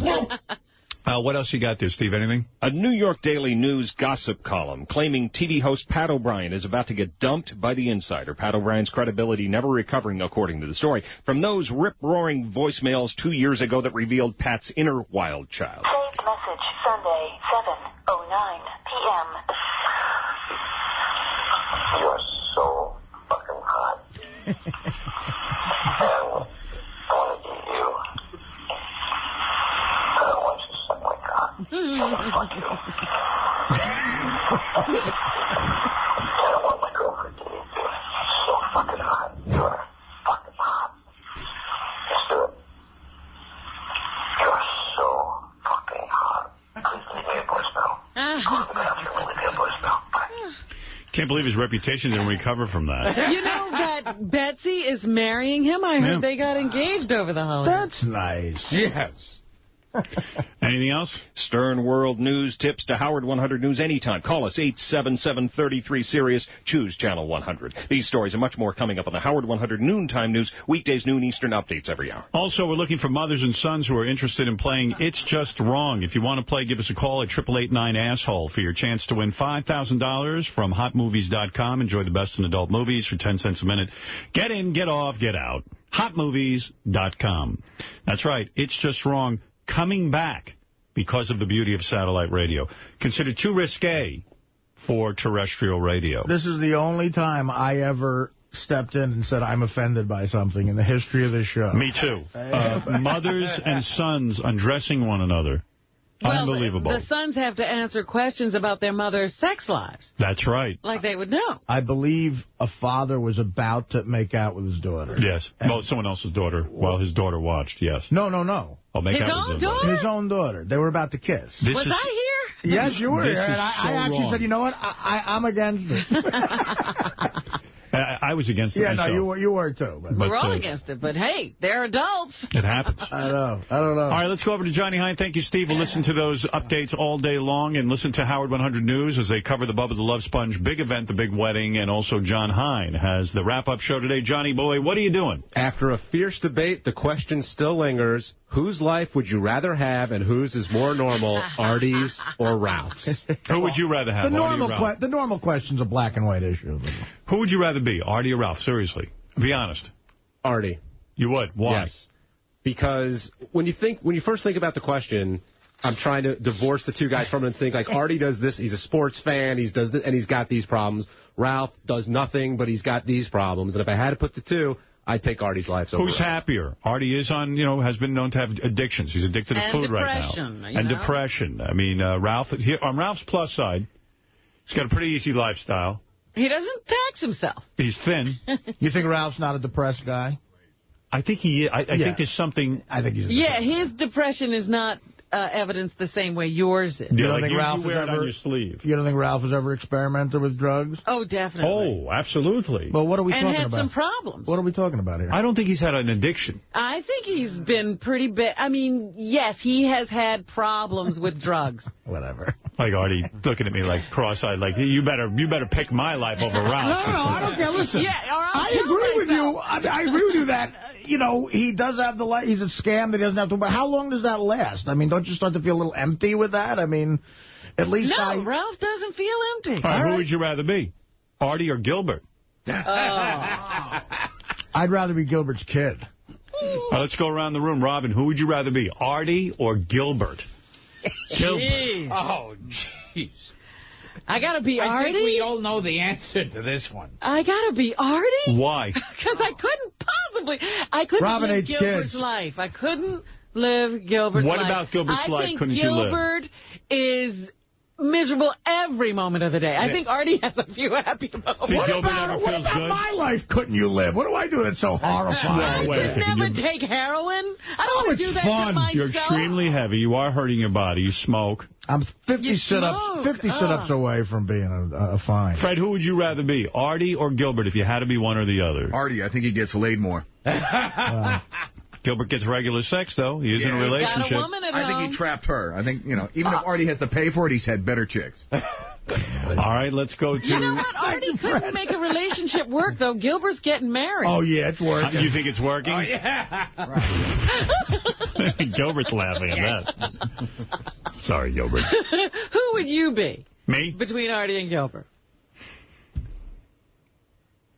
I'm practically you now. I think I'm going to give the edge to Artie. So it's unanimous. Yeah, I mean, Gilbert is really emotionally crippled inside. Yes, he's I don't miserable. know how it could ever be helped. Listen, I have played Carnegie Hall. Artie has a shot. Which irks me every second. As well, the Carnegie family. Artie has a shot at happiness? At happiness. I don't think Gilbert does. Gilbert's off the charts. Unhappy. He never will make that mark. But that's Gilbert's choice. I think Gilbert loves being this way. Yeah. No, I mean, he's clearly a smart enough guy to know how to, get out of certain ruts that might... No, that's not how it works. Do you ever wake up happy? No. No. Okay. You ever go to sleep? No. Have you ever been happy? I don't wake up in the middle of the night happy. You know what? I'm curious about something. I first saw Gilbert do stand-up at Caroline's by the Seaport. We went for my 20th birthday. So this is October of 1987. Me and 10 of my buddies. He destroyed. He killed. Sold out. As a matter of fact, when we called to get reservations, this is 20 years ago now. They said, hey, look, you're going to have to wait. We might add a show with Gilbert. It's always sold out. We watched him. He does an hour. Unbelievably funny. In those days, Gilbert, did you enjoy your life? You're in your early 30s at the time, probably. You're killing every night. You got that kind of success? Was there any happiness there? Not really. Really? Are you serious? Have you ever tried medication to make yourself happy? Have you ever medicated? Or That medication makes you constipated, doesn't it? And by the way, if you guys want to see that same act I saw 20 years ago, go to Caroline's this weekend. It's the exact same hour. The exact same hour. It was a good act. But were you getting pussy back then? Because, I remember me and my buddies driving home. We were like, he's an odd guy. Yeah, he was but getting tons of pussy. He must get laid. Ralph, you're on the air. I'll save most of my comments for the wrap-up show, but one thing, Robin, I have never had a drug addiction or a problem I with didn't say addiction. You did have problems. What problem? You were self-medicating, and, you could get out there for a while. Like how Like binge-type stuff. No, it never affects anything that I do. Oh, you don't do anything. I'm just doing it for fun. No, I'm not going to talk about what I know, Ralph, but I know that you have had a problem. No, you don't know nothing of the sort. And Artie, you're an asshole because a few minutes ago you go, yeah, it's all about Ralph. He calls me. Hello? Hello? Yeah. He calls me to make I was calling you to try and make an appointment to help your fat ass out. I don't need this shit. You weren't going to charge me for this? What's that? Were you going to charge me for this? Maybe yes, maybe no. Dude, it's business for you trying to get some money. He wants to help you out. You know what, man? You are really an asshole, man. If you think that's why I'm trying to help. I'll say about it. You know what? Listen, Ralph, I'm going to say something. I'm going to get into the heat of the argument. I'm getting into the heat of the argument. Ralph has made, in the past, several calls to help me with this. You're right, dude. You're right. Yeah, so don't sit there and go, I'm making it all about me. All right, we're fucking around. But this time, it did seem like it was more of a business thing. In the past, he's offered to do it for nothing, which was very nice, by the way. I offered to set you up at Barney's and have you go down to studio service. And, dude, that was very nice. I'm offering to come with you because maybe you're more comfortable. You're somebody you know there. Because when you're big and fat and nothing fits you, I'm going to help you. Well, when you're saying it that nicely, my God, how could I say no? All right. So here we go again. Thank you. I love Artie, though. I love you, too. Everything's fine. He did admit, he has done very friendly things in the past, and I admit that. Joey Boots, you're on on the air. Oh, Joey. What's up, everybody? Hey, I heard you wanted me to call in for something. Yeah, what's going on? I'm shocked to hear that you're not on the wagon, that you're completely destroying your life again. I'm not destroying it. I'm in the midst right now of actually trying to repair it, Howard. I mean, I fell off the wagon, and I've been off it for a while, and I'm trying to do the right thing right now because I'm at the beginning of making a mess of it again. Well, why don't you go back into rehab or something and save yourself? I don't have the money for rehab. I didn't have it, But how do you have the money for cocaine? I don't do it a lot. I do it now and then. Where do you get the money for cocaine? I don't want to say, but, Are you turning tricks? No, please, come on, that's funny. Oh, God. You know what? I know that. How much do you need for rehab? No, that's all right. We'll do a show. And we won't be like, we'll do like a cabbie thing. I'm not anything like cabbie. You know what it is? I need to fulfill my life with something, and so I'm trying to get employment right now. Well, this is the best shape to be in to get it. Yeah, no, you got to. Yeah, come on, Joey, you can do it. Yeah, no, I totally know I can do it. Right now, I think the right thing for my life right now is for me to be working and doing something that gives me, Right, to get a job. Yesterday I heard you, what I'm Joey. doing right now. And Baghdad is the only place that you can get a job? Oh, yeah, so that, yeah, hey, you know what, Howard? I'm in a lot of debt. I'm in about 25 grand debt right now, and it's a big weight on my shoulders. So I figure if I go over there and I work for a year, I'll have enough money to pay off all my debt, and I'll come back with a nice chunk of change in the bank. All right. Well, there you go, Joey. Who's he going to work for over there? In Baghdad? Sorry? Who are you going to work for in Baghdad? It's a civilian company that supports the troops overseas. McDonald's? No. All right. Dude, call Levy. If you need, we could do a show for you. It's no big deal. No, I appreciate it, Artie, but I'm not that guy, taking handouts like that. I appreciated going to rehab for not having to pay anything, and, I kind of let everybody down on that right now, I think. All right, thank you. Yesterday I heard you, Boots, and you said you had done cocaine and you had just had at least a six-pack of beer early in the morning. A case of beer. What? A case? Oh. Yeah, it had been up all night. Case of beer. All right, Joey, listen, I hope you feel better. I really do, and I hope you pull it together. Hey, I love you guys, man. All right, I love you too. All right. Dominic, go ahead. You were a fat guy. Where'd you get suits? What are you talking about? Fat, thin, fat. My tailor will come tomorrow morning on the air, measure Artie, deliver a suit Saturday, my treat. I don't want, not a tux, because that takes a few days. But he will have a suit. He'll come 6 in the morning, measure you, and by Saturday it'll be delivered to you so you can wear a suit to the wedding. Can it be delivered in Tampa? Yes, of course. We'll overnight it. What are you talking about? All right, well, you know what? Do it, but I'm paying for it, Dominic. I'm not letting you pay. Oh, you're not No, dude. That's enough that you set. It's enough that you set it up. Don't pay for it. Dominic, are you fat again? I gained 20 pounds. Wow. Dominic. And you want to know what else? I'm sick every day of my life. Sick? Why? Yeah, I regurgitate. What do you want me to tell you? Oh, you mean you throw up? Because you had your stomach made smaller? When you say I'm fat, I lost 100 and I gained back 20, 25. Leslie says it's 30. I don't think so. But I don't understand something. Now when you eat, because you overeat, you vomit? Yes. Oh. Yes, I do. And my Dr. Currian is screaming at me. She wants to tighten the band, and it's a very... Why are you not tightening the band, then? I am, Friday. He'll throw up more. What are you doing? You're just eating past where the band is? You fool the band. You trick it. What you do is... Can you get a smarter band? They need a smart band. How do you trick the band in your stomach? Okay, because you're always interested in that issue, and I'll give you the answer. If you have a couple of drinks, and you eat a little bit in the beginning, all of a sudden it relaxes too much. I don't know why. And they promised me that I would keep off 70 to 75% of the weight. So that's correct, because don't forget, I was 315, Howard. Right. And I went down to 200. I'm back to 220. I have no suits. I'm buying all new clothes or the bypass, which I'm a little afraid of, because people die from that. But more important is Artie. Artie, I will have someone there tomorrow. Dominic, I'm telling you right now, book it. I think that would be funny to have him measure me on the air, but I insist on paying for it. That you're doing me a huge favor here because I can get it done at work. For me, please. Well, you can do whatever you like, but I will call my tailor. I already called him once about it. He said he'd definitely come in. He'll measure you on the air. He'll get an extra sewer to come in on Friday. Get a little extra material. Wow, that's nice. All right, hey, thanks, Dominic. All right, I'll give him the address. No, he'll come to the show tomorrow. Well, no, I'm saying I'll give him the address where to send it in Tampa Saturday. Sure. All right. We'll get it over, and I'll have him there tomorrow morning at 6 a.m. because he's got to start working right away. All right, thanks, Dominic. Anthony the tailor, he used to make all my fat suits. I think I'll be back there. Well, square it with Gary or Jason or somebody so he can get up here. All right, thanks. I'll call Gary later. All right, bye-bye. Okay? Right. Dominic, I love you, but I'm just, I'll just bring in my checkbook tomorrow. I'll pay the guy directly. There you go. You're a class guy. But no, I mean, I don't know. Gilbert says take it for free. Yeah. That's what an amazing favor that is. That's All great. right, that's very nice. Anything else, John? See, Ralph? Full plate. That's how you do it. Yeah, go ahead. We're going to talk about David Arquette and Gilbert and your theory on cops and what to do when you get pulled over, but I think this debate's going to go on for a very long time. Yeah, I think there's a lot of show in there, and I can't wait to hear Johnny Hine today at 11 o'clock on the wrap-up show. Now let's go over to Robin and her theme song as we listen to the news.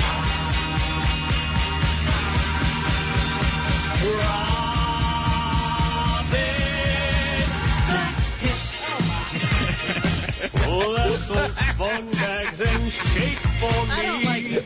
I don't either. Black tits. Really, I love it. Grease up those big jaws and slide on you. Don't you love black tits? Black tits.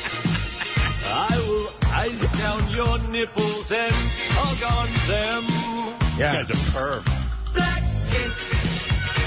I must see those utters, those chocolatey utters. I run into this guy. You know, I was at a bachelor party once when I was working at the port. A guy was fucking a black hooker, and he said to her, how much is it? Do you mind if I say dirty shit? And she's like, yeah, I don't care. He goes, do you mind if I get racial? That turns me on. And she's like, I don't give a shit, whatever, you know. So he pays her, and he got kicked out of the room within a second. We're like, what the fuck did you say? He goes, I don't know. I said, can I say whatever I want? I paid her good money. I'm like, what did you say? He goes, I said I wanted to fuck her nigger tits. I didn't throw him out.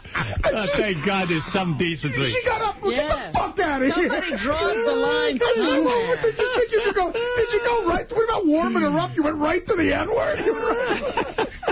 You have to work up to that. This guy that's awful.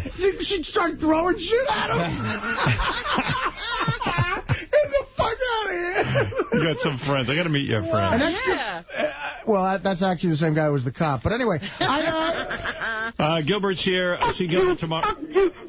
That's what it sounded like. I will adopt a cop, sucker. See Gilbert Godfrey tomorrow night at 8 o'clock at Caroline's on Broadway in Manhattan. For reservation, call 212-757-4100. And to purchase Gilbert's DVD, Dirty Jokes, go to GilbertGodfrey.com. And, Robin, what is in the news? Do you know James Brown? Did I mention I want to fuck your nigger tits? Stick a corncob pipe in his asshole. Winter is the time of year where I stick my tongue on the stop sign. I get stuck there for 3 weeks. Winter is the time of year where I gotta take your shit outside. It is, but the ground's so frozen I can't even bury it. That's winter to me.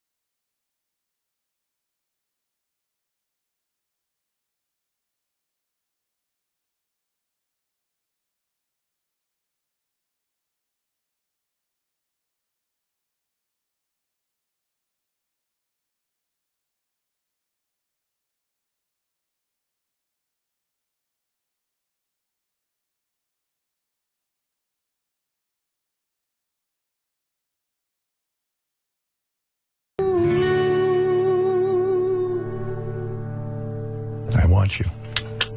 That's beautiful.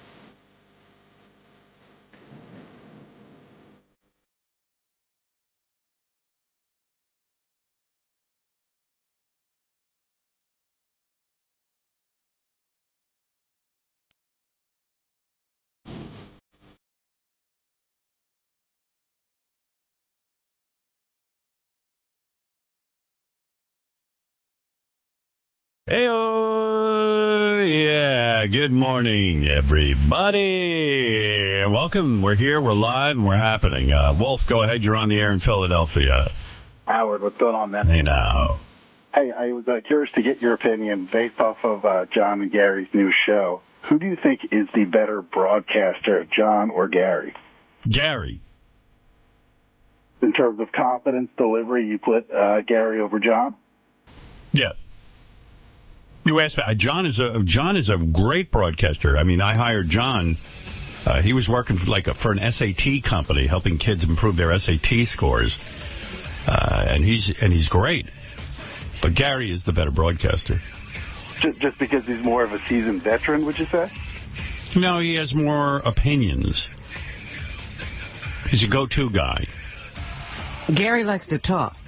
Well, yeah, but his talk is interesting. But by the way, it's unfair to compare Gary and John. John serves a very, very good purpose. John's a good anchorman. John knows how to move things along. He's an excellent broadcaster. But Gary can fill in the holes. Now, probably makes no sense to anyone, but in my mind, if I had to do a show with somebody, I would go to Gary. I understood. In the way that I go to Robin over all others. If I had to choose between Gary or John, I had to do a broadcast. I had to put something together, and I wanted someone to play with on the air. I'd go to Gary. Now, I'm no expert in broadcasting, but one thing I'm curious about, they did an episode where they go to see the world's largest record collection, and when they got there, they flew all the way to Pittsburgh. The entire collection was boarded up in cardboard boxes. Does that make sense to go see a collection of records in boxes? That show is the most ill-conceived program on television. But Gary and John, I think, are both excellent broadcasters, but it needs to be something other than them visiting vinyl stores. Well, I believe that those records boarded up in boxes is exactly where they should be. Robin. And how they should be seen.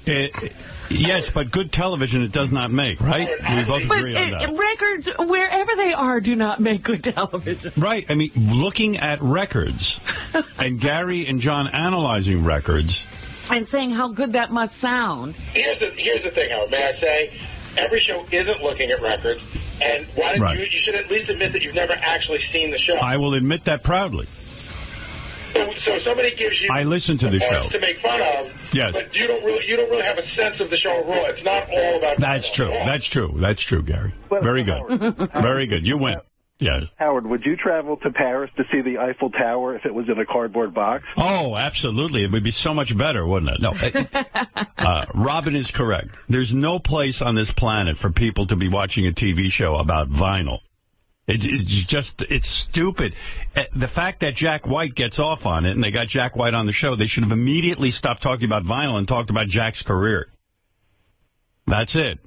And these maniac musicians who put out vinyl of their records, they're living in a fog because nobody cares. I mean, there's a couple of collectors who care, and that's it. It's a very small audience. Nobody cares.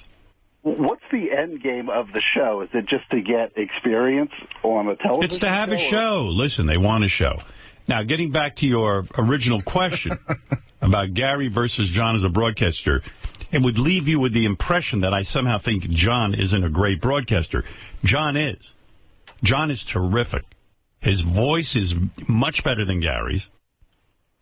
His delivery is natural as it gets. And for a guy who didn't want to be on the radio, he's doing a terrific job. But Gary has a lot of good information and knows how to express it on the air. Gary is verbose. His weaknesses are that he doesn't know when to clam up. But nevertheless, I would, John has more awareness of how the audience is thinking. But Gary is your go-to guy if you want to sit there and banter on the air. That's why I teamed them up. Sounds like you say Gary has more to say, but do you think John's the better broadcaster? No. You're trying to get Howard to say that. I said Gary is the better broadcaster. But John is terrific. That's not taking anything away from John. From the very start, when you said Gary, he's had a problem with it. Yeah, Wolfie wants a different answer. All right, Wolfie, thank you. All right, thanks. Later. Thank you. He wants a different answer from me. I gave him the answer. That's it. Yes, Manny. Manny, you're on the air. The fucking AGT channel sucks. I'm sorry. You're starving for programming or what? You know, Manny, you're probably one of, I don't know, how many people fell for our April Fool's joke of AGT 101? Oh, no, I didn't fall for it. I just simply said it sucks. Well, of course it sucks. That was the whole idea of it. Thank God it's over. Would you please get Bubba back on? Now there's another problem with Bubba. Get off my fucking show, Manny. Cocksucker fuck. I hate Manny. I know him. You mean Sanjaya and High Pitch Mike aren't there this morning? I know who you are, Manny. No. High Pitch Mike and Sanjaya's show is not on. It was our attempt at April Fools. And it really got people going because I'll play you some of the Gary, where is the voicemail from AGT 10? Oh, I have it. Never mind. I have it. Are you fucking crazy? That shit sucks. Take that shit off the air. Don't like it. Put the West Coast feed back on. This is the worst radio I've ever heard. This is awesome. Hilarious. I love the fact that you guys make commercials for upcoming shows and further in the week when we all know it's a lie. We love you. Fuck you, channel. You're a cocksucker. Oh, my God, I hate it. I would rather have 2 black dicks in my ears. I love it. It's great. I can't get it off. Channel sucks. Your channel sucks. Hi, I hate it. This is gayer than 8 dudes trying to fuck 5 dudes. AGT 101 rocks. And on Twitter, it was even worse. Oh, really? Howard Stern AGT 101 is boring and annoying. You sold out. Canceling my subscription. You're so old and boring now. Angry Steve wrote, AGT 101, thanks, Howard, for clearly not giving a shit about your fans. Let's see. You know, the ones that bought you the bowling alley. That's Angry Steve's thing. He likes to always write that. Voodoo Tony, AGT Radio. Howard Stern has a hairstylist? Wow, I thought that was an April Fool's joke. Fuck AGT. Let's see. You have effed over West Coast fans. Don't deny it. We want to hear your show from 6 to 9 a.m. And on and on and on. Howard Stern, I love you a lot, but canceled my Sirius subscription. You all are never on anymore, and if you are, it's lame. No content but AGT. So there you go. That pushed Michelle Collins over the edge to cancel. She's out. She's out. I don't give a fuck. Cancel all you want, asshole. Howard She'll Stern, never know we came back. Look how brilliant that was. We put together a whole channel just for an April Fool's joke. You worthless piece of garbage who doesn't appreciate the brilliance of that. And congratulations to Tim and all of the staff and who worked on AGT 101. By the way, has anyone broken the news to Sanjaya yet? I know. I was going to say, poor Sanjaya. He's singing in the subway. He was so happy that AGT 101 was on the air, and he had a full-time job. Anyway, there you go. Howard 101 back on the air today. That's funny. Well, Tim and I were talking. He was like, well, how long do you want to keep AGT 101 on the air? I said, I would keep it on for the year. That's an April Fool's joke. So, there you go. Yes, Robert in Dallas. Hi, Howard. Hey. Hey, I'm calling to apologize. I sent you a message so you can stick your radio up your ass. But, hey, I apologize. I totally fell for it. Yeah, Robert left me a very, very negative, vicious, vicious message. And a lot of people did. A lot of people turned their backs on me for AGT 101. I'm sorry, Howard. I love you, buddy. All right, Robert. There we go. We all make up. We all made up. Have a good day. All right, bye-bye. A lot of people upset. I almost fell for an April Fool's joke yesterday. I fell for one. Really? What was the one you fell for? Well, Beth called me. I was at my desk working. I don't know where the hell she was. She was just doing her thing. And she says to me, I have to tell you the news. Doug Goodstein is having twins. Oh. And, Doug already has 2 kids. And, I just assumed he was done. I said, you're kidding. No, he announced it on Facebook and blah, blah, blah. I said, wow. So I wrote him a note. I said, wow, twins. This is Doug Goodstein, comedian, and so I said, oh, congratulations. I heard you're having twins. And then I wrote up on Mildred, hey, guys, Doug Goodstein having twins. Congratulations. I mean, who would think that was a... that was a joke. Yeah, I mean, I don't know. I don't get why is that funny? You know what I'm saying? Well, it's not necessarily supposed to be funny. You're supposed to be duped.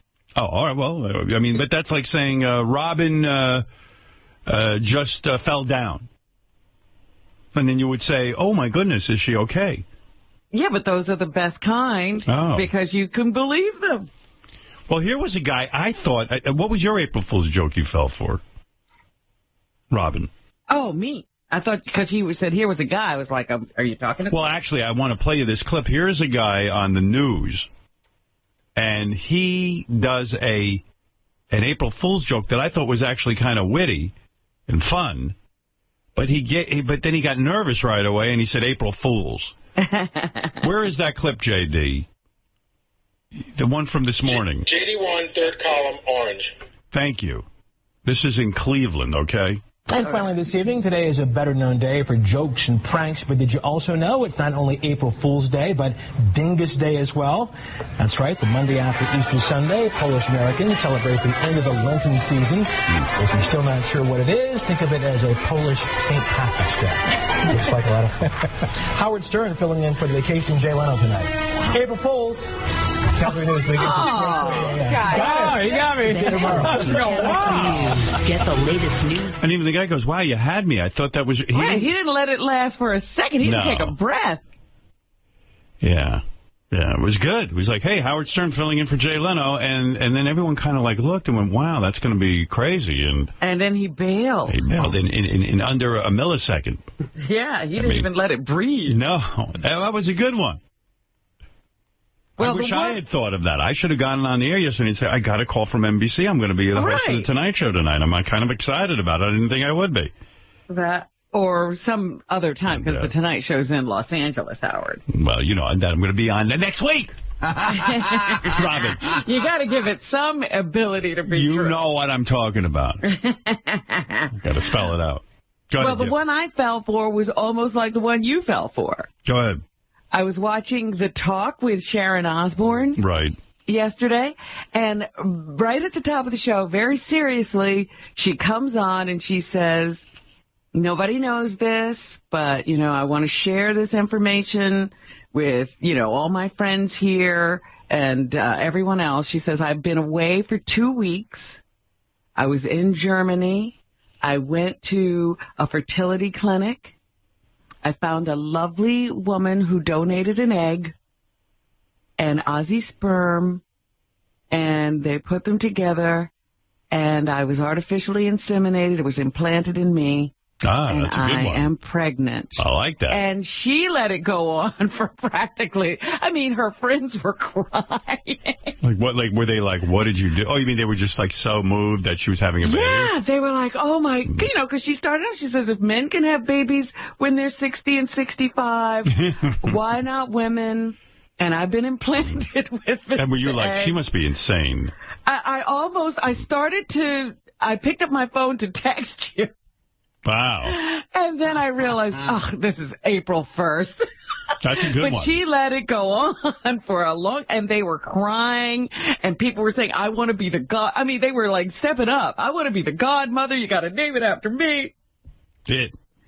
And then finally, before she went to commercial, she said, and April Fools, everybody. Oh, poor Robin was duped. Well, I was duped by Doug Goodson, sort of. I mean, Beth just called me and told me, and I didn't even think anything about it. I mean, I was like, okay, so the guy got his wife pregnant. I wasn't sure what the joke was, but I'm with you. Congratulations. Maybe we should just continue it and go out on the street and tell everyone Doug Goodstein is having twins and watch the world go wild. Robin, speaking of you, so many more songs come. I thought, when we first started to play these Robin songs, tributes to Robin's beauty and her... beauty? Yes. Well, yes. What do you think these guys are singing about? Your titties. I don't know what they're singing about. They're singing about having sex with you. They're so taken with you. I always thought that these songs would go away after a while. They peter out. Yeah, but they have not. I mean, if anything, they've gotten stronger. I did a ZZ Top tribute the other day, and Psych went berserk with you. This is Lestrange. Robin's ass is brown, and I'm going down. Right, yeah, come on. To that hole that seems so strange. Yeah, you know where I'm going. Just let me go in your sweet ass hole. This is a genius. I won't cause you any pain. I know it's nice and tight, Robin. Asshole, hole, hole, hole. Oh, my God. Asshole, hole, hole. Sweet behind makes me lose my mind. Yeah. Robin, my cock so hard that it's breaking. Show me your boobs. Yeah. If you let me choose. Hey now. It's your ass I'm gonna be taking. Bend over, Robin. I love this song so much. Even in a parody, I love it. He actually did a really good parody. That is good, huh? LaGrange. Or Lestrange in this case. Lestrange. I tell you, guys with sex, you think those songs are a joke. That's all we think about. Last night I was beating off. Again? Yeah, I'm back into it in a big way. I mean, it's like even yesterday. Jeez, it comes and goes with you. Yeah, it was weird. I thought I was done with it. I know. Every time you announce that you're done with it, I go, just wait. Every time I announce I'm done, they suck me right back in that fucking you-porn. Nah, it was just like, I don't even want to masturbate. I want to get right in bed and watch The Voice. And I watched, what was I watching? Oh, I watched the first Game of Thrones. Excellent. Loved it. Really got back into it. And, I was so nervous watching Game of Thrones because I'm going to admit something right now. Half the time I don't know what the fuck they're talking about. Well, you know what? It's really hysterical because the cast is so huge. It's so many that plots. It takes 2 weeks to start the show. I like when they're in the ice. That part I like. I like the part. You do. I love Khaleesi and her flying dragons. But, there were certain plot lines. I still don't know who anybody is. So I like the Lannisters. They are good. And the Khaleesi. Khaleesi is back. Because that's the thing. There are all these different families. With that's why it's the Game of Thrones. Because there's so many different kings. Yes. With her dark eyebrows and her blonde wig. Khaleesi. So. I don't like the snow. Do you like when they cut that dude's tit off? That was good. That was good. Men don't need these. Men don't need nips, and the guy's right. But anyway, so I was getting into that, and then I said, you know what? Let me go. I had some material that Gary wanted me to listen to for today's show. I listened to that, and I said, I'm going to go upstairs, and I'll watch The Voice, but first I'll masturbate. And I didn't even really have the urge to. I just said, well, there's an opportunity here. Beth's not home. And I'm going to masturbate. So I got on YouTube, and quite to my surprise, I found myself back with this doctor-patient theme. Oh, you're liking this now. And as I was masturbating, I'm like, I can't believe that I'm attracted to women who go to a doctor's office and the doctor acts inappropriately. And it's this one female doctor who's a gynecologist. This is what I jerked off to last night. And this is on YouPorn. A female gynecologist who is dressed inappropriately. She's like wearing a mini-skirt doctor outfit. Like a nurse's type outfit, but mini-skirt. And it's kind of split in the middle. But anyway, this young girl comes in, very young. And she's getting examined. Well, the doctor's like feeling up her titties forever. It was German, so I'm assuming she told her it was a breast examination for cancer. And meanwhile, all of these doctor-patient ones are in foreign languages, which leads me to believe maybe it's illegal in this country to pretend you're a doctor examining a patient. I can't find one in English. Well, if they're all actors, what's the big deal? Well, I would like to hear the dialogue. I enjoy the storyline. I know. No, I'm not talking about you. I'm like, why would it be illegal here? I don't know, but you can't find it in English. And so this German, I'm learning German though. This is a good side benefit. Like, I actually think I caught on. You learn German from porn. Oh my God, what are you going to be able to say? Well, it seems like Germany is sort of the hotbed of doctor-patient porn because there's so much of it, and Asians too. I'm just imagining how your language, your dialogue, the things you'll say when you go to Germany with your... Yeah, I could say pussy and asshole in German and in Japanese. So this young woman is getting examined, and then she has to take off her panties. And this gynecologist has so many different apparatus sticking in this girl. She's naked on a bench, not even on an examining table. Where is this doctor's office? In the park? I don't know, but it looks very unprofessional. It really looks more like a back office of like what might be a pharmacy. So I really should get this translated. I wish they'd put subtitles. I'm not kidding. Maybe this isn't even porn. But when the girl looks incredibly naive, like they find these adults who look like almost like young girls, you know, like almost underage, and they got them being examined, and there's all kind of activity, and then all of a sudden the patient enjoys it. This appeals to me. And after I finished, I started an analysis of myself, and I said, what is going on that I enjoy seeing young patients being seduced by doctors? Is there something about this that I should understand? Are you trying to tell yourself something? Right. And you know what I found out? What? I'm not trying to tell myself anything, because I quickly forgot about it. I flushed the tissues down the toilet. I stand there and try to pee for an hour, because when I pee, then everything stops dripping. And then I made a duty, which was unbelievable, because I was like, oh, my God, everything is emptying. Right. What are you doing? You're having like a catharsis. Oh, it was fantastic. And then I got into bed, and I barely got through the voice, because after all of that, everything just came out of me. I fell right asleep like a baby. You were drained. I was completely drained. So I was happy. Oh, my God. I was like, good. I treated myself well. I was like...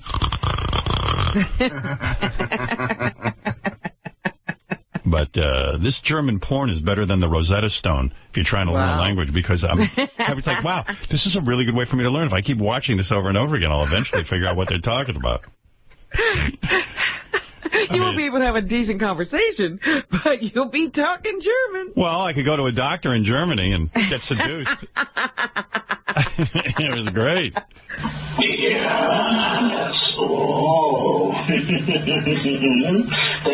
Yeah? Yeah, lovely taste, yeah. Face on my cock? Yes. Yeah. And then you get porn like that that's half German, half English. Right. Anyway. I recognize some words. I'm getting so good at German, I could actually go to Germany and get my vagina examined.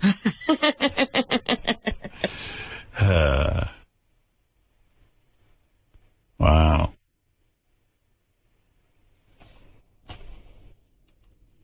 Interesting what kind of porn you're... I know. No more Isn't it weird? babysitters. No. I like the babysitter porn, but on YouPorn, they don't ever put up any new ones. It's the same catalog of babysitter porn. And then you got to really scramble through them. You got to really go through them in order to find the ones you like.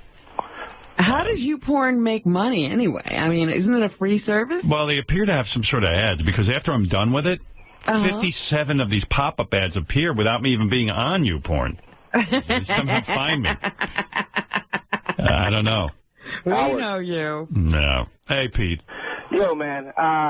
This is like every week now you're saying Beth is somewhere else. She's at her grandmother's. She wasn't home. Right. I would be shocked to hear that she was home at this point. What do you think's going on here? Is she... She's leaving me for a better man. Well, is she subconscious? Well, she had Pete. I know you like to get my button. You like to press my button. But Pete, Beth has her own life. You've got to understand something. Because she's married to me doesn't mean she's sewn at my hip. I do have separate time from her. Yes, I do. How many days a week do you two spend together? Well, we spend pretty much almost every day together, but, you know, she does go out during the day. As I'm very busy, particularly on Monday, Tuesday, Wednesdays when I have the show. So she makes plans and has time with friends and things like that. So why are you constantly saying that she's not around? I mean, well, because I'm telling you about a 20-minute period that I had to myself where I could masturbate. Right, okay, but... and then she did go visit her grandmother, who was not doing great. And she did go for a few days to visit her grandmother. I didn't take her. Is that all right with you, Pete? You know, well, she travels a lot. Well, she does. She travels for her TV show that is coming up soon. She's going to have to promote that. Yeah, you're right. She has her own life. Are you sure that this is, like, do you still have a lot to talk about? Is it still interesting between you two? I still enjoy my marriage. Coming from my end, I enjoy the time with my wife. Okay. I like that we have independent time as well. I think it's not stifling, but I think we have just the right balance. But, Pete, if you feel there's a problem, maybe there is. Well, I feel there's a problem because of what you're saying. Do you still sleep in the same bed together, Howard? Absolutely not. No, now we've completely separate rooms. And no, of course we do. Yes, we sleep together. Where's Pete going with this? She's in the bed with you. Pete, should I go to marriage counseling? No, I'm just saying because back in the day, you would have to be left alone so you could sleep. No, I listen, I learned my lesson. I think it's important to sleep in the same bed with your wife. Okay, now you've learned that lesson. So you're coming out and saying, Howard, that everything's fine. When you say that she's not around, it doesn't mean that there's problems within the marriage. As far as I know, no. But, I mean, there could be, but I'm not picking up on it if there is. Okay, let me ask you one other question. Now, maybe you and Beth should go to marriage counseling and find out if I'm having a problem. I've always respected Beth, and I still haven't got the chance to meet her. She is from the city of Pittsburgh. But I want to just change the topic real quick. If it bores you, do what you do best, hang up on me, okay? Oh, okay. Now, you do meditation. you have done meditation through your therapy. Since I'm 18 years. No, not through my therapy. Since I'm 18 years old, I've been doing it. Now, through this meditation, have you ever had a moment where you kind of drifted off? It's called remote viewing, where you were able to see different places, different dimensions. The experiences I've had while meditating are almost irrelevant. And I'll tell you why. Having spent some time with the Maharishi himself, all of this analysis of what happens during meditation is not the thing. People like to place importance on certain things that have happened. Now, I've had certain things happen to me in meditation, not what you described, but certain things. But it's just a release of stress. All right, Pete, thank you. All right, Howard. It's not important what happens during meditation. You don't astral travel? Or No. I one time ended up on another planet, but then I realized I was in Fred's apartment. I was like this, Raleigh Martin. I believe the guy because I've had experiences like that through remote viewing. I've seen UFOs around the moon, and then at one point I was actually physically attacked by 3 aliens. And I thought I was crazy, but after research, I put it all together. Many people have had these same experiences, so to me it's real. Do you believe in aliens, Howard? No. There's no other life on any other planets. None? None. We are alone in the universe. In this vast universe? That's right. That's right. See, that does not make sense. You're meditating. You can argue that, huh, Pete? Pete, I told you what I believe. Yeah.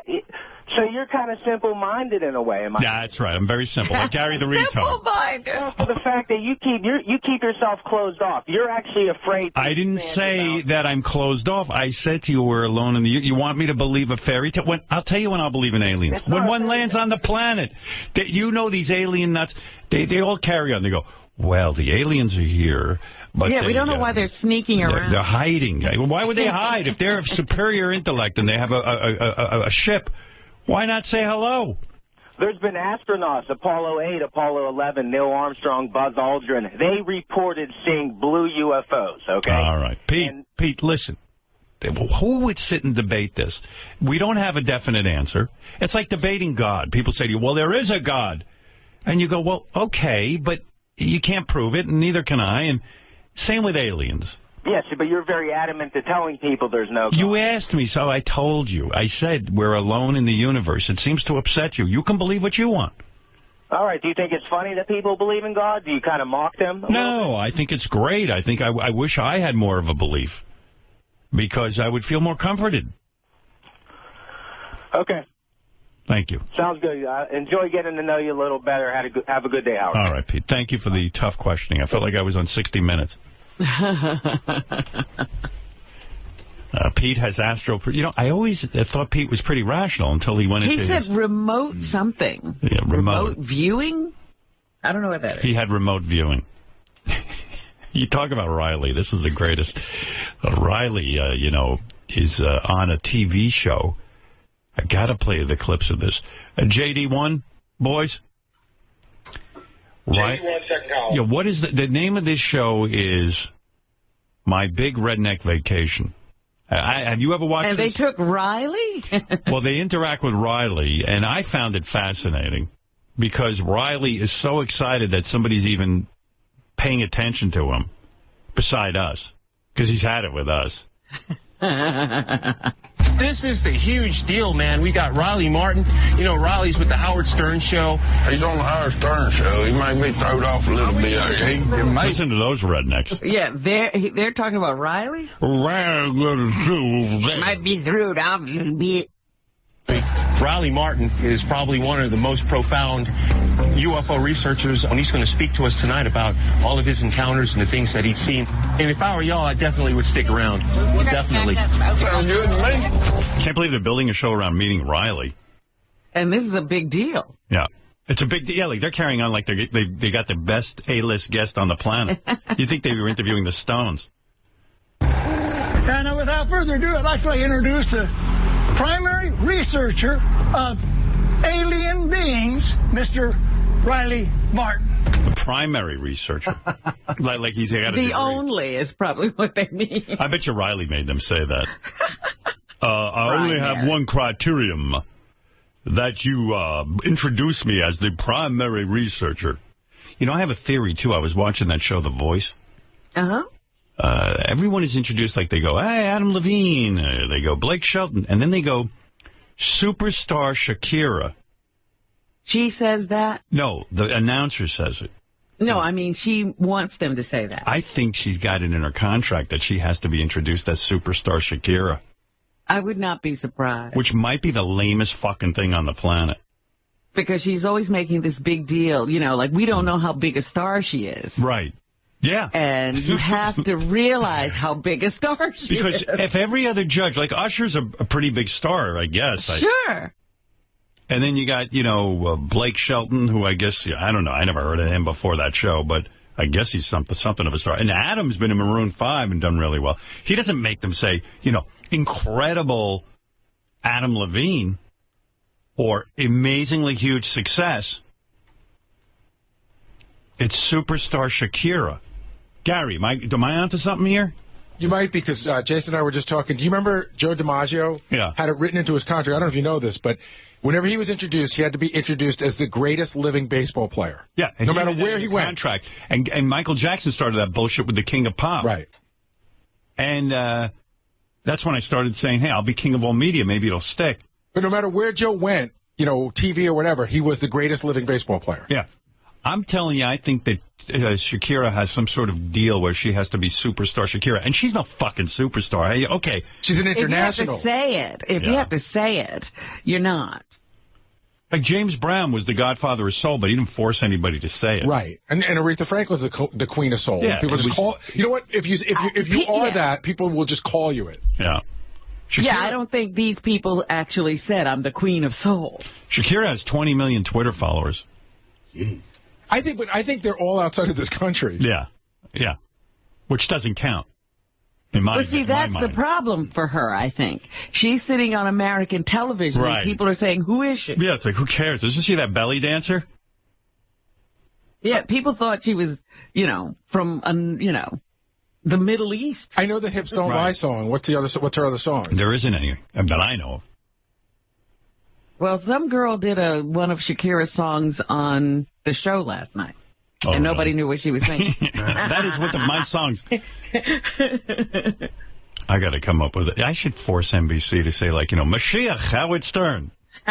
People are like, he's the Mashiach? That would be the best. Hi, I'm the Mashiach. Just refer to me as that. Anyway, so, okay, let's get back to the show. So the rednecks meet Riley Martin. Hello. My name is Riley Lee Martin. I speak to you from first-hand knowledge. The aliens are real. Oh,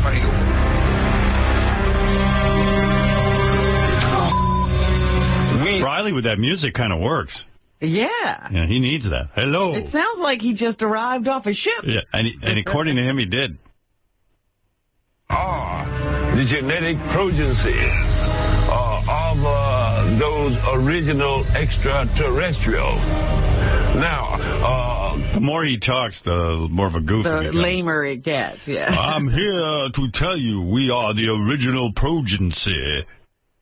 Which isn't even a word, I don't think. I think he meant He's to say now progeny. making up words. Did he say progeny or progeny? I think he was trying No. to say progeny. Are you sure? Well, Howard's saying he really said progeny. He Well, might have been trying to say progeny. Let me get back. Something I saw. Extraterrestrial of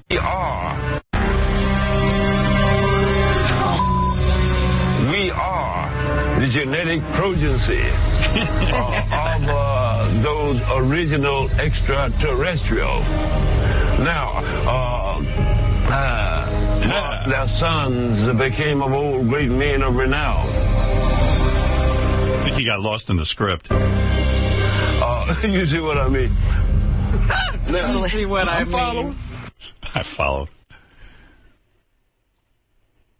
And out of that ship came two beings wearing little bubble helmets, dressed in iridescent blue and iridescent green suits. So that's where funds get you. And the next thing I knew, I was totally nude. And I heard them talking. Where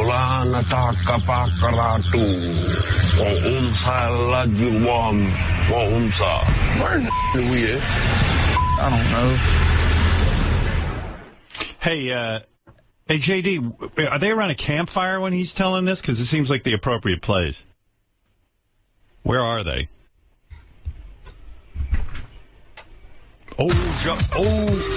Quonsatuan.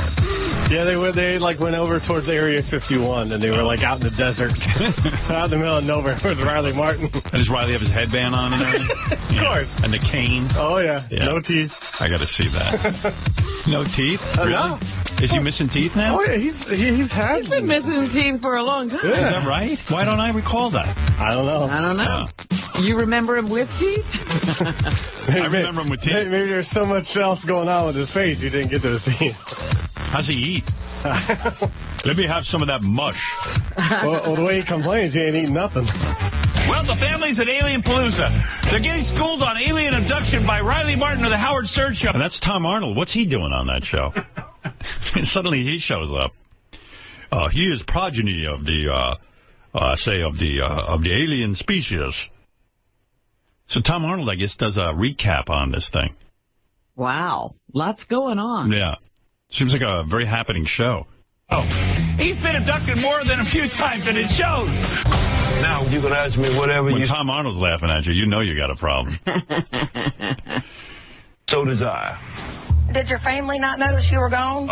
For some reason, I'm thinking that these aliens pacified them in some manner. How many times were you taken? 4 times. And how long were you gone each time? I was gone from 3 to 9 days. What'd you eat while you was there? Yeah, good question. Now, the aliens made me eggs, bacon, hash brown. Oh, hey, I'm going to BRVNville. I'm going to take a ride. Yeah, right. Question. Yes, sir. Pretty alien girl. Oh, they exist out there? Yeah, I had the pleasure and the opportunity of having procreated with a number of hybrid women back when I was 18. Oh, yeah. Beam me up, Scotty. Or at least beam him a few miles away from here. Oh, yeah, right. I'll tell you something. They were really smoothie and really sweet. However, I have not found anything out in space that moves me like Earth women. Don't you feel better, Wendy?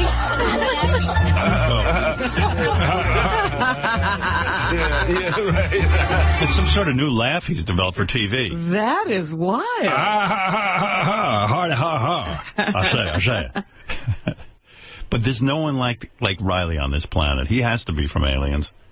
There's nobody who talks like that. Although, the boys made a phony phone call the other day, and this fucking guy... where the hell is this guy living? You got to hear this.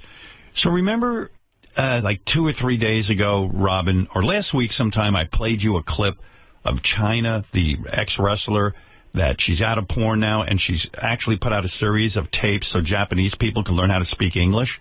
Yes. Yeah. I mean, it was freaky stuff, right? Oh, it's ridiculous. I'll refresh your memory. This is actual tape. Hi, Gene. It's good to see you again. Yes. Anything new for you? I'm getting used to living in Japan. What do you like about Japan? Anyway, that's what China's up to now. Yeah. So the guys, they found a guy named Gene. They called him just randomly to see if he would talk to the China tapes. And he does, but listen to this guy talking. He's got a weirder affect than Riley. I might have to get him a radio show. And then I think the funniest thing happens at the end of this call because the guy says goodbye, and it's clear he thinks China's a dude. Oh, no. Yeah. How can I help you? Hi, Gene. What's up, man? I'm China. It's good to see you again. Yeah, I know it is, man. Well, my students took me to an onsen, which means in English, hot spring. Nah, I usually get out for that before it gets that hot. But I felt like a red lobster. Yeah, I hear you. I got burnt for it now. You are too funny, Gene. I knew that if I put him on, he'd mess with you too. Everyone was naked inside, and they took a bath in boiling hot water. Oh my God, man, that's bad, huh, brother? Yes, it is. I think I'm going to go shopping again. Yeah, I understand. Damn. That's true. Oh yeah. Well, I have to go. No problem, brother. See you again, Gene. Bye. Bye. He goes, no problem, brother. Brother. Yeah. It would have been a sexier phone call if he thought it was a woman. That guy sounds like Sling Blade. I like the way you talk. How could he live in this country this long and sound like that? I don't think he's doing very well. He couldn't possibly be, could he? Hi, Gene. My favorite call. I love that guy. Like, what's going on in his house, that guy? Yeah, where did they find him? How can we get him on the show? Could he be reading a book? Impossible, right? No. Right. How can I help you? Hi, Gene. How can I help you? That's amazing. Like, could he have a wife and kids and... Anything's possible, but I don't think so. Anyway, he's funnier than Riley. I would just like to call him, get his number. We need to talk to him. See if he sounds like, maybe that was a bad morning. No. Like, he couldn't be the editor of the Wall Street Journal or anything. He's got to have a crazy job, right? Right. He's not running some Fortune 500 company. That was definitely awesome. Pretty interesting. Pretty bizarre, right? Yeah. Let's get back to Riley's TV show. They're still going. Yeah. Oh, please. Me when I was about his age. You're going to be abducted by aliens tonight. They grab them when they're young. There'll be some cute little alien girls, too, man. Tomorrow, we're going to Area 51. I cannot promise you anything, but Area 51. He goes, I can't promise you anything, but it seems that the aliens always show up when I'm there. I found that many places I show up, so does the alien ships. I'd be very honored if you all would join me. It's worth a shot. We're on a road trip. We're up for anything. Yeah, Those hillbillies aren't afraid of anything. Not even Riley and his aliens at Area 51. Well, this is the sad thing, because this is reality television, and they have to make up all this crap so that people can be real. You mean Let's put this real hillbilly family with Riley at Area 51. Yeah, go figure. Who figured out that plot? Yeah, when they're sitting around the table, who came up with that? You know, they should throw in superstar Shakira. Before, I'm telling you, NBC had to sign a deal where they agreed to introduce her as superstar Shakira. I didn't notice that Yeah. because I guess I haven't seen the beginning of the show. But I don't doubt it because she's constantly pointing out to the contestants how important she is. Yeah. You know you're She'll not important. always say, You know you're not important when you have to keep pointing it out to people. right. She's like, these Americanos, you know, but I am a world entertainer. Yeah. Good. Where? Like the rest of the world counts compared to America. Honey, that's why you're on The Voice. You're trying to get known to Americans. She looks like a fidget, too. I think I'm going to meet her because when we go to Los Angeles to tape America's Got Talent, Yeah. I think we're appearing with the people from The Voice. Oh, are you? 5'2". Yeah, 5'2". She's tiny. Wow, that's really tiny. Yeah. Like my penis will practically be like on her forehead. It's longer than she is, isn't it?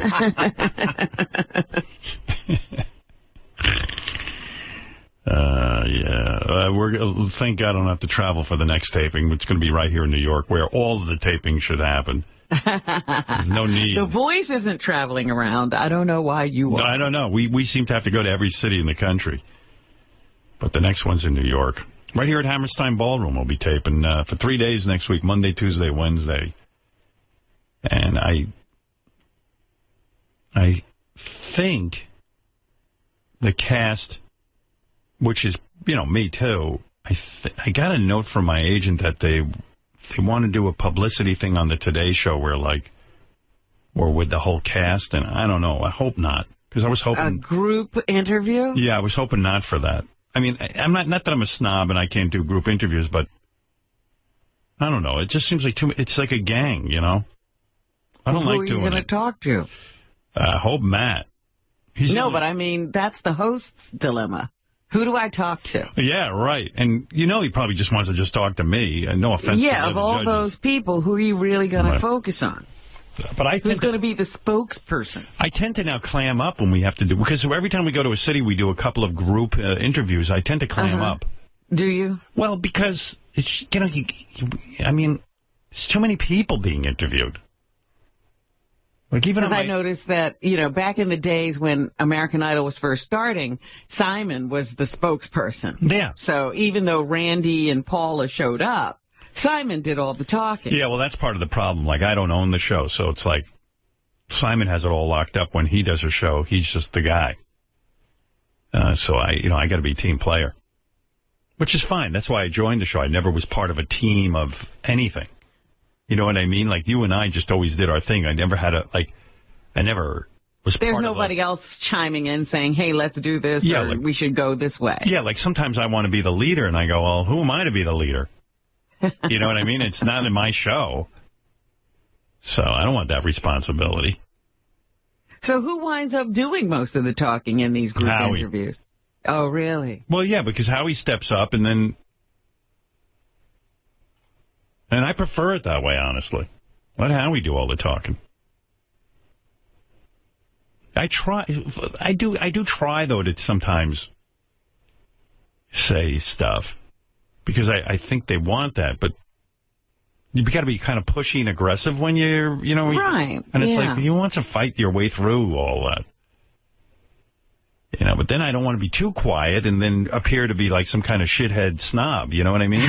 Maybe you should. Yeah, maybe. Boy, that Howard Stern is a pill. Big article on Heidi Klum in the paper today. She saved her kid from drowning. I saw that on the internet last night. Yeah. And I thought to myself, how did anybody find out? You want to know something? That's what I thought. I thought that maybe she press released it, and then it turns out it was a paparazzi guy following him, and he photographed the whole thing, including her tit falling out of her bathing suit. Wait a minute. Where were they? They were in Hawaii, and I've been to Hawaii. All they got there is paparazzi. Almost one out of every 2 citizens is paparazzi. And when somebody standing next to you is a paparazzi. As soon as you come, I'm telling you, as soon as you come off the plane, they assigned 3 photographers. So I guess she was on the beach, and there was a very strong tide, and they had 2 babysitters. She's got like 4 kids, so they had 2 nannies who do not look like they're in shape. And one of the kids got caught in a tide and was getting pulled out, so she jumped in and, saved them. Wow. And she was being sort of humble about it, saying, no, I think they could have made their way back in on their own. They were just struggling a bit. So, whatever. But anyway, at first I thought, that's kind of lame to press release that you saved your family. And then it turns out she wasn't press releasing it. I tried to say, okay, how can I spend this in a bad way? No. And I thought to myself, anybody would save their own kid. Looking at those 2 nannies, I would have let them drown. Robin, by the way, your songs are still pouring in. Here you go. Board, the ZZ Top tribute. Again, Psych. Robin's ass looks so good. Always gets me. Morning Robin, I don't need much. Just let my tongue go downtown. Lick your clit and lick your toes. Wants to lick your clit and your tongue. How's that? Very nice. All part of the ZZ Top tribute. Yeah. It was fun the other day, just playing music and talking about it. Yeah. I feel that passionately about ZZ Top, David Bowie, Trent Reznor when he was 9 Inch Nails. That's what I'm going to do when I do my music show at night. Gary, when can I do that? Can I do a music show at night and then... And then what? Then what? And then not have to do the show in the morning. You mean just record a music show? No. No, he's going to do it live. I'll do it live. I guess we could do that. Can we do a show at night? And then play it back for the next day's show? Sure, we've done it before. Yeah. We did a roast. But what if it's a music show? Robin, will you do it with me? But it'll be my selections, but... I would get to comment? Sure, why not? I don't care. We all get to comment? Oh, you'd come in too, Gary? Hell yeah. Okay. You know what we should do, Howard? Yeah. Is also play them in vinyl. See if we can tell the difference? Wow. Hey, Gary, that'd be cool, huh? Imagine that, vinyl. Let's play some vinyl. Get a turntable. Wolf is playing vinyl. I can't believe it. This is the best show ever. Did you bring those in boxes? It's so good. Listen, you can hear it. See? Wow. Isn't that the greatest sound, John? This is the play-out groove of Dark Side of the Moon. I wish I was blowing you while we were listening to that sound. All right, let's stop the jokes there. You guys should blow each other already. Wow. Look at all these boxes sealed with records. I wonder if we should take the records out of the box. Oh, John, I'm absolutely giddy. I was looking at something, and and they were playing a record, and I was like, how inconvenient were records, Oh, God. The record would get to the end, and the needle is just sitting there bouncing. I had a semi-automatic turntable. I can't tell you what a nightmare in radio records were for me. I just fucking hated them. First of all, if there was a scratch, you wouldn't know what the fuck to do. You pot down, you move the needle, or maybe take it off. And then if a record ran out and it just fucking made noise. But even getting to the cut you wanted to play. Oh. I wanted to hang myself. Because it was never the first one. It was always inside. And plus I had OCD at that time really badly. And it was like I had to put the record in a certain way or else my show would fail. And then I had to, like, run my finger along the outside of the record. Don't fucking ask. It took me an hour to put away one record. And you don't have time. You don't have an hour. Right. And then I'd have to put away my rituals for an hour, and that was driving me nuts. And then I'd have to put the album back in the sleeve a certain way and then put it back in the wall a certain way. And then you had to, and also you had to write down what time you played the cut, and then I'd have to write with the pen a certain way, and I'd have to make a mark above all the other DJs' names to prove I was number one. I mean, I had all these OCD rituals. And so just to put away a record, I hate fucking vinyl. I hate it. DJs today have it great. Everything's on beautiful digital.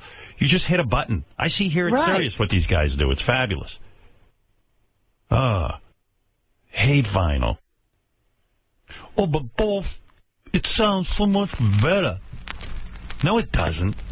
I can't tell any difference. What do you have, super hearing? Don't you hear how rich and thick it sounds, Wolf? The thicker the vinyl, the thicker the sound. But thick equals MC squared. In vinyl, it's all about the weight. That's right, Robin. An 800-pound record sounds like they're in the room with you. Yes, that is correct. You are very wise. Thank you. And by the way, in history, today is the 5th anniversary of us sending Gary the retard to the moon. You're kidding. No. Everybody remember that? It's actually this Thursday. Oh, this Thursday? Yes. Okay, that's this Thursday is the 5th anniversary of Gary going to the moon. Gary, can you hear me in the rocket ship? Take the flag. I want you to plant that on the moon. He's in there with the flag. Gary, can you hear me? Yeah, not very good. All right. Can you hear me now? A little bit. All right. You're in there. I'm going to contact... We had him on a... what do you call that? A dolly. What do you call that thing, Robin, that you push people I in? think a dolly is the word. Yeah. He was in a dolly, and we had him in a garbage pail. He thought he was going to the moon. He's the best. He almost cried. I want to come back. Yeah. And then we had him in the green room, which we had, like, decorated as the moon. And then he found the Playboy magazine on the moon. Then he was happy. NASA, and they'll count down. Go ahead. Start it up. Careful. Gary, just stand. Here you go. Off to the moon. Gary, you're fine. It's really sounding like a kidnapping. Gary, you'll be on the moon in a second. It's okay, Gary. You're going to the moon. Remember, we were going to have him traveling the moon for a really long time, but he was freaking out. So I had to get him right to the moon. You know what I was just thinking? Isn't it wonderful to have a brain where, like, anything seems real? Hey, I have that kind of brain. He was the first retarded man on the moon. Gary, it's fine. Gary, listen to me. Can you hear me? No, nobody's good. All right, here you go. You're almost at the moon. Gary, you're almost at the moon. 3 seconds. It's almost over. Gary, you're almost there, okay? Gary? What? All right, talk to me. Are you okay? Anyway. See, that's the best. He thinks he's going somewhere. Yeah, well, he's sitting in a garbage can. Like we're so smart. No, I'm just saying, what a fascinating day he must have. You know what, though? He so quickly forgot that he was on the moon. He didn't even care. No, he was very concerned when he was up there, though. We should call Gary and say, Gary, you went to the fucking moon. Like, what do you make of that? I mean, how many people have been on the moon? Aren't you touring like the other guys who've been there? We should honor him. Why didn't you bring back some rocks? I brought back a Playboy. Yeah, but you know what? I didn't really like it that much, because aren't we like those guys in the movie Charlie that goof on them and they think they're so smart because they can work the machinery? That's why I say we just should leave well enough alone, because that was the worst. I mean, he was terribly upset. Yeah, I don't like it. Until he got that Playboy, then he forgot. Thank goodness there was a Playboy on the moon. Yeah, so no more sending Gary to the moon, but it was a great show 5 years ago. Can you believe that was 5 years? Boy, time flies. Yeah. Yeah. This is also... What anniversary of Sam Kinnison's death? Is it today? It's next week, and it's on the paper next year. I think it's 1992 is when he died. 1992, a week from today. It'll be April 10th. April 10th. Crazy day. I didn't remember? realize April was when Sam died. Yeah, I remember the day I got on the air, and I think I actually broke... Did I break the news to you? No, I think you knew already. I think I knew. Yeah, I think it was on the weekend. It was a weekend, exactly. Yeah. So evidently Sam takes his Trans Am, and him and Malika drive to this gig. And behind him is his brother, and I guess a couple other guys. Carl above, and all those guys. Right. So they're all in the car, and they see there's a truck that's moving very slow. It's almost like stalled out or something. And there's this guy in a pickup behind it who's going to pass the truck. And the guy's going real fast. The pickup's going real fast, and Sam, according to Bill, slowed down to about 25 miles an hour because he saw this kid in the pickup coming at him, but he tried to pull over, but there was nowhere to pull over, so he slowed down. So the kid smacks him head on. So Bill runs out of the car, opens the door, and Sam's okay. He looks at Sam, and Sam's awake, and all he sees is a gash on Sam's head. Okay? And Sam says, I can't believe I'm dying. I'm going to die. I can't believe I'm going to die. I don't want to die. I don't want to die. So Bill's looking at him going, he's crazy. He's not going to... What do you mean he's going to die? He's conscious. Sam overreacting. Yeah, Sam is overreacting. You know, it's just a good excuse to take more Xanax to relax. So, he's looking at him going, okay. But he said it was kind of weird because Sam was sort of looking through him. Mm-hmm. Like, he wasn't, like, really having this conversation with Bill. He was having a conversation, oh, no, I don't want to die now. I just don't want to die now. And according to Bill, it was like, it wasn't... You know how they say if there is an afterlife, people are, like, looking and talking to something? So it was like one of those deals, and Bill said it was rather eerie, but yet he felt Sam was okay because he was talking and he was out of the car. But the eerie part, Bill said, was, so then he went to talk to Sam and just to check on him, and Sam said, at this point, he said, I just don't want to die, man. I just don't want to die. And then he went and said, okay. He said, okay 3 times. Right. And died. Wow. I forgot that story. I bet you me too. I bet you a lot of the interns don't even know who Sam Kinison is. I mean, it's been that long. Yeah. What was the year he died? 1992. Let me do some quick math here, if you don't mind. 2002. Where do I go from there? That's 10 years. Okay, I'm going to put the 10 aside somewhere. Just keep the 10 over there. 3, 4, 5. What are you counting? 6, 7, 8, 9, 10, 11, 12. That's 10 fingers. That's right. 2012 is another 10. Right. All right. Hold on to that 10 also, Rob. Take that and put it to the side. That's 20. Yeah. And then another one. 21 years ago. That's amazing. Right. 21 years. No. By the way, kids. We've been without Sam. For young people who are listening, that's how you do math. That's why math's important to learn. Robin and I hold a high degree. There's a commercial now where a guy says something and he goes, I didn't go to math school, so I'm not going to do the math. Yeah. Well, I'm a BU graduate, and I was summa cum laude. And by the way, Rob, thanks for holding those 2 10s. Anytime. Sometimes I'll use Robin as an assist with my math to hold on to increments of 10. When I do the math. Robin, will you carry the 1? Yeah. Well, you started talking to me in the middle of getting to my second 10. And you almost threw me off, but I ignored you. All right, we have to take a break. And we'll come back. We have a lot of show for you. We'll be back right after these words. Howard Stern. I speak to anybody who'll hear me. Uncensored radio. I don't associate with anybody I like. Because I'm a free man. Howard Stern Show.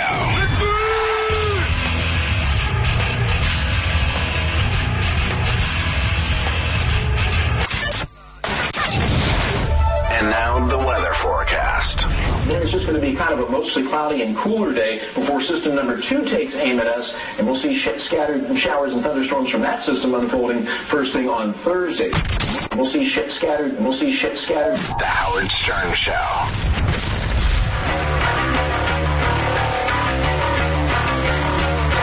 And now, Ronnie Mund reads the classics. Lolita. Lolita, light of my life, fire of my loins, my sin, my soul. Lolita, the tip of the tongue, taking a trip of 3 steps down the palette of tap. At 3 on the teeth, Lolita. That was Ronnie Mund reading the classics. Let's go to our first caller here. All right. Well done, Joel. Very good, Joel. Lines. Go right ahead here at On the Sports Line. Hello. Hi, you're on the air. How you folks doing tonight? Good, thank you. Better than Marty Schottenheimer. I hear you. Hey, I want to talk about football. All right. Okay. I got one launched in my shit pipe right now. Oh! How would you recommend I get that fucker out of there? Can't help you with that. Can't help you with that. Nope, sorry. Can't help you with that. So thanks for calling. Thank you. Guys, what do you think about the Jets and Giants? Apparently we got one actually more, have Joel. another call right now. We're going to talk about Jets and Giants for next season, but go right ahead on live on the Sports Lines. Hello. Hello. Hello there, this is Leroy Jax from the Bronx. What's happening? How you doing? Hi, good. All right, man. I love talking sports, man. You guys got it together, I'll tell you that much. Thank you. Thank you. I got a question for you there. Who's the white girl there? I know you're talking about football, but I think she wants some good old-fashioned black balls. Why don't we do this? Why don't we talk about the Jets and Giants? Yes, let's do that. Okay. What do you think about, what do they need for next season? I mean, some pass rush from the front seven. Absolutely. I think another thing that is needed is that we need to get to our next phone call. All right. And let's go to that phone call right here on the Sports Line. Hi, how's it going? Hi, how you go? Good evening. Welcome. Let's talk football here. What's with all these nonsense calls? That's good question. Well, you can bring some legitimacy to the table. Give me some football. And I think it's wonderful that you have a good mixed panel here. White and black, it's all good. and even a white female, no less. I mean, how much further from sports can you get with a white? Would she stick a chicken wing in her pussy to get on that? Oh, boy. All right. Next. Let's keep going. Let's keep with going. some other stuff here. Hi. Hi, and welcome to On the Sports Lines. Good evening. Hi. Hey, how are you, man? All right. Good. Hey, which one of you motherfuckers... Hey! Man, there you go, Fred. Now you're talking. By the way, I'll give you a true fact about this song that you probably don't know.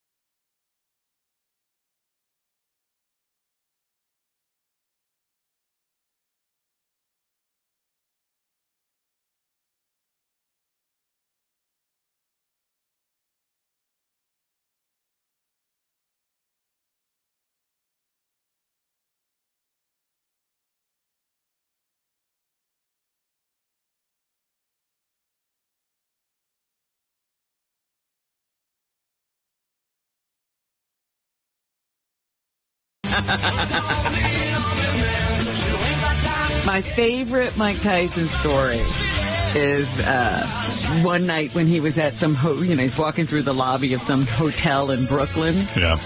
And these people confront him. And he just picked up one of those stanchions they use to rope off an area. Yeah. And beat him with it? Yeah, he hit him with it. Yeah. It's like, don't mess with me. Hey, by the way, this is a great song, but there are better Bowie songs. This is a great one, though. Suffragette City. Can you imagine those guys in Montehooville turn this down? Why would you turn down... But then he wrote them all the young dudes. Well, yeah, all the young dudes. Montehooville does all the young dudes beautifully. But I still like Bowie's version. I love Bowie's version, yeah. Bowie should have come on here and done an extensive interview for his new album. It's like he didn't even go out and promote. I don't know what's going on with him. Really, he must look terrible. No, I'll tell you what's going on with him. He's an older guy. He doesn't feel like fucking busting his balls anymore. Like, he'll put out some music and he doesn't give a shit. But if he does give a shit... I think it's a vanity thing. If he does... No. That's what they were saying. That there was a rumor that he wasn't coming out of hiding because he was fat. And then then I saw a picture of him the other day on the street, and the guy's super thin and he looks good. He does? Yeah. This is good. Why is the volume so low? There you go. We're talking. Yeah, but I can control the volume. All right. You should always keep everything loud. But you don't know I'm starting to play it, so. Yeah, but it's... All right, whatever. Okay, so... Okay. Well, this is very interesting talk over the music. Oh.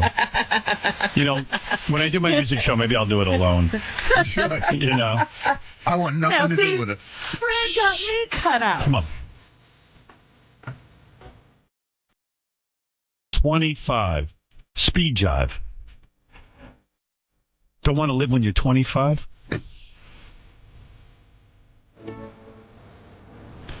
My brother. Oh, Zeus. Oh. Forgot that verse.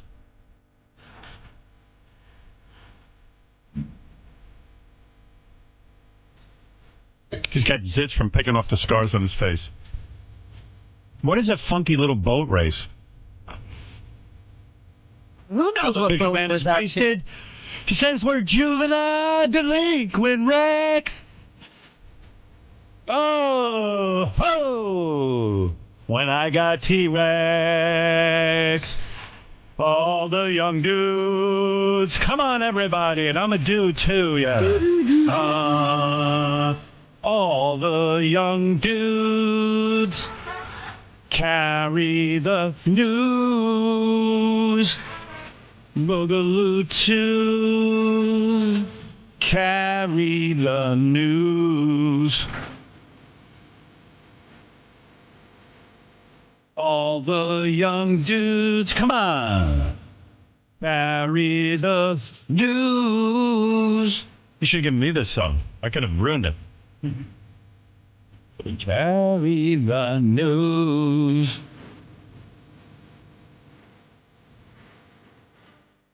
I even like Bowie when he made his sort of comeback with that We're Afraid of Americans. That was good.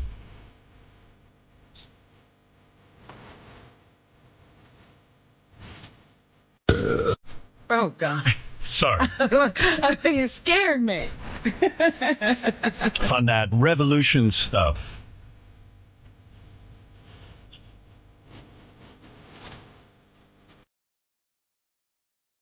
Oh, television man. Oh, drink a lot of wine. I'm feeling fine.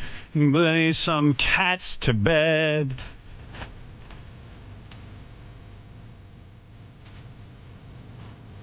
My head. I'm a dude, yeah.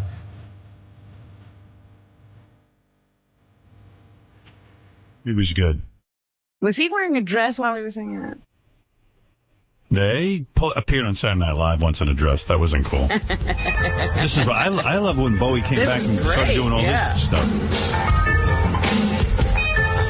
Yeah.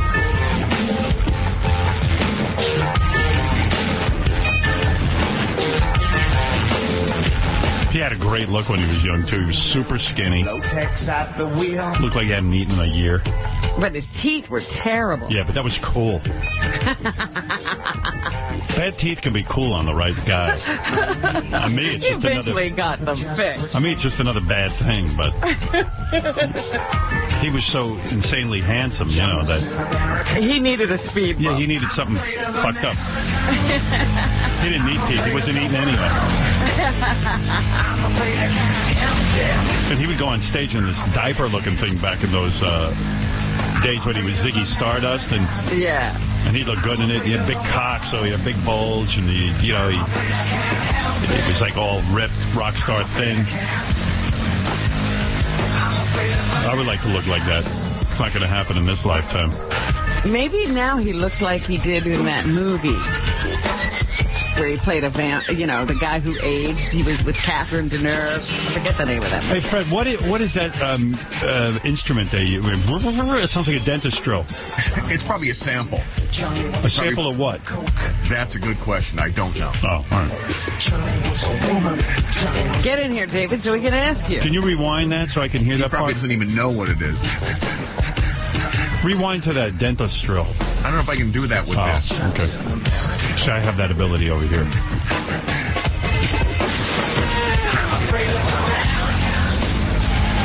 Yeah, it's going to come up in a minute. I'm afraid I can't help it. I'm afraid I can't.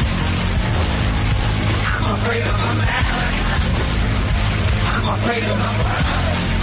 Yeah, I'm sad that rock is dead because I'm such a fan of rock and roll and that era of music. I never thought rock and roll would disappear. Oh, here it comes. It's going to die today. Listen to this.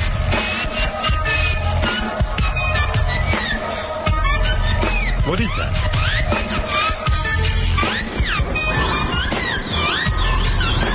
Is that my dentist? It's Dr. Daniel Kaufman. Matthew Kaufman.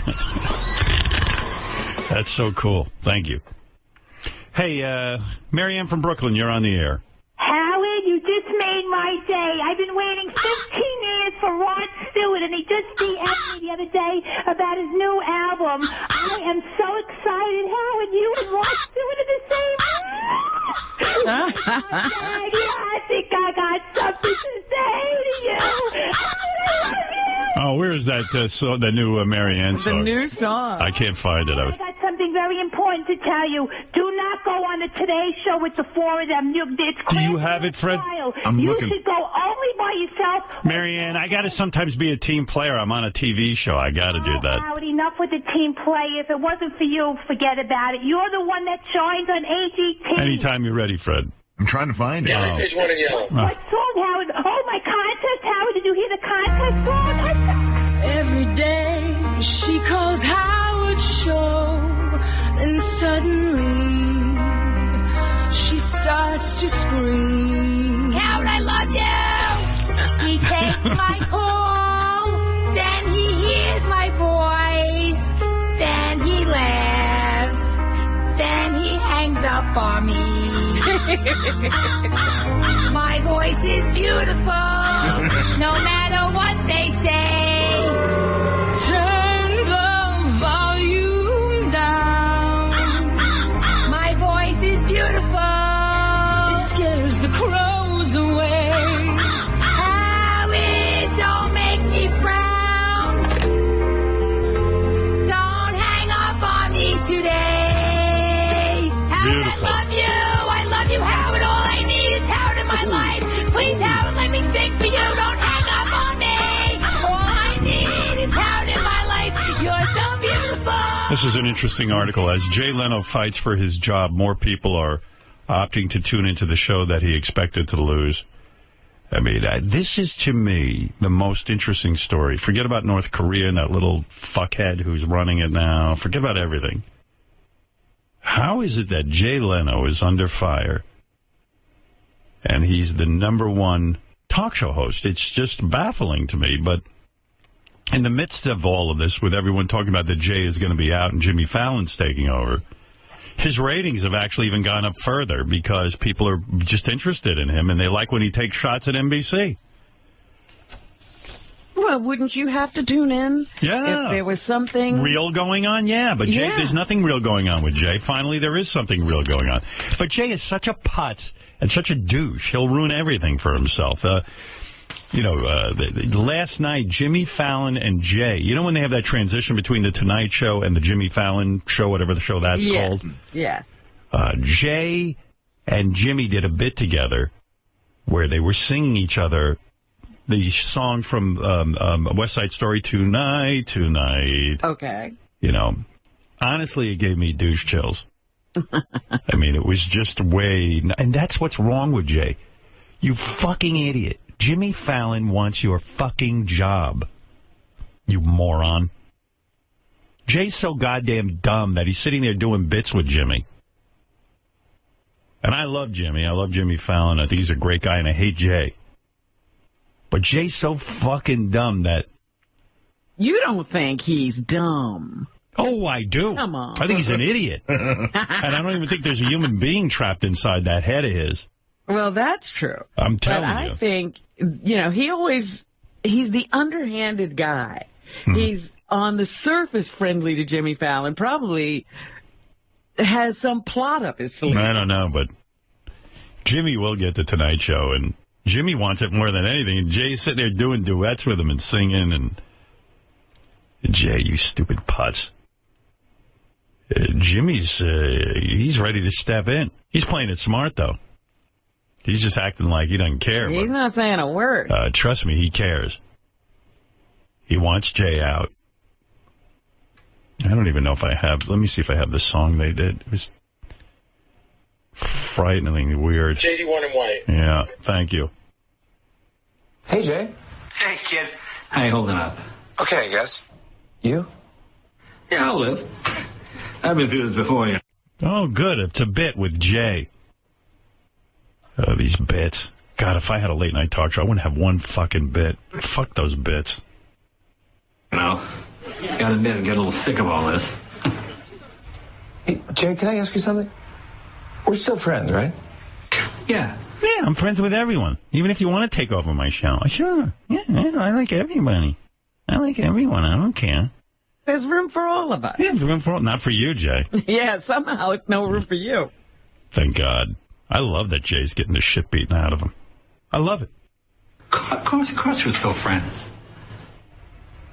I hate Johnny Carson, but I hate Jay more. Is that true? I don't know. I got to think about that. I might have to retract that. I hate Johnny Carson immensely. Only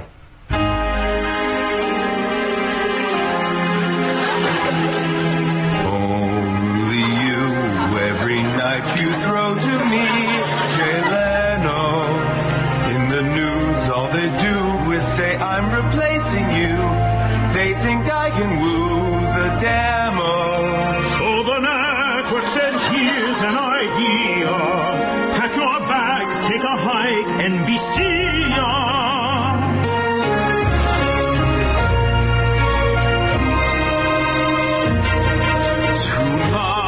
Tonight, who's gonna host tonight? Is it gonna be Jimmy or Jay? Yeah, keep singing, Jay. Dummy. Yeah, Jimmy won't be calling you for a duet once he takes over the show. Right. They should have done the scene when the Sharks and the Jets fight and with Jimmy about to stab Jay right in the fucking head. That would have been good. But anyway, so that's going on. Letterman was talking to Brian Williams the other night. He had a whole theory on this thing that the Today Show is having its problems. So what they did was they concocted the Leno problems in order to get people to stop talking about the Today Show. It's a deflection. It's a deflection. I thought that was pretty funny. Yeah. And a big plot. Conan O'Brien got his contract extended to 2015, and I don't think anybody cared. Nobody noticed. No, nobody cared. At least it got him into the news, you know. These guys he's over there quietly just chipping away at time. Yeah, these guys are just trying to fucking get in the newspaper. They got to keep it all going. But there you go. All right, let me say hello to, Eric the Midget. He wants to be called Eric the Midget. Are you there, Eric? Yes, I am. Hello. Hello. You know, you always hang up on me whenever I bring up the homosexual room, and so I haven't talked to you in like a week. Right. Would you go into the heterosexual room with me? Yes, I'd have no problem with that. No. Why can't you go into a homosexual room? Like, you couldn't go into a gay bar? Would you ever go to a gay bar just to hang out? Like, not that you're gay. No. Mm-hmm. You wouldn't take an appearance at a gay bar? No. Oh, my. Are you anti-gay? Are you a homophobe? No, I actually, and I wrote this online before, I've actually become more open-minded to that lifestyle by, after being a part of this than I was before. Right. It's just not your thing. Right. I know that. Let's go down to the heterosexual room. Okay. All right. See? Hi. Robin didn't even know I had a heterosexual room. I didn't. When did you concoct this? I built this after Eric wouldn't go down to the homosexual room with me. There's Eric's chair. He's on a lift? Yes. Well, let's do something manly together in the heterosexual room, Erica.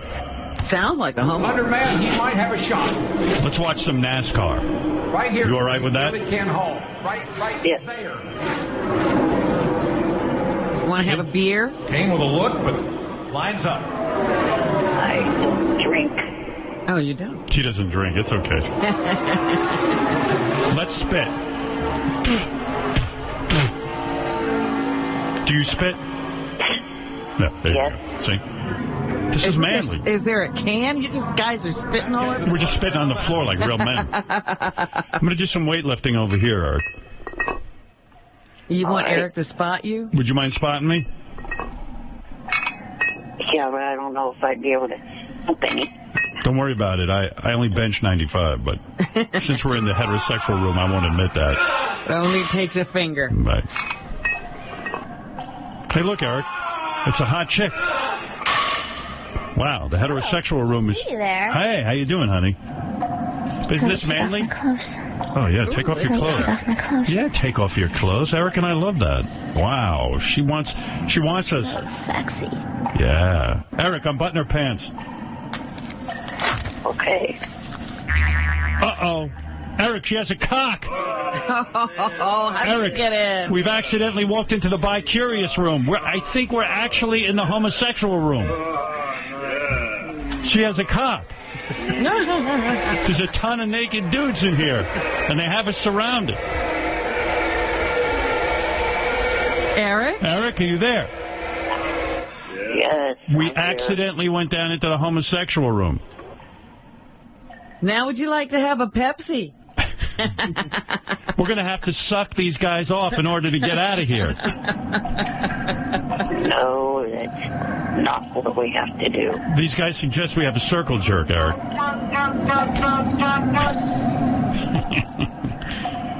See, I actually... Do you remember how you used to open sodas in the homo room? Yeah.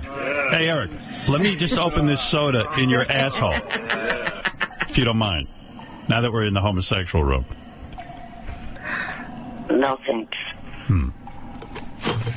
Oop. I just opened a bottle. Oh, Eric. I'm fart. All right, let's get out of the homosexual room and talk to Eric, because he's uncomfortable down here. All right. It's pretty good the way I tricked him into it. Absolutely, I loved it. I don't have a heterosexual room. All right, we're out. Okay, we're out of the homo room, Eric. See, Eric, it wasn't so bad down there. All I did was stick a bottle in your ass and open up a bottle of Pepsi. And we know how much you like Pepsi. Right. We're out of the room now, Eric. You can talk. All right. I can't believe you were down in the homosexual room. How did it feel? I don't know. He's confused. Part of the reason why. Eric the actor doing gay stuff. Suck that dick, Eric. With a club foot up my anus. Eric likes it rough. All right. Go ahead, Eric. What do you have on your mind? Well, I was gonna. You guys were putting the clips of Riley Martin, and I actually watched that show, and I was gonna fill you in. Yeah. But you guys got past all that. Do you believe that girl had a dick down there? She tricked us. She sounded like a girl. You liked her at first, huh, Eric? Yeah. Hey, Eric, what is that? Mayonnaise on your back? Oh. Oh. Robin, even I got fooled down there. I thought that was a legitimate woman. You thought it was a girl. I did. You thought it was a chick. I did. That guy fooled me. And so in Eric's defense. Anyway, go ahead, Eric. So what's doing with you? Well, I know you guys basically do charity auctions where you offer, like to have someone come in and watch you guys. Yeah, we don't do that anymore. It's over. We don't do that anymore, no. All right. What else is on your mind? All right. Well, that was about it because I was going to make a suggestion that you guys put an auction for that on the charity website, CharityBuzz.com. Yeah, I do enough with the charity. Everybody with the charity. We've done that, Eric. It's okay. Yeah, you're a little late to the game. By the way, Eric was at a hockey game. I got these news reports, and he's now there. That was last Wednesday. He's their good luck charm. What is the hockey team? The San Jose Sharks. What did he say, Robin? The San Jose Sharks. Sharks. Let me see if I can find those clips. This was kind of exciting for Eric. I'll share Eric's joy with everyone. I got so many clips here. Where's those clips, JD? 82 in orange. Thank you. Here's Eric. He went to the hockey game, and then he was on the news. Did you know you were on the news? I guess you do. Yeah, it was probably a one-sided interview by Shuley. No. This is, I mean, you were on the real news, NBC The news. local news, We'll have the new details on his future next. Plus, why Howard Stern is being credited with putting the Sharks back on the winning track. Yeah, somehow I got in on the report, but they think you're a little guy in a wheelchair. yeah. Somehow Howard Stern. Well, Eric's not getting on the news by himself. He needs me. Could the San Jose Sharks have a new mascot? The Mercury News reports Howard Stern show regular Eric the Actor Lynch was at last night's game against the Ducks. Don't you think the newscasters are a little condescending to little people? Like it's like, hey, they have a new mascot. Like all little people are mascots. Yeah, like he's a person. Yeah, he's a grown man. You know what I mean? He's not in a chicken outfit. Yeah, and it's like, hey, they have a new mascot. And she goes, ha, ha, ha, ha, ha. Look how cute. Right, Eric? Aren't you sick of that? Yeah. Yeah, exactly. Why aren't you a fan like every other guy walking around? Right. They treat Eric like he's a little kid. Well, at NBC 11 out of San Jose. Yeah. Now, hold on. His first hockey game ever. And during the game, Sharks scored 3 goals in the first 10 minutes and went on to win it 4-0. And that led the Merc to speculate Lynch, who lives in Sacramento, may be a lucky charm. Tonight, the Sharks play the Red Wings, but Lynch won't be there. He'll be in San Francisco at the Giants game. Look at the little deformed man. The Giants' victory tonight. We'll see. Look at the little deformed man. He's their lucky charm. Rub him. He'll give you luck. Rub his belly. Eric can go bra. Eric's a grown man. Doesn't want you laughing at him. Yeah. He wants you sexually turned on. Right. Yeah. It's like, look at it. Look at the good luck charm in the wheelchair. Isn't he cute? Meanwhile, Eric wants to fuck you. I wish Eric could fuck her and show her what Eric a man he is. Has a penis. Stop treating him like he doesn't. Chad is on the phone. Yes, Chad. Hey, Eric, I heard you went into the homo room. Nice! Chad, are you a homosexual? You bet your sweet ass I am. Hey, Eric, what do you say we go to the gay band house, me and you? Come on! Well, Eric, a lot of gay men are excited by your appearance in the homosexual room. A whole new circle of friends, and they're not treating you like a toy. Well, I got confused down there myself. I thought I was in the heterosexual room. We got tricked by that girl / man. That she. Oh, look at the lucky charm for the hockey boys. Just because Eric's in a wheelchair doesn't mean he wants to be treated like a leprechaun, as Robin says. Right, Eric? Right. No, seriously. I mean, exactly. It's annoying. Look at Eric. There's nothing lucky about him. Really? Yeah, what good luck. Like you bring Eric around like a lucky charm, like a... He's a mascot. Eric could fuck you harder than any guy on the planet. This dude had 2... Didn't you have 2 girls at the Bunny Ranch? I had more than that. Yeah, but I'm talking about it once. Yeah. Yeah, you had a 3-way, right? Two of them. You should write a letter. Well, don't write a letter. She'll probably have you arrested. Well, if you ever see her, just say, hey, listen, I just want you to know something. I'm no one's lucky charm. In fact, I gangbang chicks like you. You know? I'm a lucky charm. This lucky charm's going to pull your pants off and make love to you. I'll make you lucky. Yeah. How's this for luck? I'm going down on you. Right? Right. Now, this is manly. Thank God you two got out of the homo room. Yeah, good thing we're out of that room, Eric. We got tricked.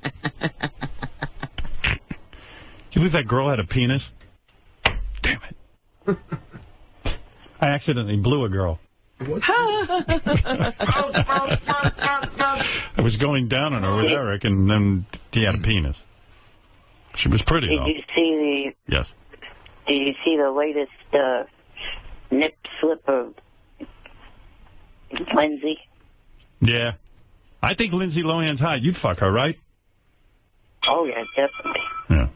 Well, now, this is very masculine. Definitely, he says. See, this is what Eric wants to talk about. He doesn't want to be anybody's lucky charm. Lucky charm. Guy's a grown man. How old are you now? 38. Oh, hold on a second. I got to yell at this person.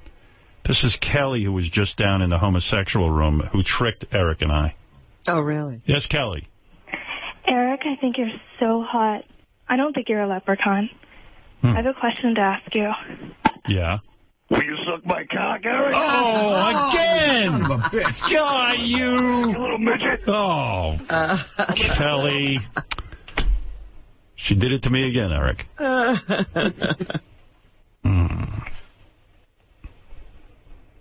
Did you think she sounded like a girl at first? Yeah. Yeah.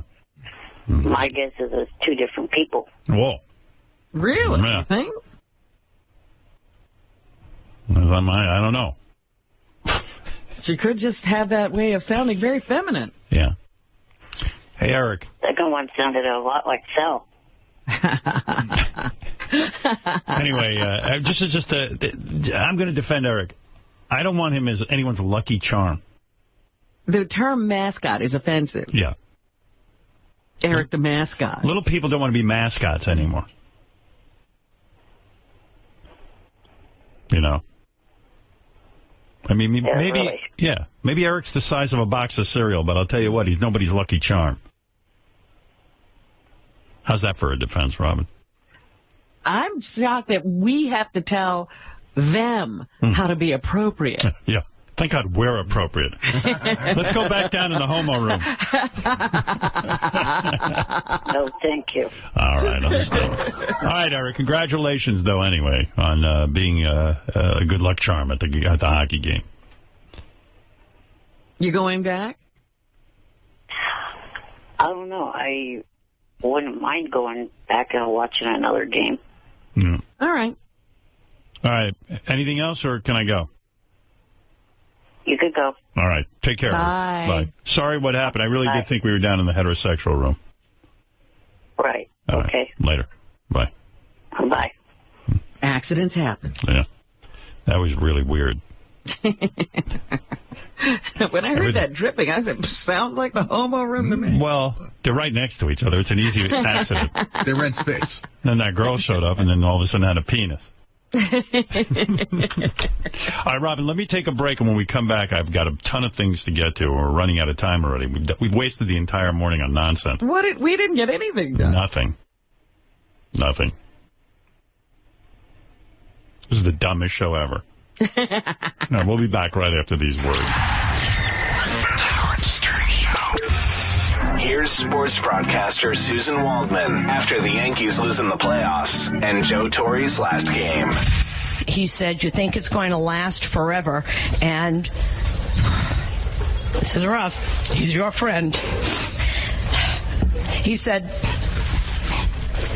this has been the best 12 years of my life. I wouldn't have missed this for anybody. Now, I was okay, actually, till I went into the clubhouse, and the coaches are sitting in Torre's office, and they are watching this. And the tears that you hear in my voice are coming down the faces of the coaches in that coach's room. The Howard Stern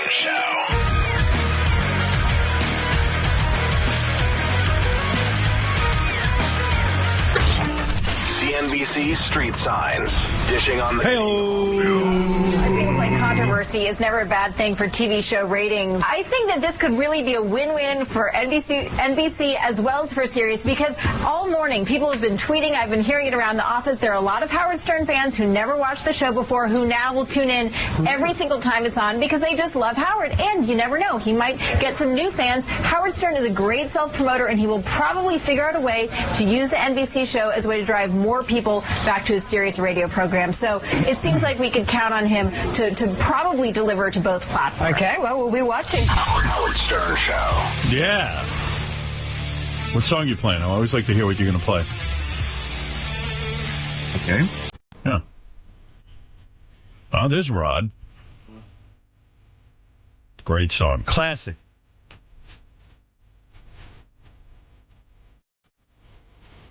What do you think Rod is worth?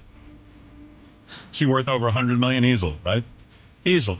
Yeah, because he wrote a lot of his own stuff. Yeah. He doesn't act like it, though. What do you mean? I'm only teasing. I wonder who he hangs out with. Like, does he hang out with find Jagger? And like, if I was Rod Stewart, I'd hang out with Jagger, Bowie, McCartney.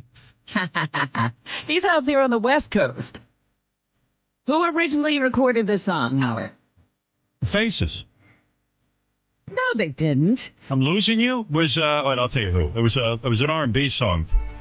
I'm Losing You. Was it The Temptations or something? Or yes, it was. Yeah. I'm a fucking wealth of musical knowledge. Come on, ask me. I just wanted people to know that. All right.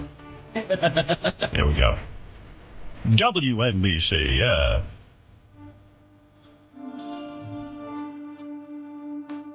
I'm losing you.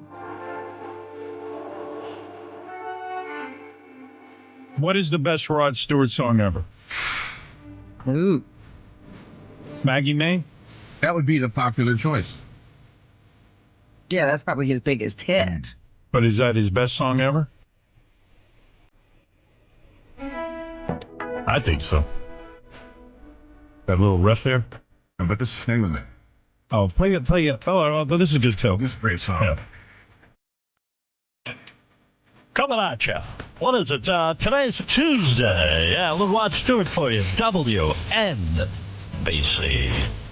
Yeah. Got Captain Frank coming up.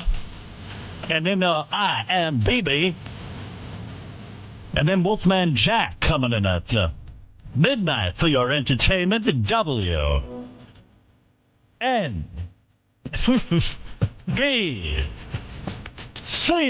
Yeah. Dumb job. Playing this on vinyl this morning. Here at WNBC. I didn't notice I didn't promo Imus. A lot of times I wouldn't. Adam D-Door. D-Door. That's the key in this song. That's the sign of great. You know I'm getting sweet-eyed. Oh, you hear the vinyl? You can hear all the scratches and everything. Such a beautiful... I love that song, John. Boy, there's a tambourine in there. I never heard before. I've never heard that tambourine before. Oh, no, that's my teeth clanging together. Yeah.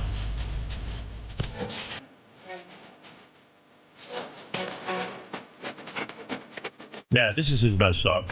Music by Strauss from also Sprach Zarathustra. This is going out to Baba Booey in celebration of his exhibit, The Evolution of Teeth in Primates, from his friend Joe in Jamestown, New York. That's from an actual classical radio station. Somebody requested that. Hey-o! Hey-o!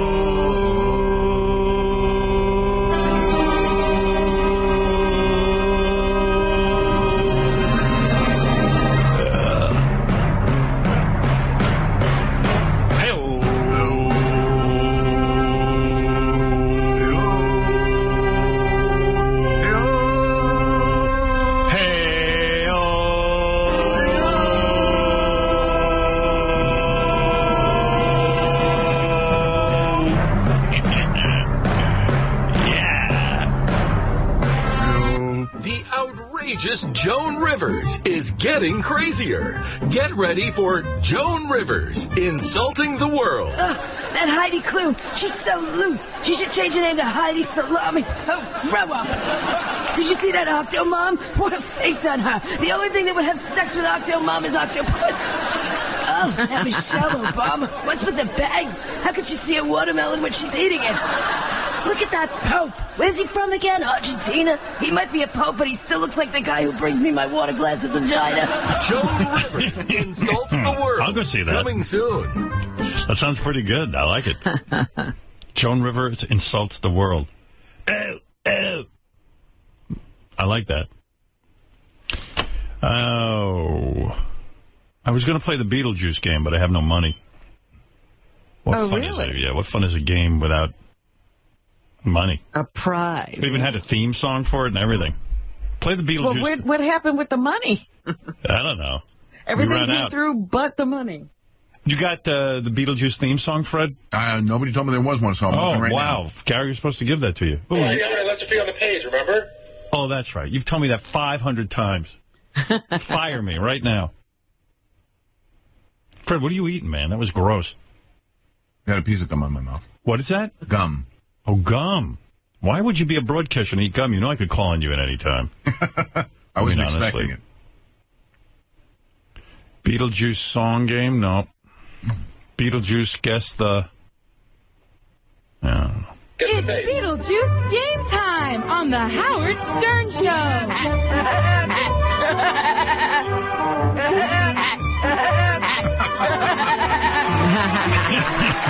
I just like the jingle. I don't care about the game.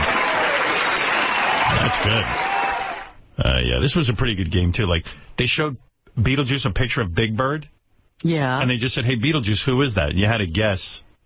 If Beetlejuice could name Big Bird? Yeah. What do you think? If you think if I showed Beetlejuice a picture of Big Bird, he must know who Big Bird is because he's like that show's perfect for him because he's like a kid. Like mental. Yeah, I would think that he would know Big Bird. Me too. Let's see. You can't tell me. I already know what it is. It's Donald Duck, man. Yeah, it's Donald Duck. Oh, he missed the Big Bird era. Wow.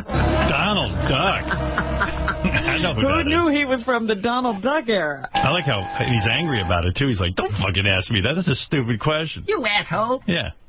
You can't tell me. I already know what it is. It's Donald Duck, man. Yeah, it's Donald Duck. You dumb. You Donald Duck. And then he insults you.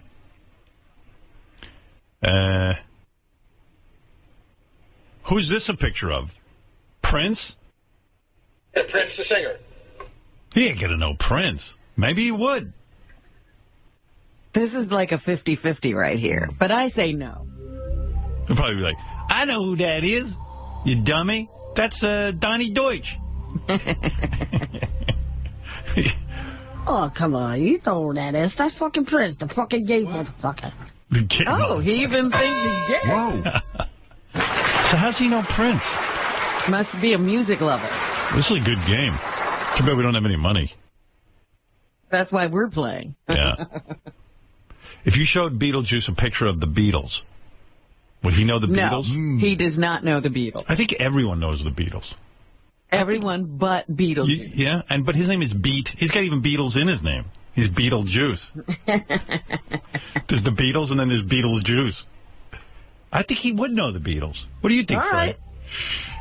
That could have fallen between the cracks. Because I don't know how old he is exactly. He's pretty old. Knows Donald Duck and stuff. Cartoons he's up on. Oh. I say he doesn't. All right, Robin says no. Fred says no. I say he does. Let's see. All right. What are they, fucking hillbillies of shit? I wouldn't want to know nothing about that shit. No, he didn't. He didn't even want to know them. Right. I don't know that Hillbillies. shit. It must have been when they had their beards and stuff. I bet you he'd know Barney the dinosaur, don't you think? Yes. He didn't know Big Bird. Ah. Yeah. I'm saying no. I think he knows Barney. Or would he say Dino from the Flintstones? Oh. That's something you can bet on that. That's a side bet. I know who that is. Dino. That Dino, motherfucker. I say he knows Barney the dinosaur for some reason. I say no. Oh, don't talk about that, because I already know what that is. Fucking Barney. Barney. He said Bunny. Barney. He said Bunny. He said fucking Barney. Yeah. Black people like Barney, Rob. I don't know if you know that. What does black people and Beetlejuice have to do? He's a black guy. He's a black man.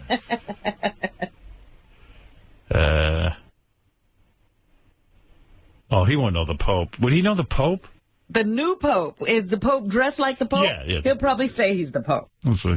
He's a rabbit. What you think God made him for to be a fucking judge? He's just a rabbit, that's all. A what? A what? A rubbin? I think he's saying he's a reverend. A reverend. I thought he was saying a rabbi. Rabbi. I thought rabbi. He could have been rabbi or rabbit. I think he said rabbit. I think you're right. Wait, let me hear that again. He's a rabbit. What you think God made him for to be a fucking judge? He's just a rabbit, that's all. A rabbit. He thinks the Pope is a rabbit. Pope is a rabbit. All right, here's a good one.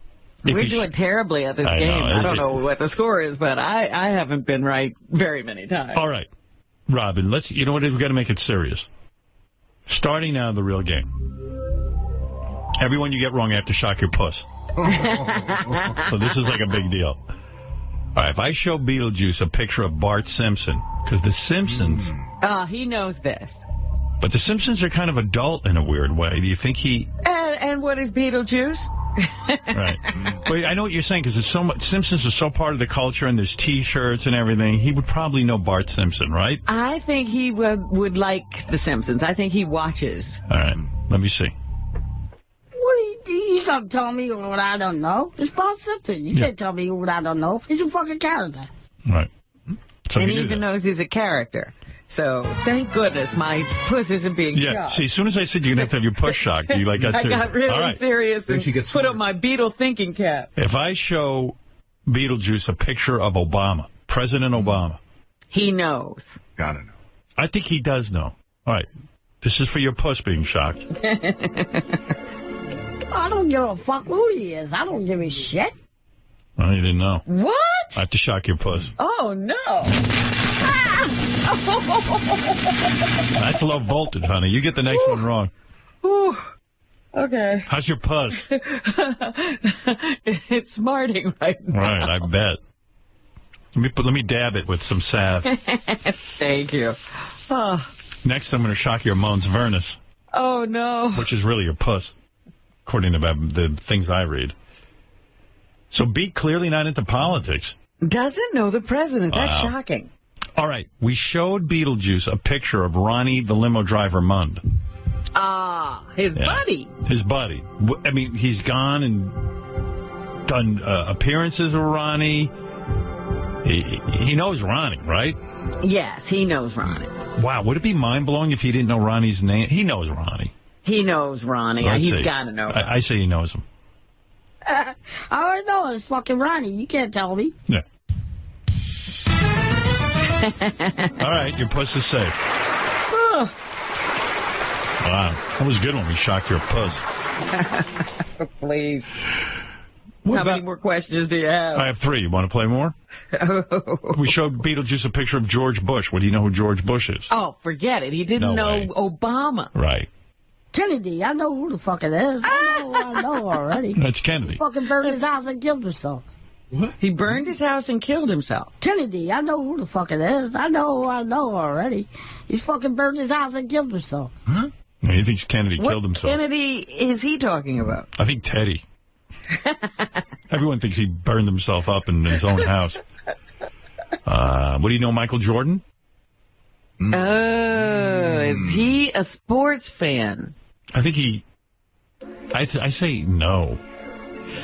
Well, maybe. I want to say yes. All right. All right. I'll go with you on that. Yes.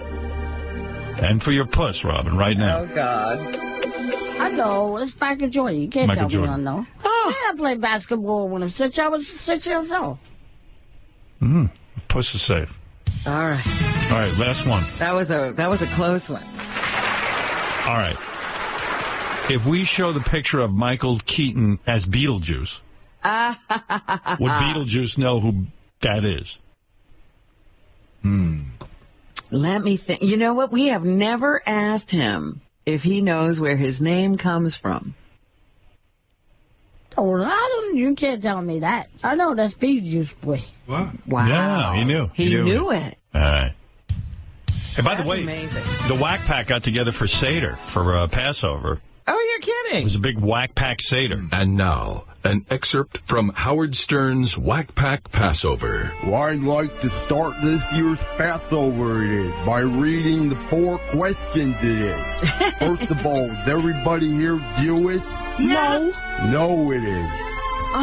If you're not Jewish, Bigfoot, how can you be the one running the Seder? I find that disrespectful. Quiet, asshole. What are we supposed to eat? That's what I'm trying to do, it is. With all these fucking interruptions, I can't get any of my goddamn agenda done, it is. I don't think this is how this works. How the fuck would you know, under lady? Oh, can I eat yet? This holiday blows. Fuck it. Well, I'm hungry, too. Happy Passover, everybody. Keep that gefilte fish away from me. There you go, Whack Pack Seder, Robin. Wow. Exciting. Sounds like a fun night. It sounds like a Seder you might enjoy. Yeah. Hey, speaking of religious theme bits, here's one. One of the listeners. Oh, no, sorry. Richard Christie put this together. He took my bar mitzvah tapes and remixed them with rock music, and it's sweeping the country by storm. Original music by Richard Christie. Robin, everyone loves this.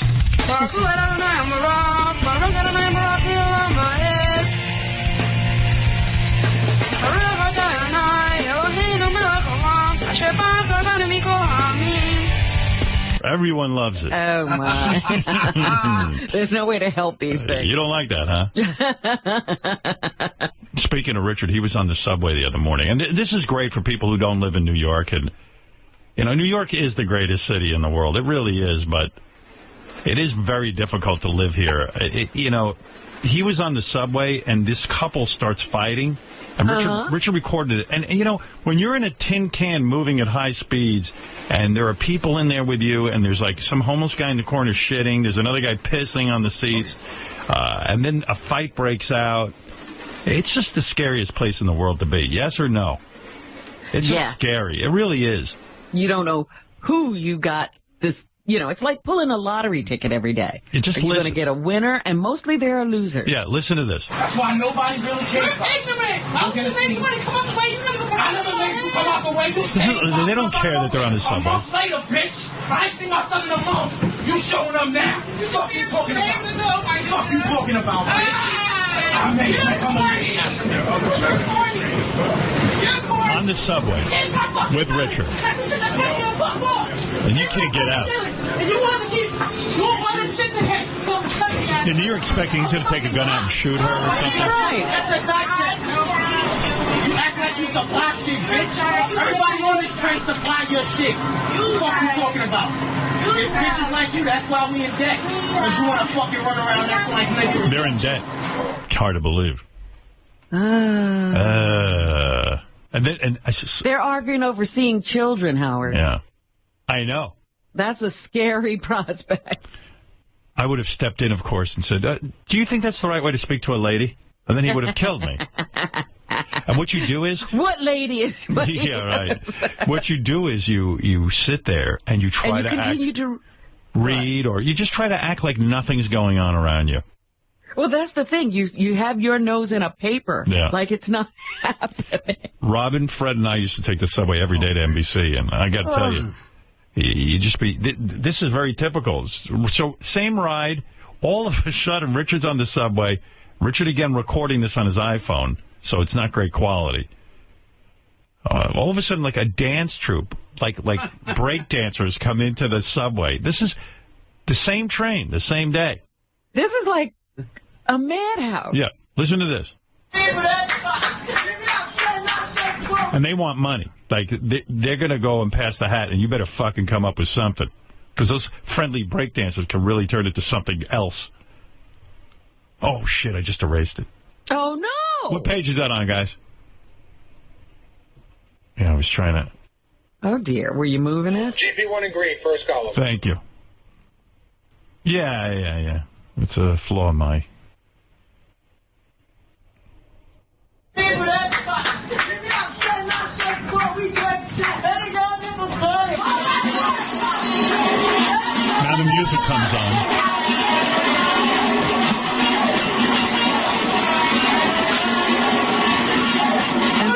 dancing in the aisle? They're break dancing right on the train, and that's like, God forbid you want 5 minutes to just sort of like reflect. You don't get a choice. Yeah. And meanwhile, probably in some other corner, some woman's giving birth. You know what I mean? It's like a zoo.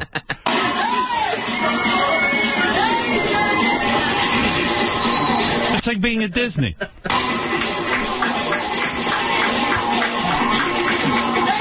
Yeah. Richard said they were doing flips and like almost coming like an inch away from people's heads. Yeah. Well, it's very passive. Well, that's what I'm saying. There's not much room in the aisle of a subway. I was on a subway once. Right. Packed subway. No. Homeless guy sleeping on the subway. But so everyone's got to figure out how to be away from him. Right. Subway's moving. Because it stinks. Gets up in the middle of the ride. And he's wearing pants that are so filthy dirty that there's not even a zipper on them. Right. And he's not wearing any underwear. So he holds the thing and he takes his dick out because he's going to start peeing on the bench. Oh. So nobody knows what to do. And he's a black guy. So there's a businessman on the train, the black guy.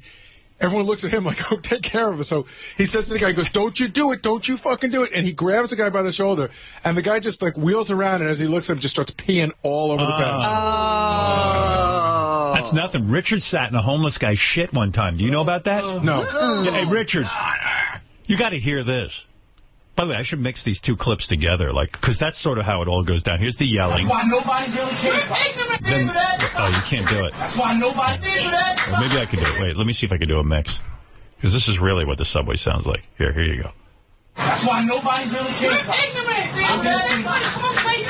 never made you come out the way.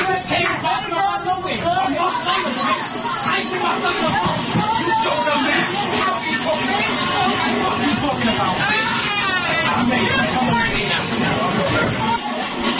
What do you do when the couple's screaming at each other? You just kind of hide, Just right? whip out my iPhone and record it. Yeah. It's funny because people you could hear them yelling at the subway stop when the doors open. Everybody went into a different car. I walked right into their car so I could record them. You had to record. Yeah. You had a session to be at. It was my job. When did you sit in a guy's shit? I forget that. It was a few years ago, and that's the day that I learned you should not wear like iPhone speakers in your ears when you're on the subway. You have to have all your senses. You really do, because I walked in and I was pretty drunk. It was on a Saturday night, and there was this open couple of seats, and it was a packed train. I was like, wow, there's an open couple of seats there. Don't ever, that doesn't make any sense. There's a reason, yeah. I thought it was my Kansas. I thought it was my lucky night, and so I sit down, and then all of a sudden these people all around me are waving their hands at me, and I have loud heavy metal playing in my ear. And I'm like, I have no idea what they want. Yeah. And I pull the earphones out, and they're like, dude, you just sat in shit. Oh. You don't even look where you're sitting on the subway? No. Hell no. We don't look where we go. So when are you going to wash those pants? You know, the funny thing is, I didn't even go back home after that. I was so far into Brooklyn because I was going to my buddy's bar. I was like, I can either take another hour subway ride back home to change my pants or just go to the bar. Was the shit like stuck on your pants? Yeah. It was? Yeah, I wiped it. When I got to the bar, I wiped some of it off. Oh, my God. Oh, you actually went to your destination. And did you smell like shit? It stunk, yeah. I threw away the jeans after. But... And you sat at the bar for hours? Yeah. What about like just getting to Brooklyn and going to a store and buying a pair of pants and throwing those away? It was like midnight. I didn't think of that. Yeah, how about I would just go home? Who wants to continue out? Oh, my God. You went to the bar? How long did you stay at the bar? Oh, till like 4 in the morning. Oh, my God. Did anybody sit near you? I mean, did anyone say, hey, you smell like shit? No, it's kind of it was a dive bar, so I don't think people cared. It sure was the night you were there. So, imagine he wiped the shit off his pants and just stayed at the bar. I went through that when Fred the Elephant Boy showed up to my... He showed up to my appearance after he shit his pants, but in shorts on, so it was all over his sock. And I got there, and it was outside, so all of a sudden it would like be fine, and then the wind would blow, and it would be like a big thing of shit in your nose. Oh. Fred was probably... Elephant Boy was in my situation. He didn't want to take the subway all the way back home. He didn't want to miss a Gary appearance. I got to tell you, I heard another interesting story about Richard. Richard took a class, like a grappling class or a wrestling class, and so the teacher made him wrestle with a Down syndrome kid, and his head was between the kid's legs, and the kid shit. When was that, Richard? Submission? This was a few years back, and I was, getting into the kind of martial arts thing. And this was here in New York. Yeah. Oh, no. And this was the nicest kid in the world. Like, I didn't want to Who say takes anything. a Down syndrome kid to learn martial arts? He had a really high belt. Like, really? But I think it was because he was trying. He was a natural. It's like how Eric became the mascot at the hockey game. By the way, I know who takes them there. That's like for your parents. It's an hour you can drop a kid off. Yeah, but is it fair to take a Down syndrome kid and give him a black belt just to make him feel good about himself, or like shouldn't that be sacred? No, yes, it's good to make the Down syndrome kid feel good about himself. What if he tries to stop crime? But what about someone like me who took karate for years and couldn't get past a certain belt? You know, what I mean? That's not fair. How about making me feel good about myself? Elvis, they gave him a black belt to make him feel good about himself. He was retarded. No. He was retarded too. Yeah. So in a way, he deserved a high belt because he'd shit on everyone and win his match. He definitely made me tap out. I'm going to What do shit they on call you. that? That's his signature move. So tell me what happened. Like you're in the dojo. Yeah. And you're there. It must have been a real low rent place. I mean, No, it was pretty nice? real nice place. And, Yeah. and the teacher says fight a kid with Down syndrome? Yeah, well, you go around the room and grapple with everybody. And did he fight like a retarded guy, or did he? He has what they call retard strength. Yeah, but did he have moves? Or? No, not really. So he would just start wailing away. He just kind of tried to sit on me, and he had his ass or my head was between his legs, and I guess that was his signature move. And all of a sudden, I hear this Oh, Jesus. and he goes, sorry, like that. And shit get on you? No, it was inside his pants. His gi. But that gi's white. You could see the shit coming out. It started to get dark, but the bad thing was, this was like 10 seconds into the 2 minutes that we were supposed to grapple. Oh, no, he didn't stop? You didn't say, wait a minute, I got to call a foul here. I didn't want to embarrass the guy. I felt horrible for him. Nice So I kept going, and I vomited on the floor. What a mess. What a mess. You vomited? Yeah. I tried to cover it up. So bad? Yeah, it was the worst smell What I've did ever the teacher say? There's a guy shitting his pants and another guy vomiting. And then one's vomiting. I kept it quiet. Like, I tried to vomit and, be quiet about it. And I put my vomit on my pants so I'd kind of wipe it up so the teacher wouldn't see. And I didn't want to embarrass the guy. I felt bad. The teacher looked at you and said, I thought you were normal. Yeah. You're vomiting. I won the match? Oh, he definitely did. Yeah, right.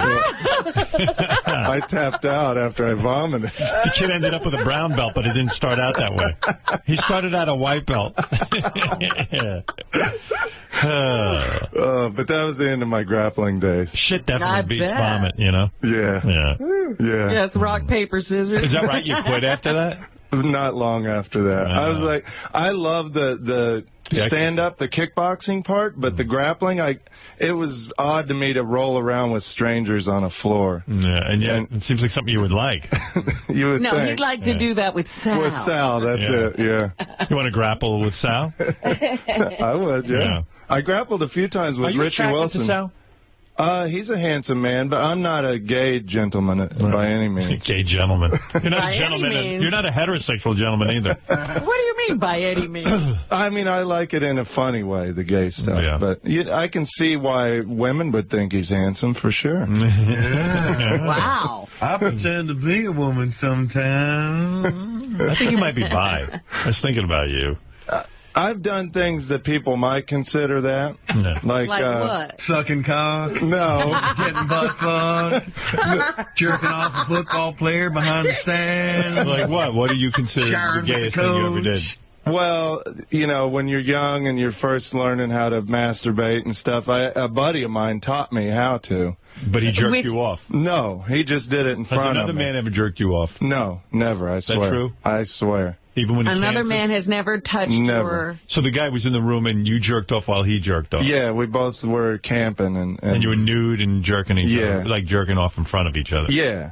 And you were looking at him jerking off? No, it was in the dark. We were each in separate sleeping bags. Stories. So how did he teach you? Yeah, he taught me by, I guess, audio books. No, this was a separate time. Before, like the first time when we were like 10, he just did it in front of me, and he had a spot on his carpet where he would always finish, and it was like a white carpet, but there was this big tan spot in the middle. What did his parents think of that? I don't think they cared. He was a character. My God! So, Where dude, did you grow up? You guys jerked off. Let's be honest, and looked at each other while you were jerking off. We looked at the result. That was it. But how did he teach you if it was pitch black? He just kind of, well, it's not hard to teach somebody. What did he say to you? Like, just rub up and down and stuff. Oh, good teacher. That's some teacher. Like, you never, when you were young, nobody kind of told you how to do that kind of thing? Like, you didn't have buddies that... No, I kind of figured it out. Yeah. But how... He's a genius. I didn't know. I told you the first time I did it, I got nude. I'd heard about it. And I was watching Gilligan's Island, waiting for the redheaded actress to come on, who never came on that episode. I found the one fucking episode where she didn't come on. And then I was waiting, and I was rubbing, and then I peed all over myself. I peed on my belly and on my parents' bed a little bit. But who was showing on TV when you came, like Gilligan or something? Yeah, it was Gilligan and Skipper. So you came to Gilligan the first time. First time I ever, but it was pee, so I technically didn't come. I don't remember where I first came, but I do remember trying to masturbate, and then I thought, and then you pee. You know how it feels kind of good when you pee, and I was like, okay. But first time I did it, I didn't even touch myself. I just had like an explosion. I never had that. I never had a wet catalog. Looking at it. Oh, looking at a catalog. Yeah, like a Bass Pro Shops catalog. Yeah, look at that fly fisherman. Got them waders on, huh? It's weird. I'm not gay, but I still finish when I see a picture of Bob Denver. Wouldn't you masturbate looking at yourself after you worked out, like in the mirror? Yeah. So that's sort of gay. Yeah, could be considered that. Like, what do you mean? Because you thought you were in good shape and you wanted to see yourself? You know, I was lifting weights. It was probably 10 or 12 years ago. Yeah, you were fully shaved. Yeah. And then you would, like, stand in front of the mirror and masturbate? Yeah. It was probably the creepiest thing ever because I was in my storage unit. And hello, Hercules. Yeah, it sounds like Wild Bill from Silence of the Lambs. Yeah, right? Imagine, poor you, Robin. You buy some space just to, to put away for your store storage. a few things. You walk in and this animal is in there masturbating dancing around masturbating to himself. Or imagine now they have those storage wars type shows where they'll lock, cut the lock on a storage unit to sell the contents inside. Right. Imagine they cut the lock and they open up and I'm in there jerking off. You're gross. I know. That's so great. What were we talking about? Why did I bring in? I guess I sat in feces on the subway. Right. Oh, yeah, it was the subway recording. You know what? As much of a nightmare sometimes as the subway is, it's the greatest thing in the world. Well, to not have to drive. Yeah. That's the thing. It's so convenient. It's so great, but they really should keep certain people out. Like, I really wouldn't be opposed to our police department sitting there and judging people as they came through. There's a police presence on the subway sometimes. But they still can't tell anybody not to be on it. That's why I'm a big fan of the Guardian Angels. When I used to ride the subway a lot, I would just kind of be so relieved when I saw a Guardian Angel there, because those guys can really kick some ass. Mm-hmm. They know karate. But what would they do about a guy who just wants to pee? I mean, it's just, we luckily never experienced that. Oh, please. We were on the car with guys who would shit themselves and everything else. Yeah, but they were discreet. Nothing discreet about it. Oh, my God. Wiping their ass with cardboard. And even now there are, people just eat on the subway, and it's disgusting. I could never eat on a subway. Yeah, how could you eat? And not just a little bag of popcorn or something. I'm talking about they bring, full meals on there. Yeah, they'll have a whole seat for their meal. Yeah, next a box of spaghetti. Yeah. You know what I mean? Yeah, it's like a picnic. They spread out. The perfect place to enjoy my meal. Can I have some of that roast pig? Looks good. Can I tell one more disgusting New York City story? But in D.C. on their metro, they'll arrest you for eating on there and stuff. They're clean. That's a much cleaner system. You're goddamn right it is. Can I tell you one more disgusting New York City story? I was out. This has got to be 15 years ago. It was like a 100-degree day, and I was in Times Square, right? Walking down the street, I make a left onto 41st Street. You know those guys that have the fruit carts? Yeah. There's a guy there, and there's a woman. She's got her pants and her underwear in her ankle. She's got to be like 60 years old. She's going to be like 300 pounds. And she's got baby wipes, and she's wiping her vagina. Oh, stop. Next to the cart. But I mean, it's lunchtime, and everybody's walking. Nobody stops. And I stop, and the guy on the cart, it was so awesome. He's just leaning against the cart, and he looked at me because my face just stopped, and he goes, "Yep, it's happening." But she had her pants down. I once saw a guy on my corner. Wow. I saw a guy. Shit between two cars? No. That. I saw a guy. It was again, these are crazy people in New York City. The guy had his pants down and his underwear down, right? He was shitting, but he was holding a newspaper. He was holding the spray that you spray in a bathroom for the odor. Oh, my goodness. He's a comedian. He was crazy. Yeah. I bet you Rich will be like that in 10 years. 10, 5. But that's at least a guy with a sense of humor. Spraying his... He's being courteous to everybody else. I'd rather smell shit than smell that spray. That spray mixed with shit is the worst. Oh. That Pine Sol, or whatever it is. Lysol. Oh. Yikes. Or just light an old-fashioned match. So you grappled with, is that the right word, grappled? You grappled with Richie Wilson? Uh-huh. Who won that? He always did. I think I won once by accident or something, but he's really good. He's real into karate. Yeah, and, you know, Does he ever kick anybody's ass, or is he just walking around with all that skill and not doing anything with it? I think he has. I think he's Well, who's going to grapple with you when you're out on the street? Well, you know, hey, you got to practice for all kinds of situations.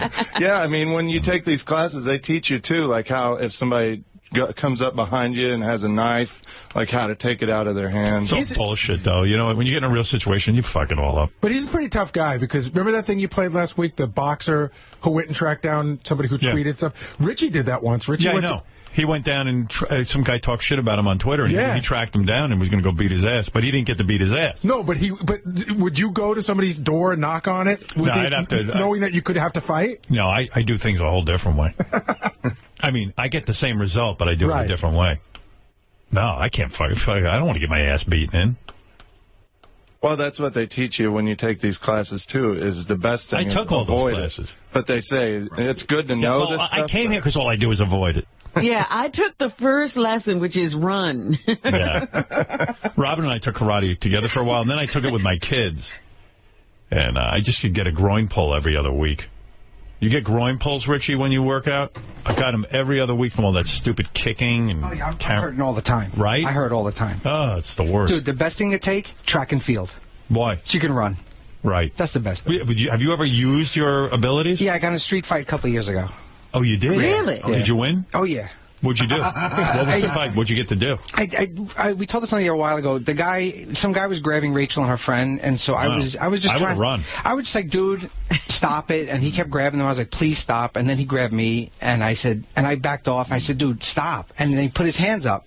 So I told him straight out. I said, all right, you just got a title shot. And I beat the shit out of him. Wow. Oh, wow. Yeah. What'd you say? You got a title I said, you got a title shot, and I just went after him. WWE. Yeah. Yeah. And so you went after him. How bad did you fuck him up? He squared off. Right. And I threw like a little low leg kick just to gauge my distance. And when I realized he was close enough, I shot in, grabbed his legs, picked him up, slammed him down, got on top, and just started pounding on him. Nice. Wow. Did you knock him out unconscious? No, I hit him a bunch of times. And then I slid one thumb down his shirt to get ready to choke him out, almost like a gi choke, but with his shirt. Yeah. And I stopped and I said, dude, the fight's over. We're in the middle of Canal Street on the yellow line in between. And on the street? In the middle of the street. Yeah. And I was getting ready to choke him. I said, dude, the fight's over. You're not going to win. Let's go have a beer. I said, it's over. You're not going to win. He's like, fuck you. So I hit him a few more times. Right, yeah. Yeah. Good for you. He deserved it. I wouldn't let him up. Yeah. And then my friend who's a lawyer came over and said, all right, you just went from self-defense to assault, so we got to go. Right. Get the hell out of here. I learned you should have shit on the guy. That would have ended everything. He could have vomited. That's the greatest story ever. I can't believe that there was a guy with Down syndrome in the karate class, because that seems dangerous to me. ESPN last week did a story about a Down syndrome MMA fighter.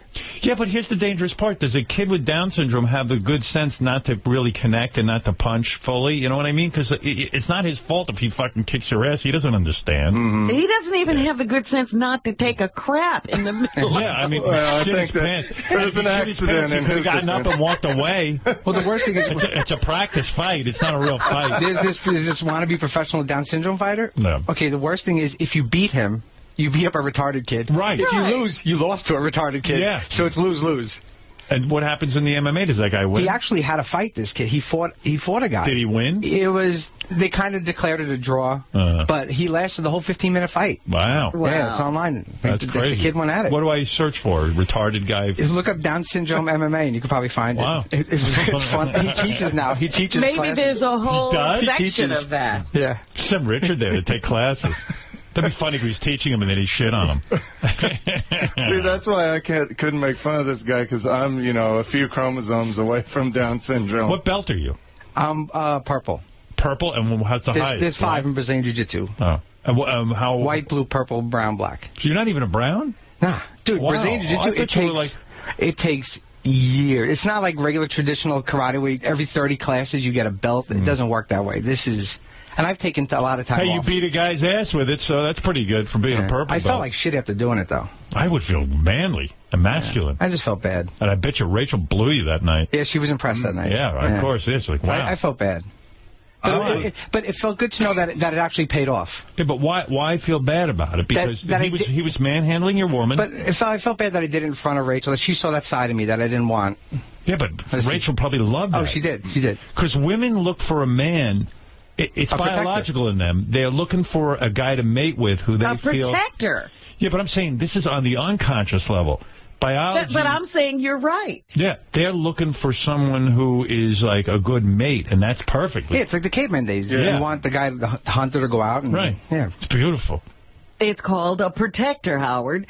I can be here making my nest, and he can Dude. go out and kick ass. If I had your skills, I would just go around beating the shit out of everyone. You know, In caveman times, Richie would be king of the hill. Yeah. Yeah, the Chuck Zito would come and take my woman. Yeah, exactly. He's always a bigger caveman. Yeah. Just make sure your hill is away from Chuck Zito. Good for you, man. Yeah. But it was all muscle memory. Like, I didn't think of what to do. It just because happened. you go enough to the thing in practice. Because when you train, you go 100%. Right. Like, you train with your friends, but they're out to break your arm and choke you I out. know, So and that's good. That's what the good thing is about it. There's no hitting boards and shit. Wow. Right.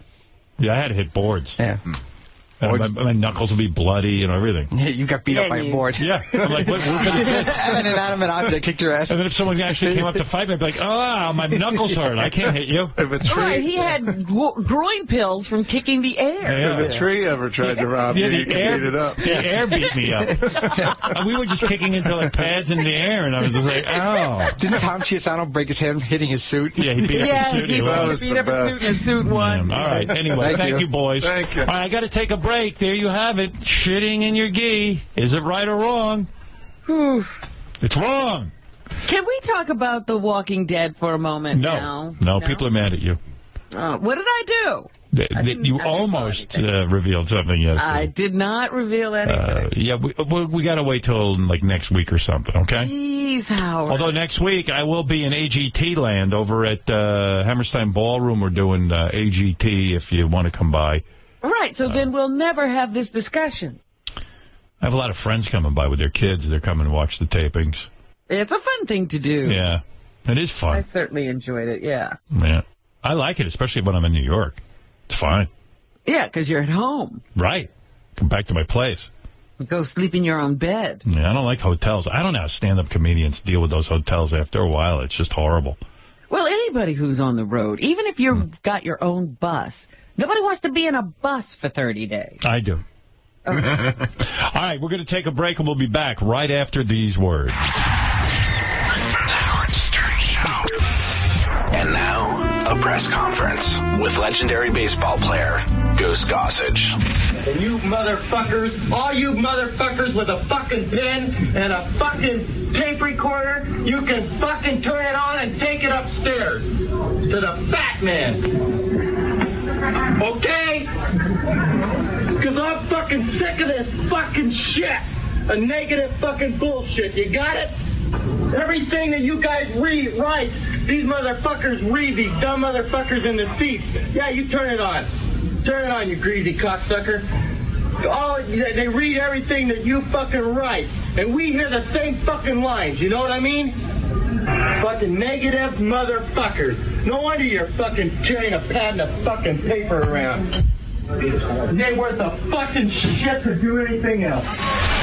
Motherfuckers. The Howard Stern Show.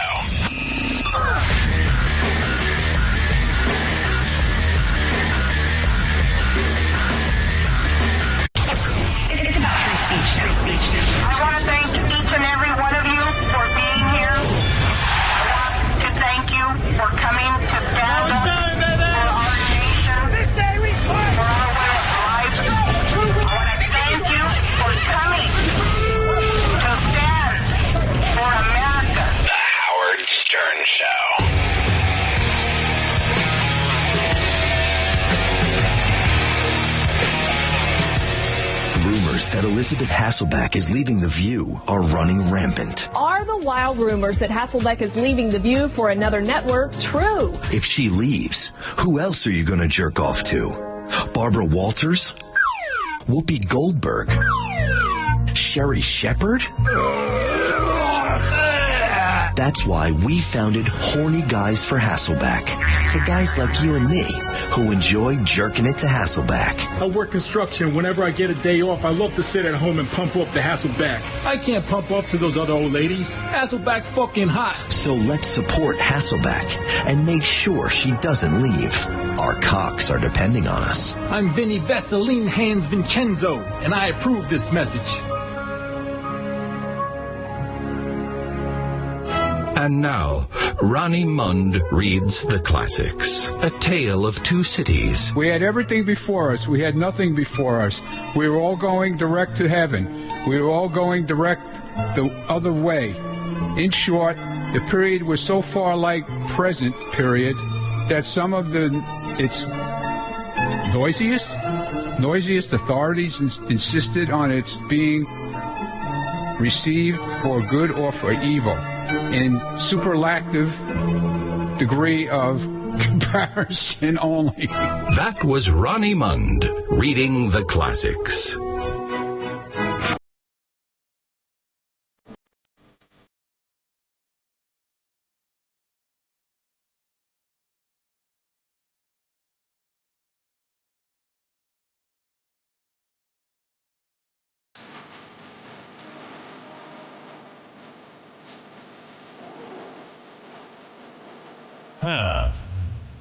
What is this?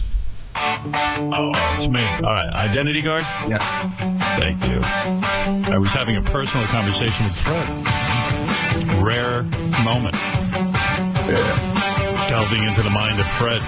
That's dangerous. I liked it. Oh, good. I want more. Very nice. Identity Guard has something perfect for you. You do just about anything to protect your children, right? What about protecting their identities? You may not know that identity theft targeting children is on the rise. Well, now you've got some help for that. It's called KidSure.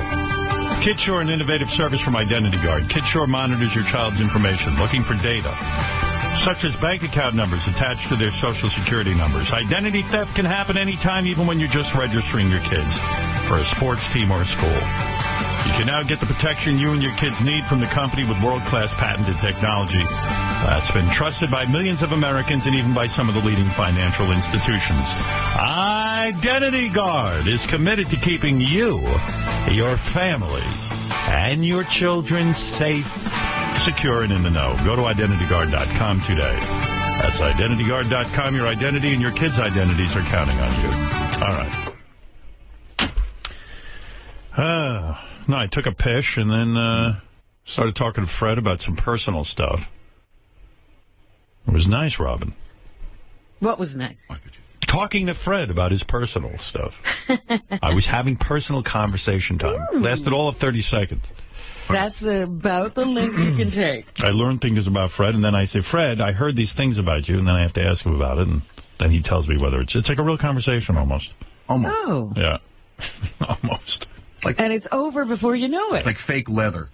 I'm feeling bad earlier that the guy posed a question about Gary versus John. Who's the better broadcaster? And I went with Gary. I'm going to go with John in the next hour because I feel John is going to be... I love John. John, are you offended? Do you think John is upset?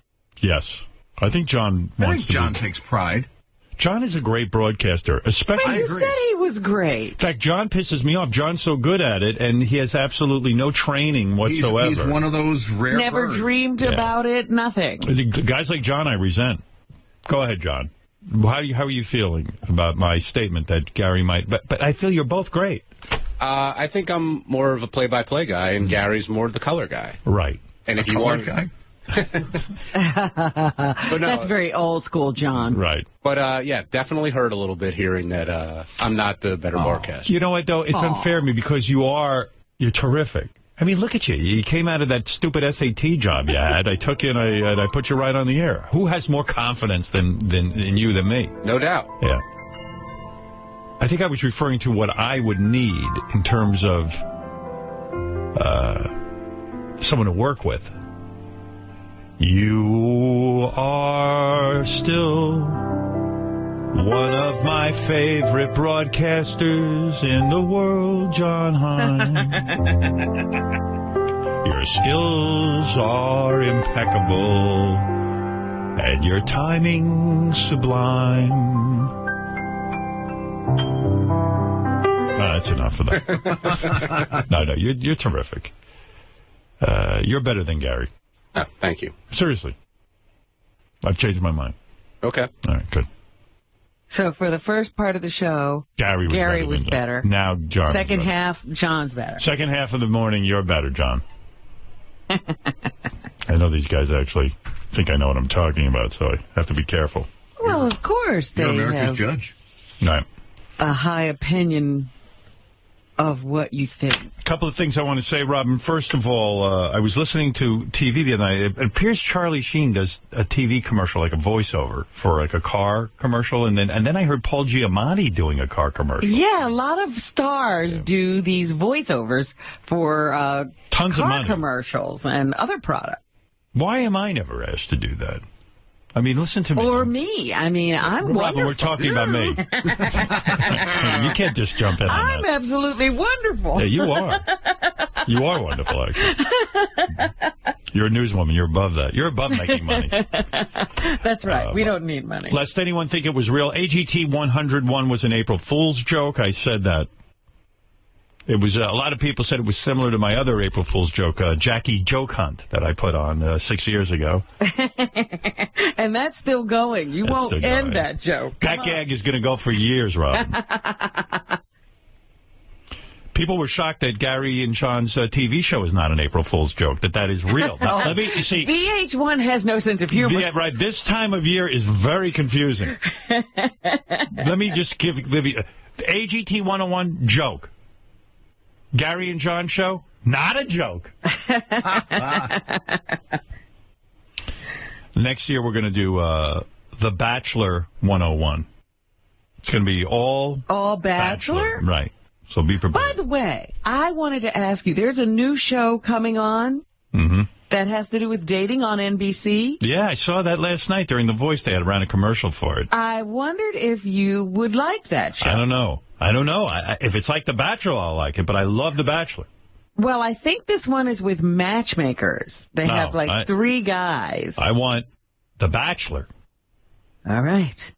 You don't like 3 guys and matchmakers. I don't know. How much time do I have for Howard? Yeah. Tim wants you to know it's 101, not 101. Well, I just changed it. Tell Tim I changed it. He said it drives him crazy. All right. Thanks for interrupting the show with that. Oh, that's what drives him crazy. And thank you for interrupting the show with that. No problem. Any other corrections you guys want to make, just feel free to just blast in with your fucking little microphone over there, okay? Yes, anything else driving Tim crazy? I'm the Pope. What I say becomes right. Play that Hitler sound effect right now, Fred. I'm the Führer. Werden wir nicht vergessen. Aber wir werden auch die nicht vergessen, die I'm the Führer of this Weg channel. einschlagen. Thank you. Now, you know German from watching the port. What is he saying? He's saying, take off your clothes. I need to examine you. I'm going to send you guys to a labor camp if you don't behave. If you don't let me examine you. The world's oldest woman died, 113 years old, so I'm sorry for her, but congratulations to Ronnie, the limo driver, who now is the oldest living person on the planet. Why is it that if you live over 100 years, you deserve something? Well, it's a recognition factor, you know. But what shape are these people in, really, Howard? What is the quality of their life? Yes. Oh, it's great. I'm Like 59 and the quality is shitty. Rolled around in shopping carts, aren't they? Yeah, I know. It's almost like I'm staying alive just to stay alive. But, it's not, they weren't having a great time the day before they died. Well, They were just surviving. Her prom date was Larry King. So this woman lived a charmed life. This is something I don't understand about this whole Lindsay Lohan situation. So a judge said to her, I'm either going to put you in jail or I'm going to force you to go to rehab. So she, of course, chose rehab. But instead of going to rehab right away, she went off to Brazil where she was in a titty dress and they photographed her. Okay. She comes back and says, now I want to go to rehab, but I don't want to go to a rehab that's going to take away my Adderall. Which is some medication that she's on for, who knows, ADD or something, you know? So now but this is a joke. Yeah, that's what I'm saying. How do you get to you know, I'd like to go to a rehab where I can have at least 3 or 4 cocktails a day and use Coke every once in a while and have overnight guests and go to a nightclub every other day. I mean, well, you can't. It's almost like a prisoner saying, yeah, I'll go to jail, but I don't want a jail with bars and restrictions. I want a dining room, you know, like a restaurant, not the dining hall experience. It's crazy. No. Although but she is so out of it that she doesn't even get how serious her situation is. And yet, oddly, I looked at a picture of her, and her titties are more perfect than ever and beautiful. Really? Yeah, it's almost like whatever wisdom she's gaining as she gets older, it's not going into her head, it's going into her titties. And that's what's going wrong with her.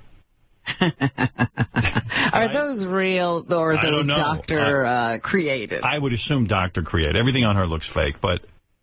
You know, they look good. She's 28 years old, and she looks like she has tons of plastic surgery on her face. How does that happen? There's somebody I'd like to interview. I'd really like to be close enough to just see how crazy she is. I know. And by the way, a lot of chicks use Adderall as a diet pill, so who knows? You know, that could be just part of the addiction. Who knows? Adderall is a diet pill? I didn't even know that. These girls figure out things. It's big in Hollywood. Right. I read about this. I read about everything. Oh, she's 26? Come on. 26 years old. She looks like an I didn't old think woman. she could be 28. She looks like she's... She looks the same age as her mother. Yeah, they could be sisters, not mother-daughter.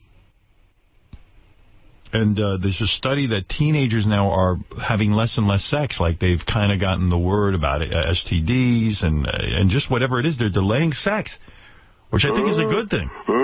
And by the way, I was way ahead of my time. I didn't have sex either when I was a teenager. You delayed. It was like I was living in the future, Robin. And people used to goof on me for that.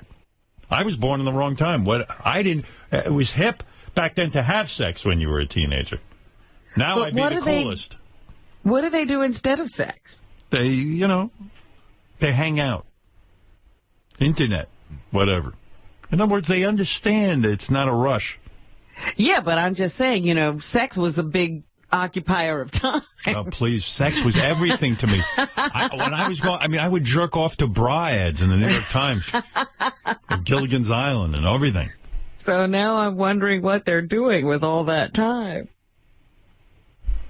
Well, it's like now you got Joy Behar, Barbara Walters, and Elizabeth Hasselbeck are leaving The View probably, and now people are jerking off to Whoopi. There's no, Whoopi and Sherry. Whoopi and Sherry are now jerk-off material on that show. Barbara Walters, though, she went on yesterday. I think she wants to die working because she's 83 years old. She went on yesterday, and she made the big announcement that she's going to continue working or something. Well, it was sort of like that. It was sort of vague. Well, I thought the exit date was 2014. No, here's what she said. We just had 2 weeks off, and I don't know about y'all, but all I heard about in those 2 weeks was the fabulous Barbara Walters. Barbara, what is going on? Why are you in the news? What's with Whoopi, man? She's shot out of a cannon. Fake. Excitement. Excitement. What's going on, man? Well, the point is that nothing is going on. And we have, even though our programs have been original. Our programs. You know, they have been taped, so we have not commented. We've been off, right. So we've been off. So there were many reports last week saying that I was retiring from ABC, and there was an assumption that I would be making an announcement today. Okay. And the paparazzi were outside of my home, which is always such a pleasure. Yeah, we have a lot in common, Justin and I. However, here I am, and I have no announcement to make. Good. Oh, it's such a non-event. Who cares? Nobody cares. Bobo, what do you want? Hey, how you doing there, Howard? All right. Today's a big day for me. me, Bobo's not so stupid. I'm meeting with a state senator to get the current seatbelt law changed here in New York. What is the current seatbelt law? Well, the current seatbelt law here in New York, Howard, is 6 to 16 in the back seat. And this gets me nuts because when I teach out in high schools, I tell the kids, hey, you got to be seatbelted in the back seat. But they said, well, that's not the law. And it kind of contradicts everything I'm saying. So what is he saying, Robin? Because I'm losing interest rapidly. We need to change the laws in New York State just for him. Bobo, the current law says if you're 6 to 16, you what? You must be seatbelted in the back seat. Well, it's 6 to 100 you have to be seatbelted. No, it's not that true. Over the age of 16, Howard, you don't have to be belted in here. Really? Yeah. In the back seat. In the back seat. That's so stupid. It is. We could have saved 136 lives in New York and over 3,600 lives across the board. All right, Bobo, I agree with this. Yeah, and listen, I want to ask you one thing. I love Ronnie, but why are you allowing Ronnie not to wear a seatbelt? I don't allow Ronnie to do it. Ronnie owns his own business. What Ronnie does is up to Ronnie. Yeah, but he's controlling your fate. Do you understand that? Yeah, he controls your fate. In other words, if he gets, your car somehow, you're in the limo, you're in the back, right? And he gets cut off and he swerves off the road. He gets knocked out of the vehicle. Who's going to control the vehicle? Well, I assume the vehicle is going to be out of commission if he gets knocked out of the vehicle. Well, if he's in the car, he has some kind of control. If he's out of the car, he has zero control. You mean the car's going to be moving and he's going to get knocked out of the car? He's going to fly out of the car and the car's still going? An accident, yeah. You know what, then? I just give up. How's that going to happen? Has that ever happened where a guy gets... Yes, all the time. People go through the windshield, Howard. And the car keeps going? Yeah, and you're in the back, and no one's controlling. But why are they going through the windshield if they're not hitting something that stops the car? If they're hitting something, they're getting knocked out of the car through the windshield. But if he's inside the car, he's conscious somewhat, and he has somewhat of control. He has no control if you're thrown out of the vehicle. All right, I know the question you're asking. So, Bobo, how many times has somebody hit something so hard that they could have been thrown out of the vehicle, but they were alert enough to control a car? Zero. No. It happens a lot of times. A lot of times. You don't have any statistics, Bobo. Well, no, I don't have it right in front of me, but there's a lot. Ronnie's a grown man. He does what he wants. All right. What am I going to do? I'm going to lecture the dude? I told him to wear a seatbelt. But, I tell him to wear a seatbelt. Look, if you're in an accident, you'd rather not have Ronnie in the car at the end. Right. Yeah, at the end, I'd rather just have him pass away. You know? Well, wish me luck, man. I'm sitting with the All right, good luck. What senator are you sitting with? Philip Boyle. All right, good. Well, I don't understand, Howard. You're always saying there are too many people on the planet. Bobo's saying, 136 people were dispatched. The reason I believe in what Bobo is saying is the following. If somebody is not seatbelted in the back of the car, they become a projectile. So they could potentially knock into somebody where they lose control of the car, and then they hit me. So I'm all for it. Thank you. You don't want to be dispatched. Yeah, if they want to go kill themselves, I don't care. But when they involve me, and I need stronger laws. I'm for it, Bobo. Go ahead. Good luck. Around, man. I love you, man. All right. Thank you. All right. Loves me. Bobo helping to change our laws. Yeah. A guy with an 80 IQ is meeting with a state senator. That's why America's great. And guys with Down syndrome are grappling and shitting their pants on Richard. There's a study that if you masturbation leads to weight loss. So I should weigh about 12 pounds right now. I masturbated last night. I gained weight because I weigh myself. Who in the world is taking these statistics? It was some study, You read all this crap. But it just cracks me up that this is what we're studying?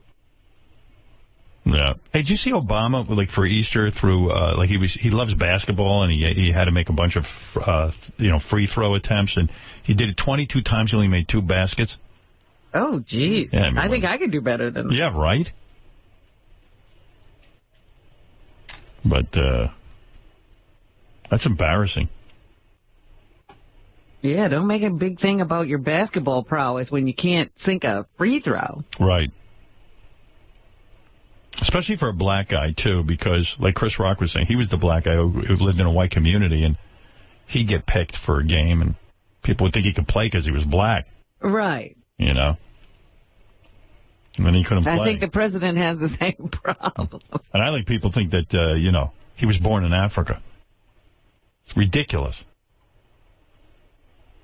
He's like a white guy. He can't hit any baskets either. Well, you forget the president is half white. That's right. Oh, I never forget that. I wake up every day thinking about that.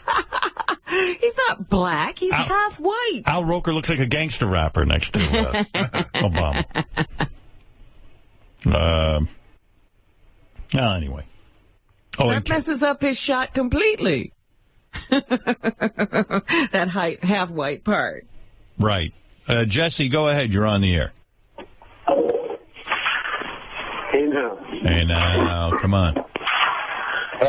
Great show. That prank was the best. I thought it was going to last. Listen to this guy echoing. Where are you? If you're going to call in, please don't be on a speakerphone. No, I'm in the hallway in the staircase. Oh. Well, that's about the worst place. If you're in the hallway on a staircase, please do not call in. Thank you. All right. Oh, that's that guy Jay Thomas hates. Oh, Jesse. is it? Yeah, Jesse. Jay hates him. Jay lost it. I know who you are. Don't you call those shows? Oh, my God. I never heard Jay get so angry. It was the greatest. Jeff the Drunk, go ahead. Hey, Howard. Yeah. What time are you going to be? Oh. What time are you going to be at the Hammerstein Ballroom next? I'd like to answer you, but I'm throwing up right now. No, I'm sorry. I was eating. Ew, what are you eating? Peanut butter chocolate. Oh. What is he eating? Butter and chocolate? Peanut butter and chocolate. Oh.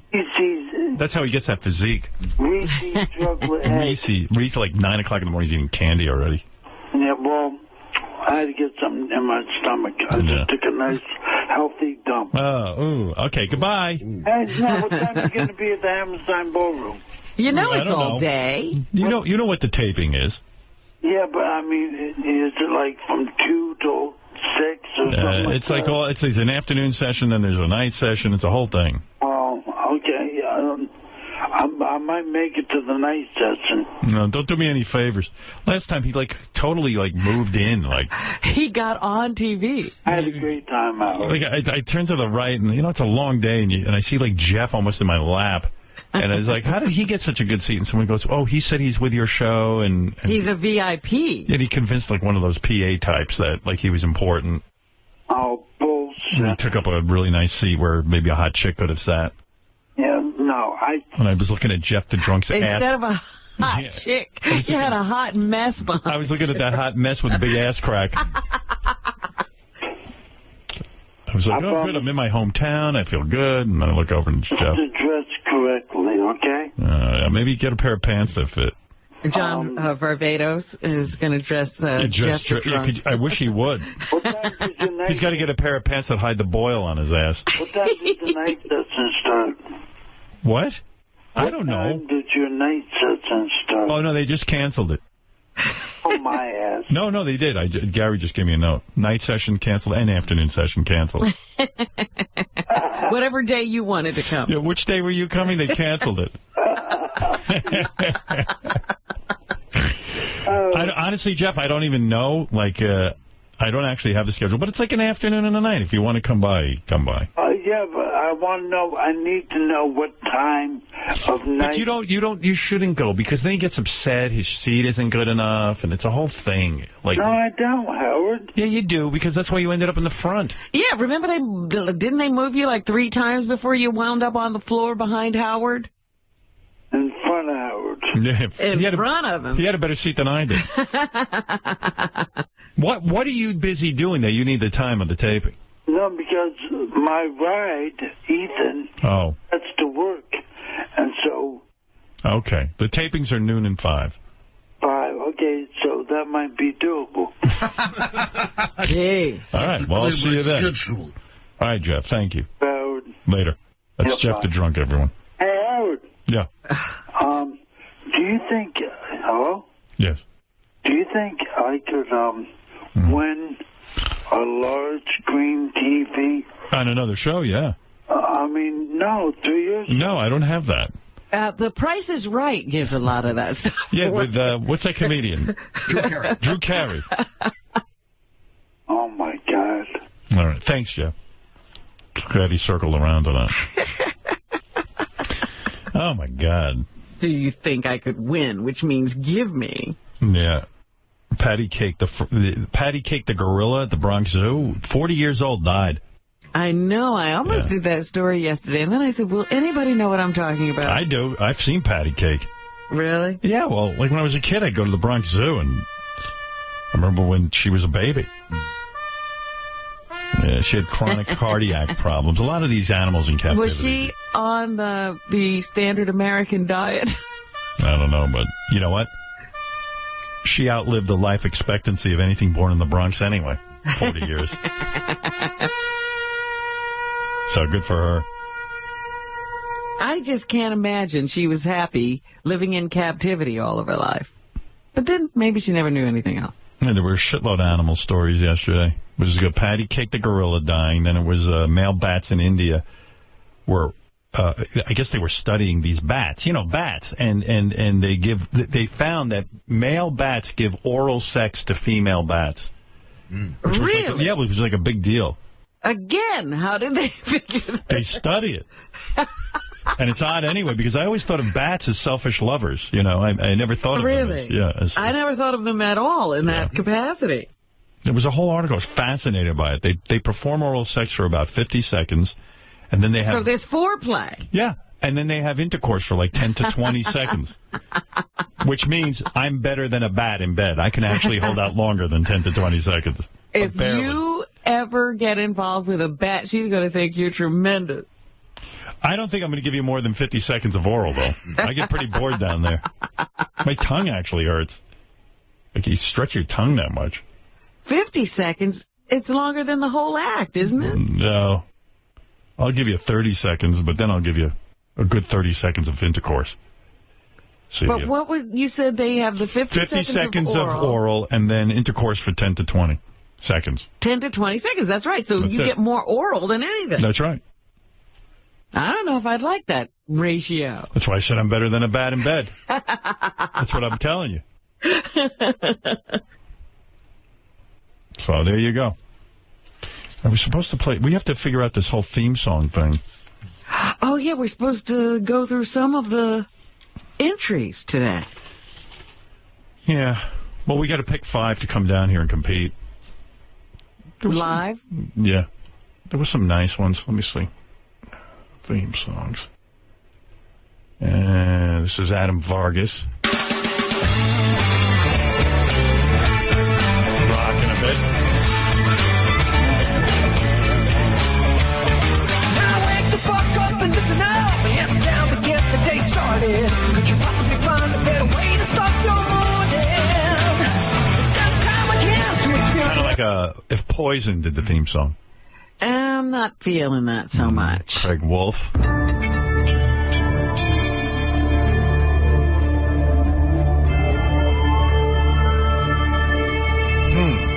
Very orchestral. Nice theme song.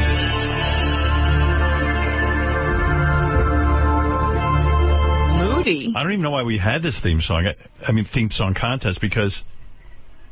Do we even have a theme song? I guess we don't. Do. What is our theme song? It's Rob Zombie. Yeah, that's not our theme. It's our opening song. Every morning. Yeah, but I'm not getting rid of that. No. So when are we going to play this? At the end of the show? Yeah, we could just drop it in from time to time. Okay. But stick with this one. I'm sticking with it. I was listening, and I'm thinking to myself, don't you want to hear something like, the Sopranos theme song, where as soon as you hear that song, you're getting ready to see Tony. Well, that's Rob Zombie's, Rob Zombie and my song. Yeah, but Robin, the first time you heard that song, it took you watching that show for a month, before it stuck in your head. But that's the sign of a great theme song. Raise your fist. Oh, I like this.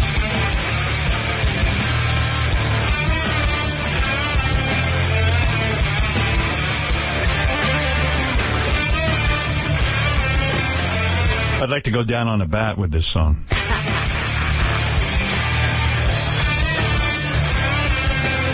Crazy. Yeah, I like this. Yeah, because it's like a theme song for a mental institution. I like it. That's pretty good. Craig Wolf. That's a theme. Dorothy Wallace. Kind of like if we were on a vacation. He's 6'5" and he dribbles when he pees. Turn the dial to Howard 100, please. He's 6'5" and he dribbles when he pees. Turn the dial to Howard 100, please. When we wake up in the morning, we like to have fun. Change to Howard 100. This is like one of those old school theme songs. Like, this is retro. Like a sitcom. Right, Yeah. the Brady Bunch, yeah. Interesting. I played you Eli's yesterday, Eli Braden. He entered. Keith McUrchin.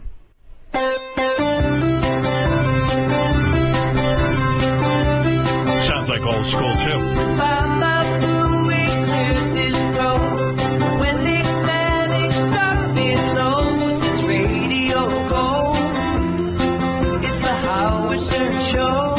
Old school.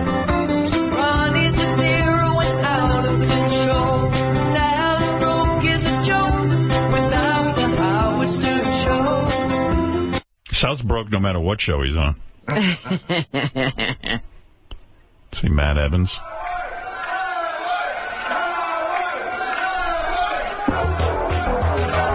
Very 9 Inch Nails. Very, very nice. Right there.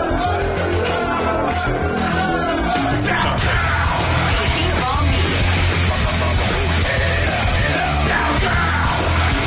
like I like it.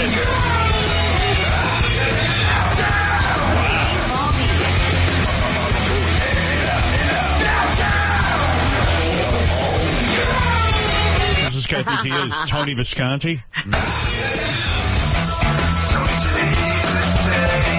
Wow. He's like a Trent Reznor Jr.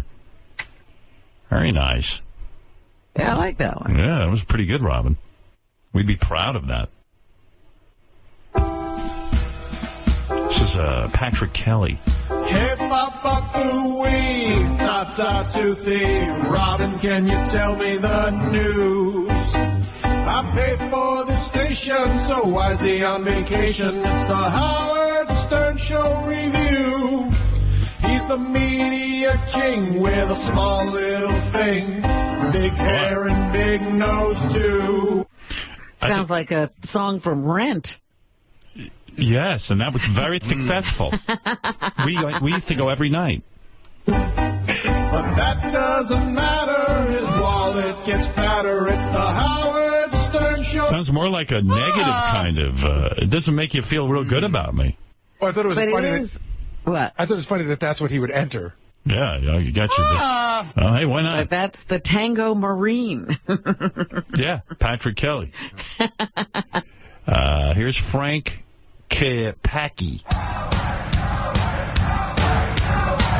Good start. Hey now. Listen to Howard Stern. He's the king of all media. You bet. This seems a bit more positive. The other one just had me making a ton of dough doing jack shit. He does the best interviews, and Robin with her big hands will bring you the news. Whack, pack, strike back, any given time. Girls taking their clothes off. That's pretty good. Maybe we got a contest here. Kim Chen. Howard Stern, motherfucker. Marvin Chu. Howard Stern, motherfucker. Yeah. Best damn interview. Howard Stern. I bet your son will like this. This is my favorite one. I just thought it was funny. Maybe that's why Lucas likes rap so much. Look at Dad, very into rap. I'm motherfucker. Gonna please ya. Howard Stern, motherfucker. The king of all media. From Roosevelt to Detroit, all the way to D.C., New York, motherfucker. WNBC. Howard Stern, Motherfuckers, every other word. Motherfucker. Very. The motherfucking theme song. Yeah, very angry young man. Benji's girlfriend entered. She can't win because she's related to Benji. Is there a rule? And she just wants,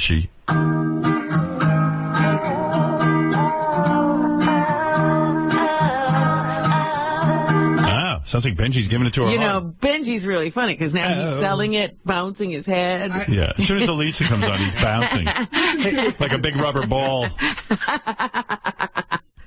All I need is your voice. I wake up every day. I hear Howard and Robin talk. And Sounds like she's in love with me, not Benji.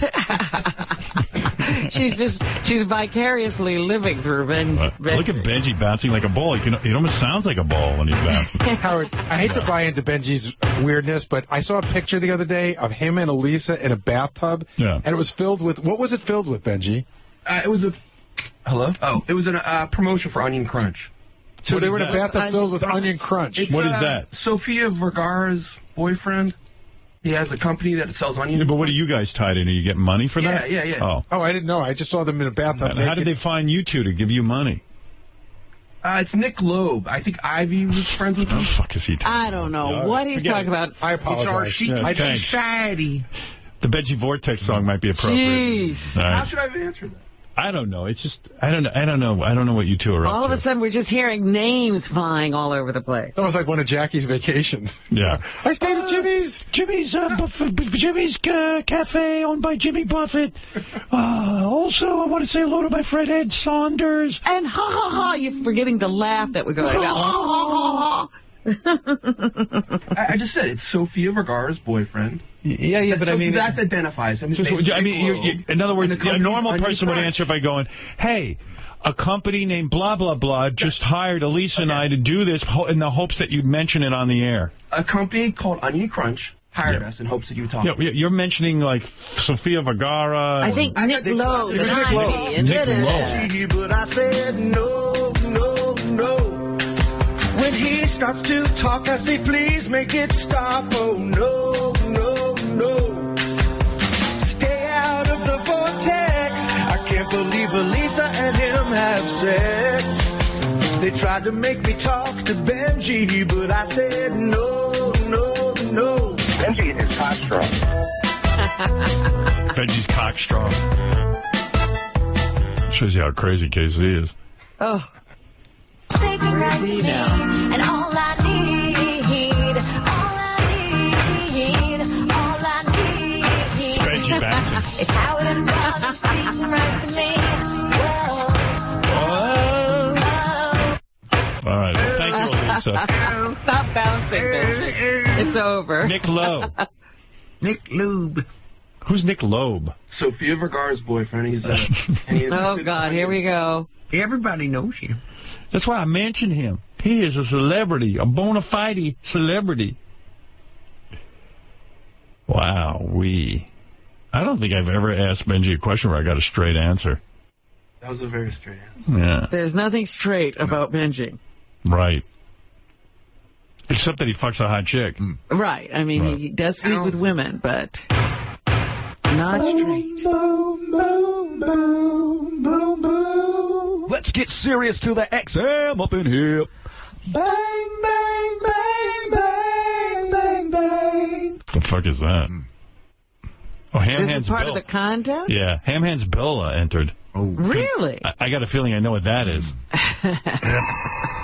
Howard Stern, genius of himself, has the best show in the world, and what has happened in his show, only he can explain. How horny priests lick the balls and asshole of young boys before sucking on the penis and fucking them way deep in the ass.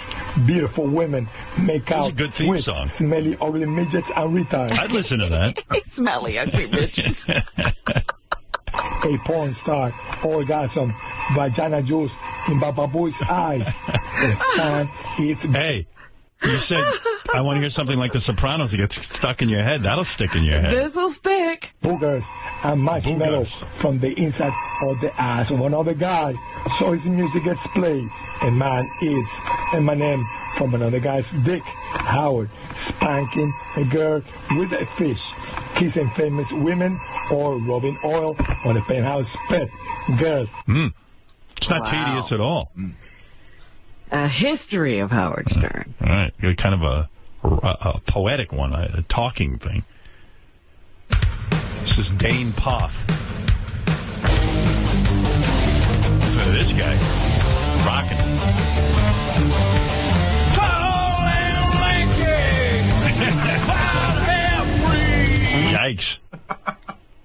Imagine listening to that. It's the Stern Show. It's the Stern Show. What up, yo? It's the Stern Show. Howard and Schnoz, Gary and his teeth, Robin and her tatters. You got to know that's not all that matters. There's Richard, his dad. Seems like kind of a gay theme song right there. Right. Yeah. Tattered, scattered, nose, Howard and his schnoz, Gary and his teeth, Robin and her tatas. I like it, though. It's memorable. Sal's cheesy pouch. Don't forget about Alice, hey Fred, and the dreaded couch. It's the Stern Show. It's the Stern Show. It's the Stern Show. All right, we got a lot of good entries here. Some better than others. Right. That is a throwback to something that happened on the show years ago. When I got the cum pumped out of my stomach? Is that what you're referring to? All right. It's time for the main event. The moment you've been waiting for. It's time for news. Sweet song here. Rubbing your tits on my penis. Right. Stroking my cock with your cans. Filling your mouth up with my cum. Filling your mouth up with my cum. Draining my whole load on your tongue. Filling your mouth up with my cum. Yeah. Wow. That's pretty. Wow, you let he's that one right. go. It's so beautiful. Good for you. Good for you, Robin. Thank you, Howard. I don't And know. by the way, I've always... Congratulating. Well, you inspire such great music. Hey, I got to tell you, I meant to tell you also, the Howard Stern theme song contest is a $5,000 prize when we eventually do pick the winner. And that was provided by shaveclub.com. I should say dollarshaveclub.com. Okay. You know their logo, Shave Time, Shave Money. Love that. dollarshaveclub.com. I always said to Robin, do not travel overseas, stay home. And I'm so right. There was a story in Brazil. Did you read about it? I did this story yesterday. Yes. Here's the two guys who did it, too. They went on the bus. They kidnapped and raped these two American tourists. Well, they just arrested a third person that was involved. They actually picked up a third guy and let him rape the woman, too. They just found him. Jesus. Yeah, it's awful. It really is awful. I tell you, I don't go anywhere. Stay home. Good God. Now, mind you, we only have one story coming out of Brazil. Maybe other people make it through unscathed. No, I don't think so. Honestly, I don't, Robin. I think everybody's pretty scathed. Oh, dear. Anyway, I didn't mean to bum everyone out. But it just proved my point. Stay home is your point? Yeah, my mother's point was stay home. And now it's become my point. All the Sterns stay home. Stay home. I mean, all this traveling and carrying on. For goodness sake. I mean, what are you doing? Busy. I mean, look. Your father and I do one thing a day. Yep, you sure Where do. would the world be if everyone lived by Ray's rules? Oh, my God. Where would it be? we would be on permanent siesta. We'd be Europe. That's right. They take a siesta, all this carrying on with the work and this and that. When it happens, it happens. It's like the rabbi told you. If the paper gets out today, it'll get out today. If it doesn't get out today, it'll get... When I was working at Benton & Bowles, the ad agency, I was on the Planters peanut account, and they had Planters peanut oil, which was big with the Jews, because, I don't know, they somehow, like, Orthodox Jews cook with peanut oil. Is that right? So I had to place an ad with this rabbi in the Jewish newspaper. And I was buying so many costs per thousand, the whole fucking thing. You know how it goes. And then Is everybody a rabbi when you're Orthodox? I don't know, but this guy was, and I call him up and he goes, I go, listen, sir, I work for Benton & Bowles. We're an advertising agency. We place probably 90% of your advertising. We need your paper to get out on time. Well, if it gets out in time, it'll be great. But if it doesn't, that'll be great. Imagine I had to go back to my boss and tell him this. So I came home and I told my mother this story 40 years ago. Yes. And to this day, she's like, you remember what that rabbi said to you? What rabbi, Mom? I don't know any rabbi. He said, if the paper gets out, it gets out. That's my point. All this running and rushing around. Yeah, no one will worry about getting anything done on time. That's right. What's the rush? Well, she's certainly not. Let somebody else do the rushing around. Well, Mom, they fired me because... so they fire you. You'll get another job. I mean, what is all of this? Job. You know. Oh, nice and relaxed. I say, I don't have a job. You're going to have to support me. Thank goodness she didn't have to be the breadwinner. Oh, we would have been in big trouble. A nice relaxed attitude. Yeah, don't worry about anything. Yeah. If we don't eat today, we'll eat tomorrow. That's right. We'll get some roadkill. It'll be fine. Robin, you were saying. First of all, since I can't talk about what happened on The Walking Dead, I can tell you that it just barely beat the Bible on Sunday night. It was Easter Sunday, helping the Bible to a big win. What a day for cable TV. I mean, you got the top shows of the night are Walking Dead with 13 million viewers. Well, it was really 12.4 million. Okay, and how many? And 11 point something for the Bible. No, they're saying 12.3 million. Oh, that close, huh? Yeah. But isn't that like almost 13 million viewers for either channel? Do they beat the networks that night? Yeah. I bet. It's crazy. It shows you. The Bible has been beating the network for weeks. Yeah. So, I don't believe, I think that's, religious people think it's mandatory to watch anything that's related to the Bible. So, it's no telling if they enjoyed it, but they had to show up because some mainstream cable channel had a religious-themed show. It is on weird. The network. Like, now the networks are like where you go for these, like, sort of cheapo reality shows, and you go to cable for really good, like all my favorite and premium shows. Channels. Yeah, all my favorite shows are on cable. HBO. I don't watch very much on network television at all. Yeah. And meanwhile, I always. Well, what do you want to talk about with Walking Dead? I mean, people don't want you. Well, there's a character who does something. I wanted to talk to you about what you thought about it. I don't think it's time yet. I'm just your reputation as the spoiler. I'm trying to get rid of that. All right, I'll talk about it next year before the season starts.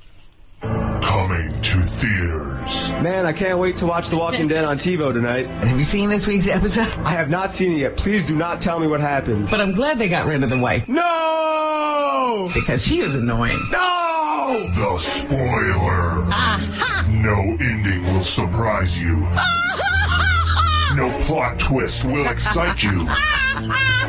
When you meet the spoiler. But I'm glad they got rid of the wife because she was annoying. Coming soon to theaters. Yeah. See, I got to help you with that. Well, there's just this one moral dilemma in the show. Do you remember that? Can you figure out what that was? Well, you're going to give me a test on the Walking Dead? Well, if I can't talk about what it was, I want to know if you remember it, and then you can tell me whether you thought it was he did the right thing or he did the wrong thing. He did the right thing. I know exactly what you're talking about. The kid. Oh, now you're going to spoil. I just said the kid. Yes, he did the right thing. All right, because that's how I felt. Yeah. Yes. Right. And then all these other people were claiming that, oh, no, he's lost it. No. The kids, it's like Terminator. He's hardcore now. He's grown up in that environment. He knows what has to be done. Right, and he makes a great case for himself. Right. There are other things I'd like to talk about that scene because it relates to everyday life. Well, you better not or your fans will turn on you. You have an image. So anyway. You have a brand. I have always said, these reality shows are killing people, Howard. Right. The other day they had a promo for this Splash show we've been talking about where celebrities are diving into pools.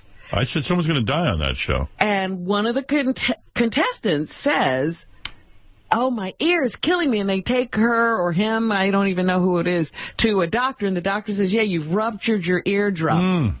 And that's the least of what can happen. Sure. You get paralyzed. In these crazy shows. Meanwhile, on MTV's Buck Wild, I don't know if you know about this show, Howard. No. But it's just a bunch of crazy people from West Virginia who do wild things. Like Jackass? No, it's not even like Jackass. It's more Jersey Shore meets Jackass. Okay. Because they hang out with each other. And then it doesn't seem that anybody needs a job necessarily to hang out and have a roof over their heads. And then they just do stupid crap to amuse themselves all day.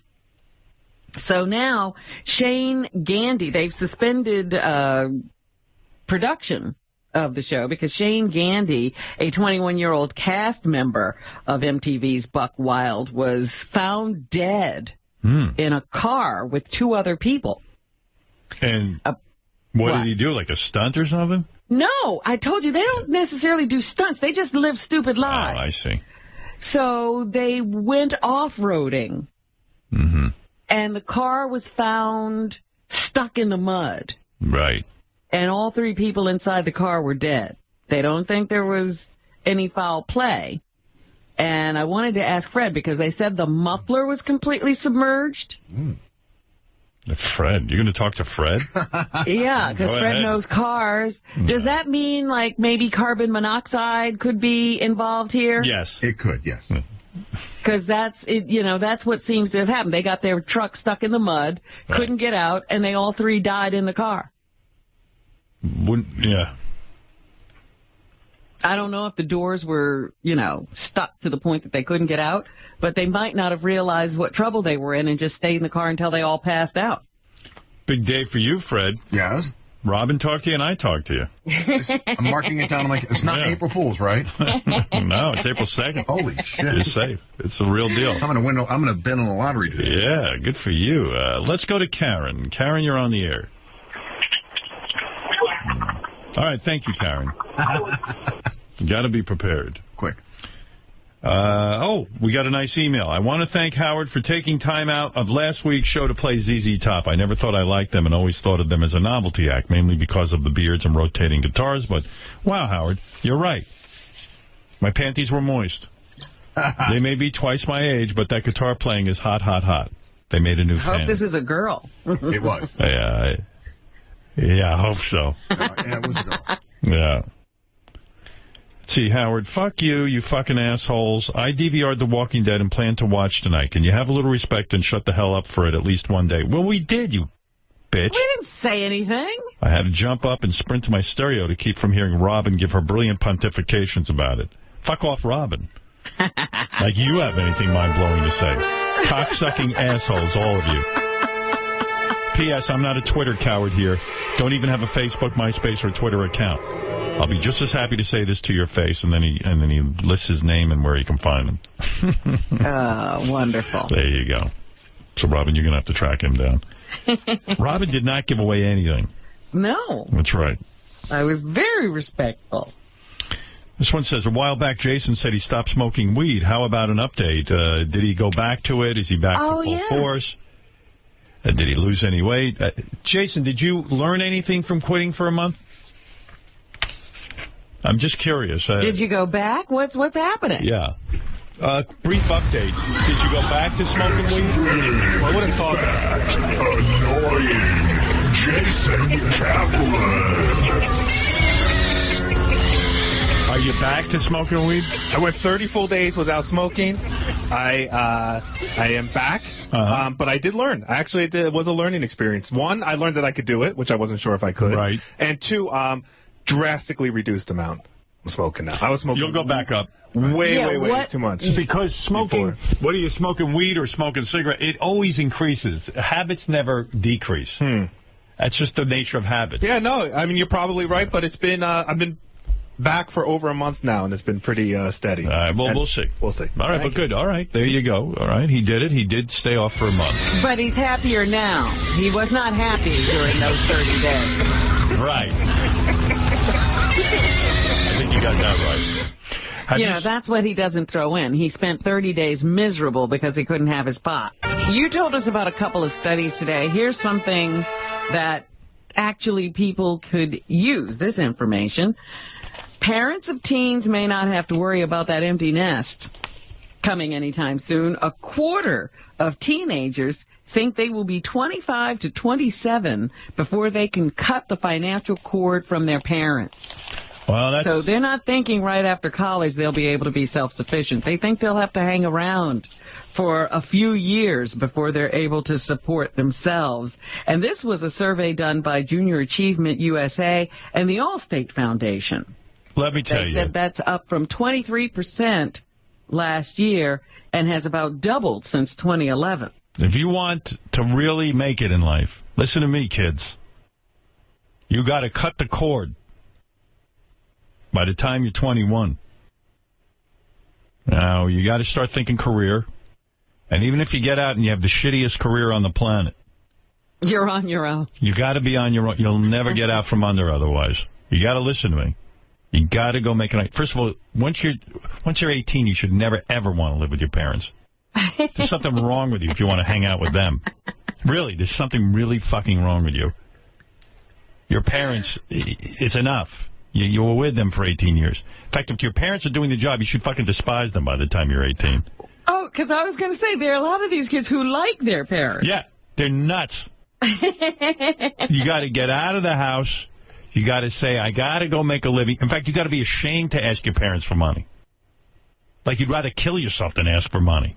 But you also have to be ashamed to bring a girl home to your parents' house. Absolutely, yeah. If you're the kind of guy that likes living with your parents, there's something disturbing about you. And no chicks are going to dig you. Like, that's loser all over. You got to get out of the house, even if you got to live in a hovel. And trust me, I lived in a lot of hovel. I lived in a monastery with monks because I could only afford $100 a month. But it was better than living with my parents. My parents? You can't do that. You got to get out. Just And what should parents do? Throw them out? Absolutely. Or what? Do what my father did. Humiliate the shit out of me. Until I would be ashamed to be in his house. I'm telling you. I mean, it does get to be a problem. It's one thing at 17 or 16 or 13. It's one thing at 13 to be laying on my back, peeing on my stomach and on my parents' bed, but to be doing that at 29 is embarrassing. Anyway, Robin, you were saying. In the late-night TV wars, they're now, of course, since this whole talk about Jay Leno and him being replaced by Jimmy Fallon. You just do it already. Jimmy Fallon and saying, okay, how's he going to do at 11:30? Is he going to be able to attract an audience? Will he be better at getting a younger audience than Jay? NBC doesn't care. Jimmy Kimmel? They just want to get rid of Jay. They couldn't wait with that Conan. They couldn't wait to get rid of Jay. Just get rid of him already, though. That's the problem NBC has. Just get rid of people already. Don't fucking keep them around for a long, 1 year protracted... Is he going? It makes Jimmy look bad, and it makes Jay look like a complete putz. If you're really planning on cutting the cord, then cut the fucking cord. And if you're planning on not cutting the cord, today, come out, hold a press conference and say, we just signed Jay to a 10-year fucking contract. Jay can leave whenever he wants or stay for as long as he wants. That's how much we love him. But don't do this limbo. It's crazy. Well, it creates great debate in the media. Well, but people are analyzing everything. Not people, us. Well, I'm reading this article in the business section of the Post today, and they're talking about how, okay, so you want to bring up Jimmy Kimmel, or you want to bring up Jimmy Fallon. Jimmy Kimmel is the guy to beat if you're talking about younger audiences and different kinds of media. Right. They say he wins the late night war for digital viewers. Perfect. Well, good. We love Jimmy. We love all Jimmys. It's Jay we don't like. By the way, you got to have two guys named Jimmy. Right. You won't know which way to go. Who are you talking about? Jimmy who? Jimmy Kishme. And, you know, based on Twitter, Letterman has 58,000 Twitter followers. Who does? Compared to David Letterman. No, he don't care about Twitter. But, you know, I mean, you're on network television. You got to be able to raise more than that just by mentioning it once. Yeah, well, he probably didn't tweet. Compared to O'Brien and Fallon's more than 8 million each. Wow. Conan O'Brien has a lot? Yeah, he has 8 million.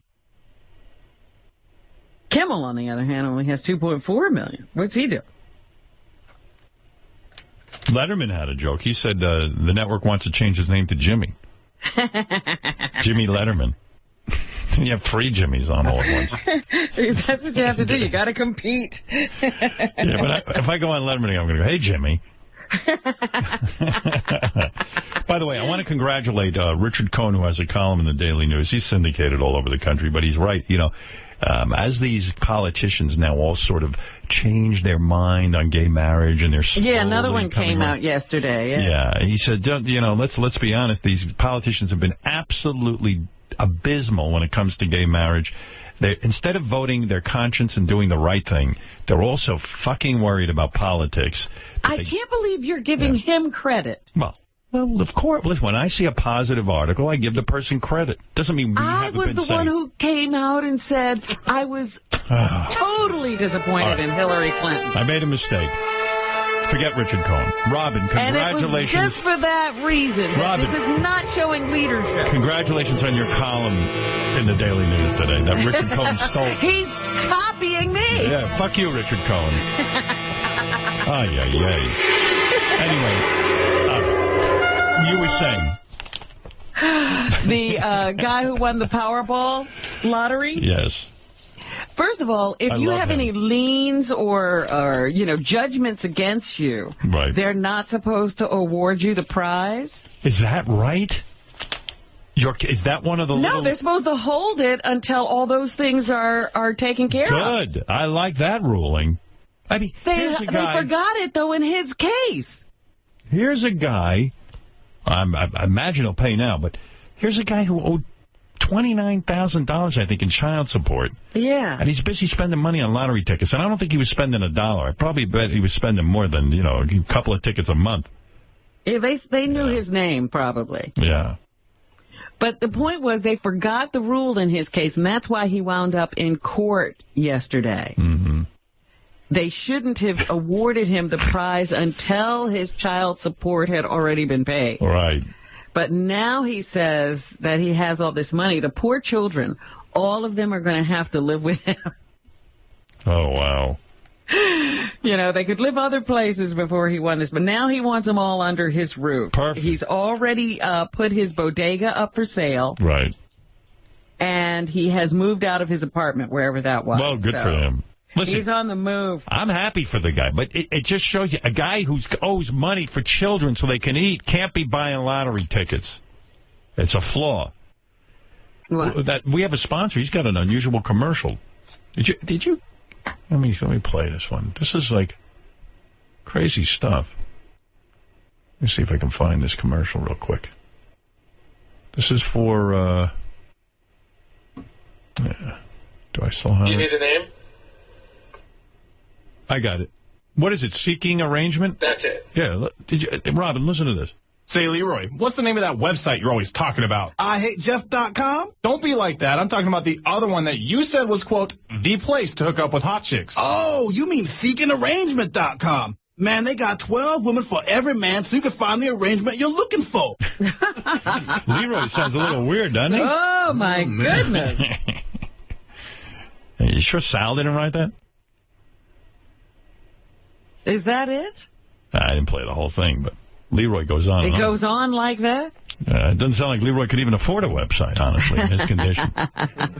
My lips. There you go. Okay, so approaching the podiums. Yeah. It's like Sal's impression. That is just crazy. Well, sometimes I think people do those kind of things because they want extra airtime. So you'll spend time talking about how inappropriate they are? Oh, yeah. I love it. It's my favorite commercial. They're not trying to get that aired anywhere else, are they? I don't know. Hey, somebody eating popcorn? What am I smelling? What do you got there, Benji? Something's up. It's not me. No? I don't think I smell. Maybe it's a light above you.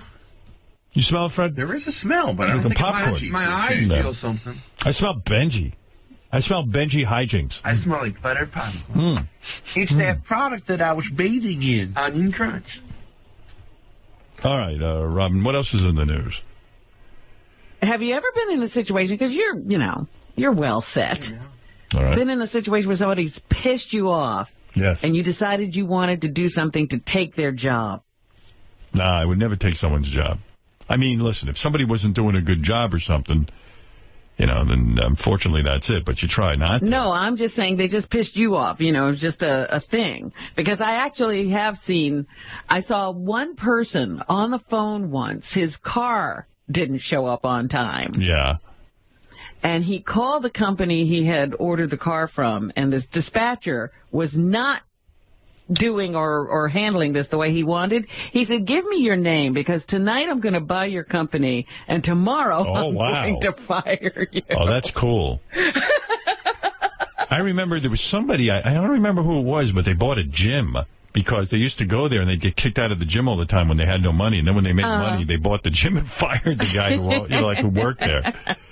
Well, the reason I bring it up is because James Dolan, one of the owners of Madison Square Garden, he was going into the Delta Sky 360 Club the other night, and the security guard did not recognize him. And he got so pissed, he fired her. Wow. But then later on, he thought better of it, and he brought her back, and, she kept her job. She was there the next day, but he was not too happy about not being recognized at, his place where he employs everybody. Well, not everybody knows the boss. I mean, make it your business if you work somewhere to know who your boss is.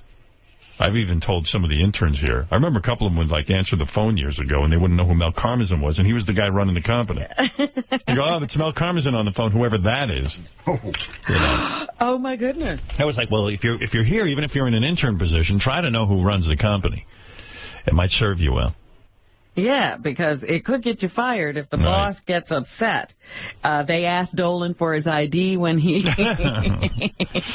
never wears it because, you're supposed to know him. That's his fun, that he doesn't have to wear his ID. But you know what? I mean, that's obviously he thought better of it. I mean, that's way too extreme to fire some kid who doesn't know who he is. I mean, that's insane. It was kind of crazy. Yeah. I see there's going to be a new Ironside TV show. They're bringing that back. I hated that show. I mean, it was depressing. Poor Raymond Burr. Raymond Burr loved it. He was so fat he got to just sit all day. He didn't even have to walk around the set. That was the worst thing you could do to Raymond Burr. Well, at least when he played Perry Mason, at least he walked a little bit. He was a little bit thin. But isn't that funny? Because a guy had to be hired to wheel him around. Right. That was somebody's job. Yeah. And he could walk. But anyway, they're bringing it back, and I thought, well, here's a show for Eric the Midget. Wouldn't it have been great if Eric the actor had been cast as the new Ironside? I think I've solved this crime. I would have had to watch that show every week.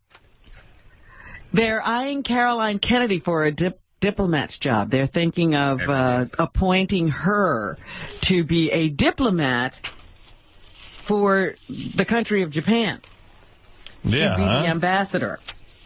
That's weird. How do you get those ambassadorships? Everybody wants them, Right, but apparently you have to, you've got to be a friend of the guy in office. Right. And then he, doles out, this is sort of a patronage job. But I don't know why Caroline Kennedy, just because she's a Kennedy and Japan? Can she speak Japanese? I don't know. I just think it would make her father very happy because he was a real cocksman, John Kennedy, and he practiced bukkake regularly. And Caroline, you're making Daddy so proud. You know how I love the Japanese culture. Nothing ever beats a massage from these wonderful people. Happy ending. I think the dad would be very, very, very pleased. Well, I'm sure, because, they're always looking for meaningful work, those Kennedys. You know who they should have appointed the ambassador to Japan is China, the wrestler from the WWE. 'Cause she's teaching Japanese to people. She actually seems to be living there. Yeah. She's doing a wonderful job. In fact, let's listen to that. Here she is teaching, yeah.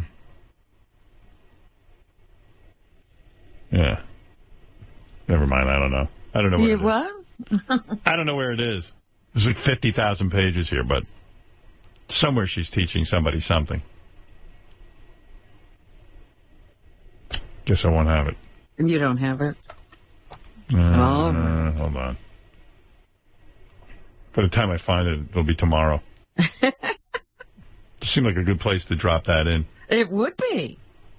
Perfect timing. Hi, Gene. It's good to see you again. Our new ambassador to Japan. Yes. Anything new for you? I'm getting used to living in Japan. What do you like about Japan? Oh... Imagine China shows up to the Japanese embassy and everyone starts running and the cars start taking off. It'll be like the Munsters. Hello! And then the cars start screeching out. Where are they all going?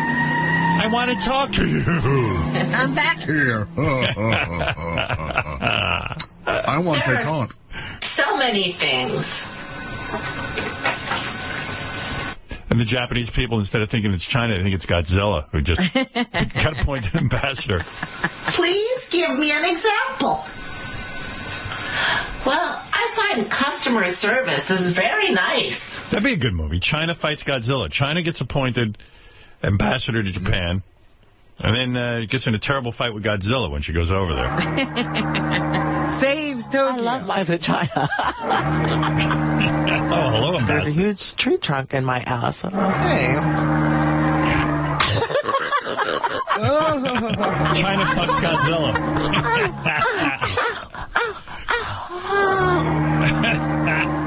There they go. Oh, Godzilla. Oh, there he goes. He loves China. Two of them hit him up. How can I help you? Hi, Gene. What's up, man? I'm China. It's good to see you again. Yeah, I know it is, Baines. Well, my students took me to an onsen, which means in English, hot spring. Nah, I usually get out for that before it gets that hot. But I felt like a red lobster. Yeah, I hear you. I got brunch for you. You are too funny, Gene. I knew that if I put him on, that's what you do. Everyone was naked inside, and they took a bath in boiling hot water. Oh, my God. Man, that's bad, huh, brother? Yes, it is. I think I'm going to go shopping again. Yeah, I understand. Damn. That's true. Oh, yeah. Well, I have to go. No problem, brother. See you again, Gene. Brother. Bye. That's a dude. No problem, brother.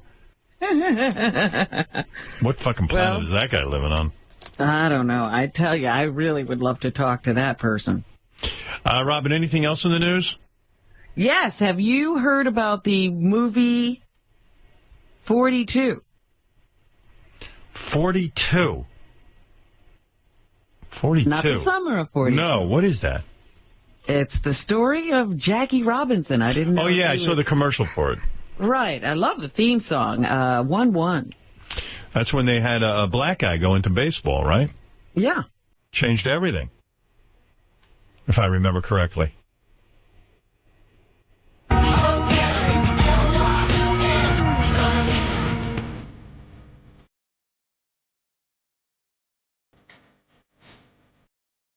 You like that? Yeah, I like this. This We Go Hard. Good for you. I really like that theme song. Yeah. Sounds better in the movie theater. It's louder. Turn it up. But anyway, I just wondered if you were thinking of going to see it. I have my mixed feelings about this movie. You know, like all of these movies based on real people where they're so heroic. Right. They're sometimes hard to believe.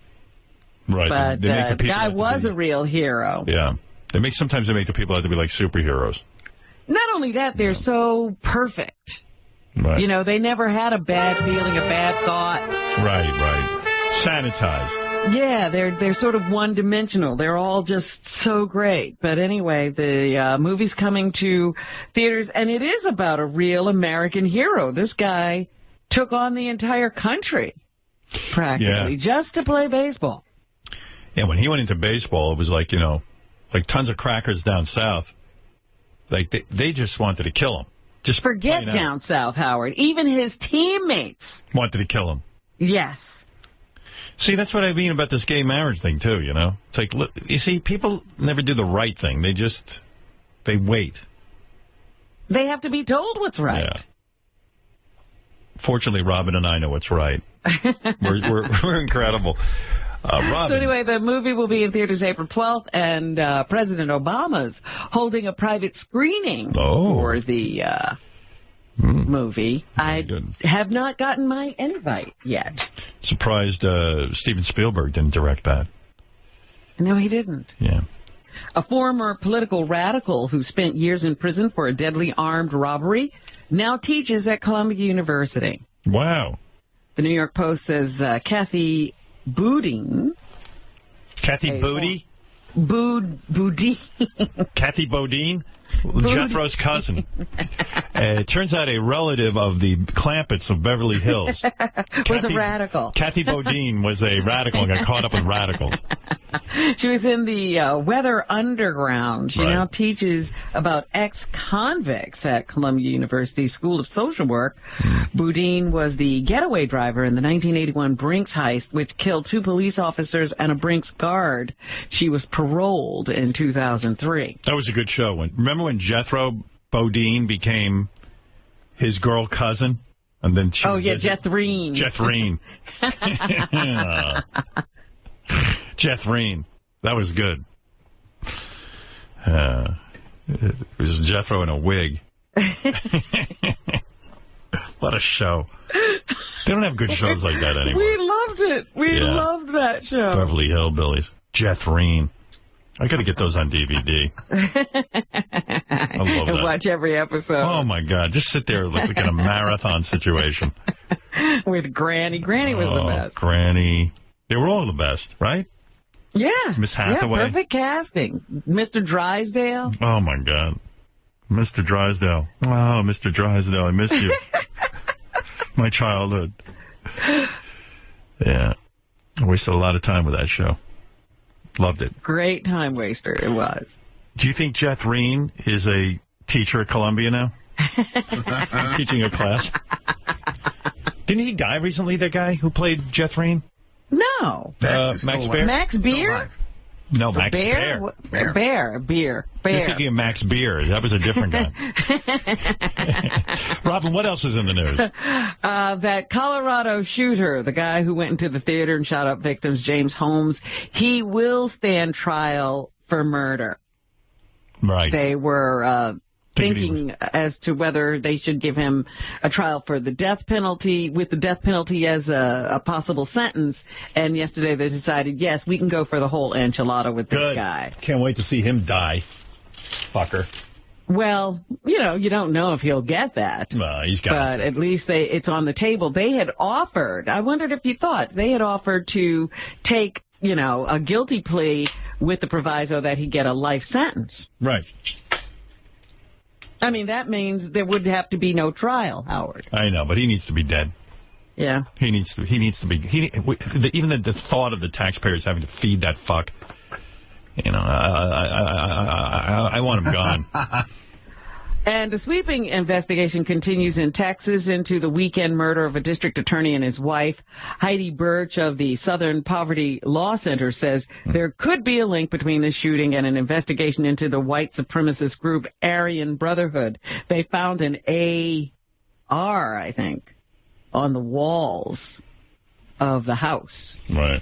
Here's Heidi Birch, and she says that Aryan Brotherhood has been around since the 1980s. 1-4. It's a standalone organization. It's not connected to the larger Aryan Brotherhood. They have about 2,600 members in the state of Texas and some in federal prisons. And we know they make a ton of money off of basically drug running. Why do groups like this get to sort of just hang out and sell drugs since that's illegal? Well, because, you got to build a case. Like everything else, no one goes to jail. Hey, CWB, you're on the air in Nashville. Good morning, everybody. Yeah. I just wanted to say that China fighting Godzilla was the funniest goddamn thing I've heard in a while. Yeah, China versus Godzilla. I'm producing that. Someone get a hold of China. And Godzilla, is he available? Oh, yeah, Godzilla. I think no one knows. Is it public domain? How about Jet 3 fights Godzilla after that? How about China fights Jet 3? Oh, I love that. Dane, you're on the air in Pittsburgh. Yo, yo. Yo, yo, yo. Hey, what's on? Hey, you were talking about that guitar scratching sound on the David Bowie tune. Mm-hmm. Yeah, what is that? It is, I believe it's like a guitar synth. Oh. There's a switch on a guitar. You guys even have...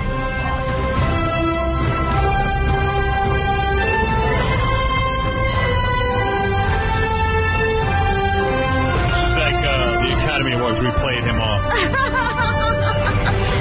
All right. I wondered what was going on. Dane, you just got played off. Oh, man. All right, later. Hey, hold on, Howard. All right. Yeah. Yeah, but like I said, you guys actually asked him about that, But anyway, I was just curious.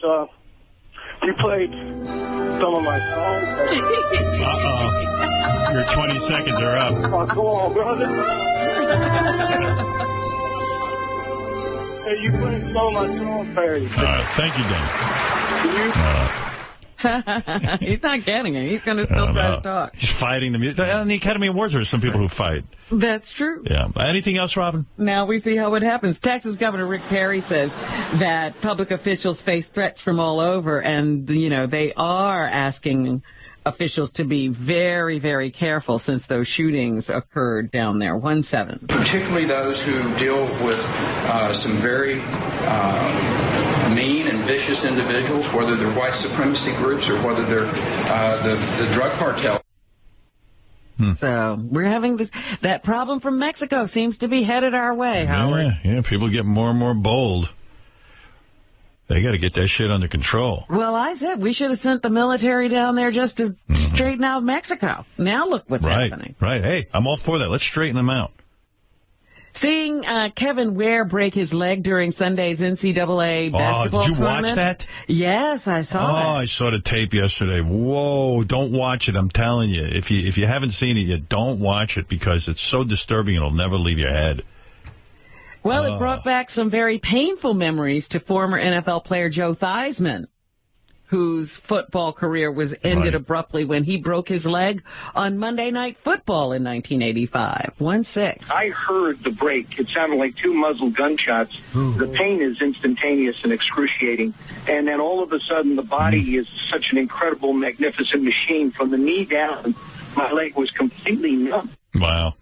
Yeah. Isn't that amazing? Yeah, we talk about that. What is somebody feeling? And he immediately, his body sort of just took the pain away. Jeez. So anyway, Theismann reached out to Ware via text to offer his support.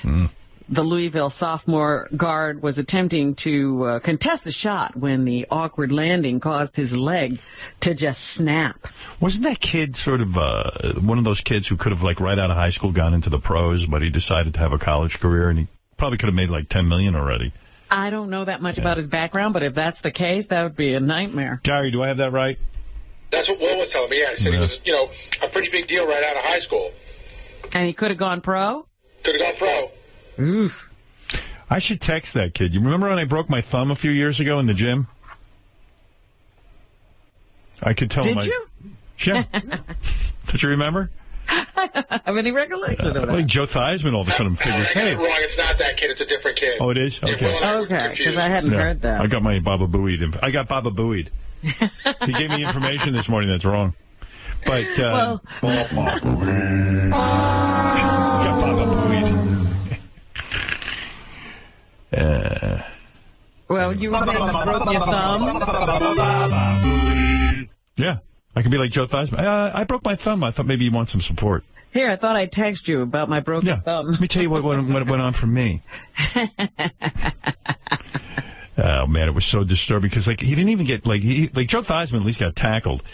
This guy, he just landed. Yeah, you're playing basketball. You don't expect this to happen. He literally just landed on his feet and just the whole thing just broke. I know. That happens, though, because of, the way these guys are playing, and you're overreaching, you're overstepping, and the body wasn't meant to be doing some of those things. It was such a break. Oh, my God. Well, he's supposed to show up for some game that's coming up this weekend. But he'll be on crutches. Sure. But they also said that his hospital bills will be covered by the school's insurance. So way to go. Saddled with, incredible hospital bills, which is a nice thing to know. Those kids should be giving your leg to your school. Those kids should be getting the profits from those games. Like, they should be paid. I'm sorry. College basketball's too much. There's too much money going down, not for those kids to get paid.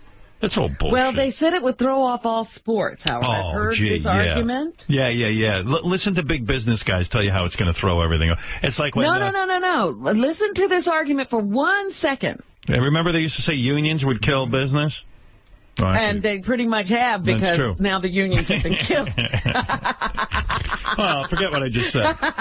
But, come on. No, they say that if you start paying some athletes...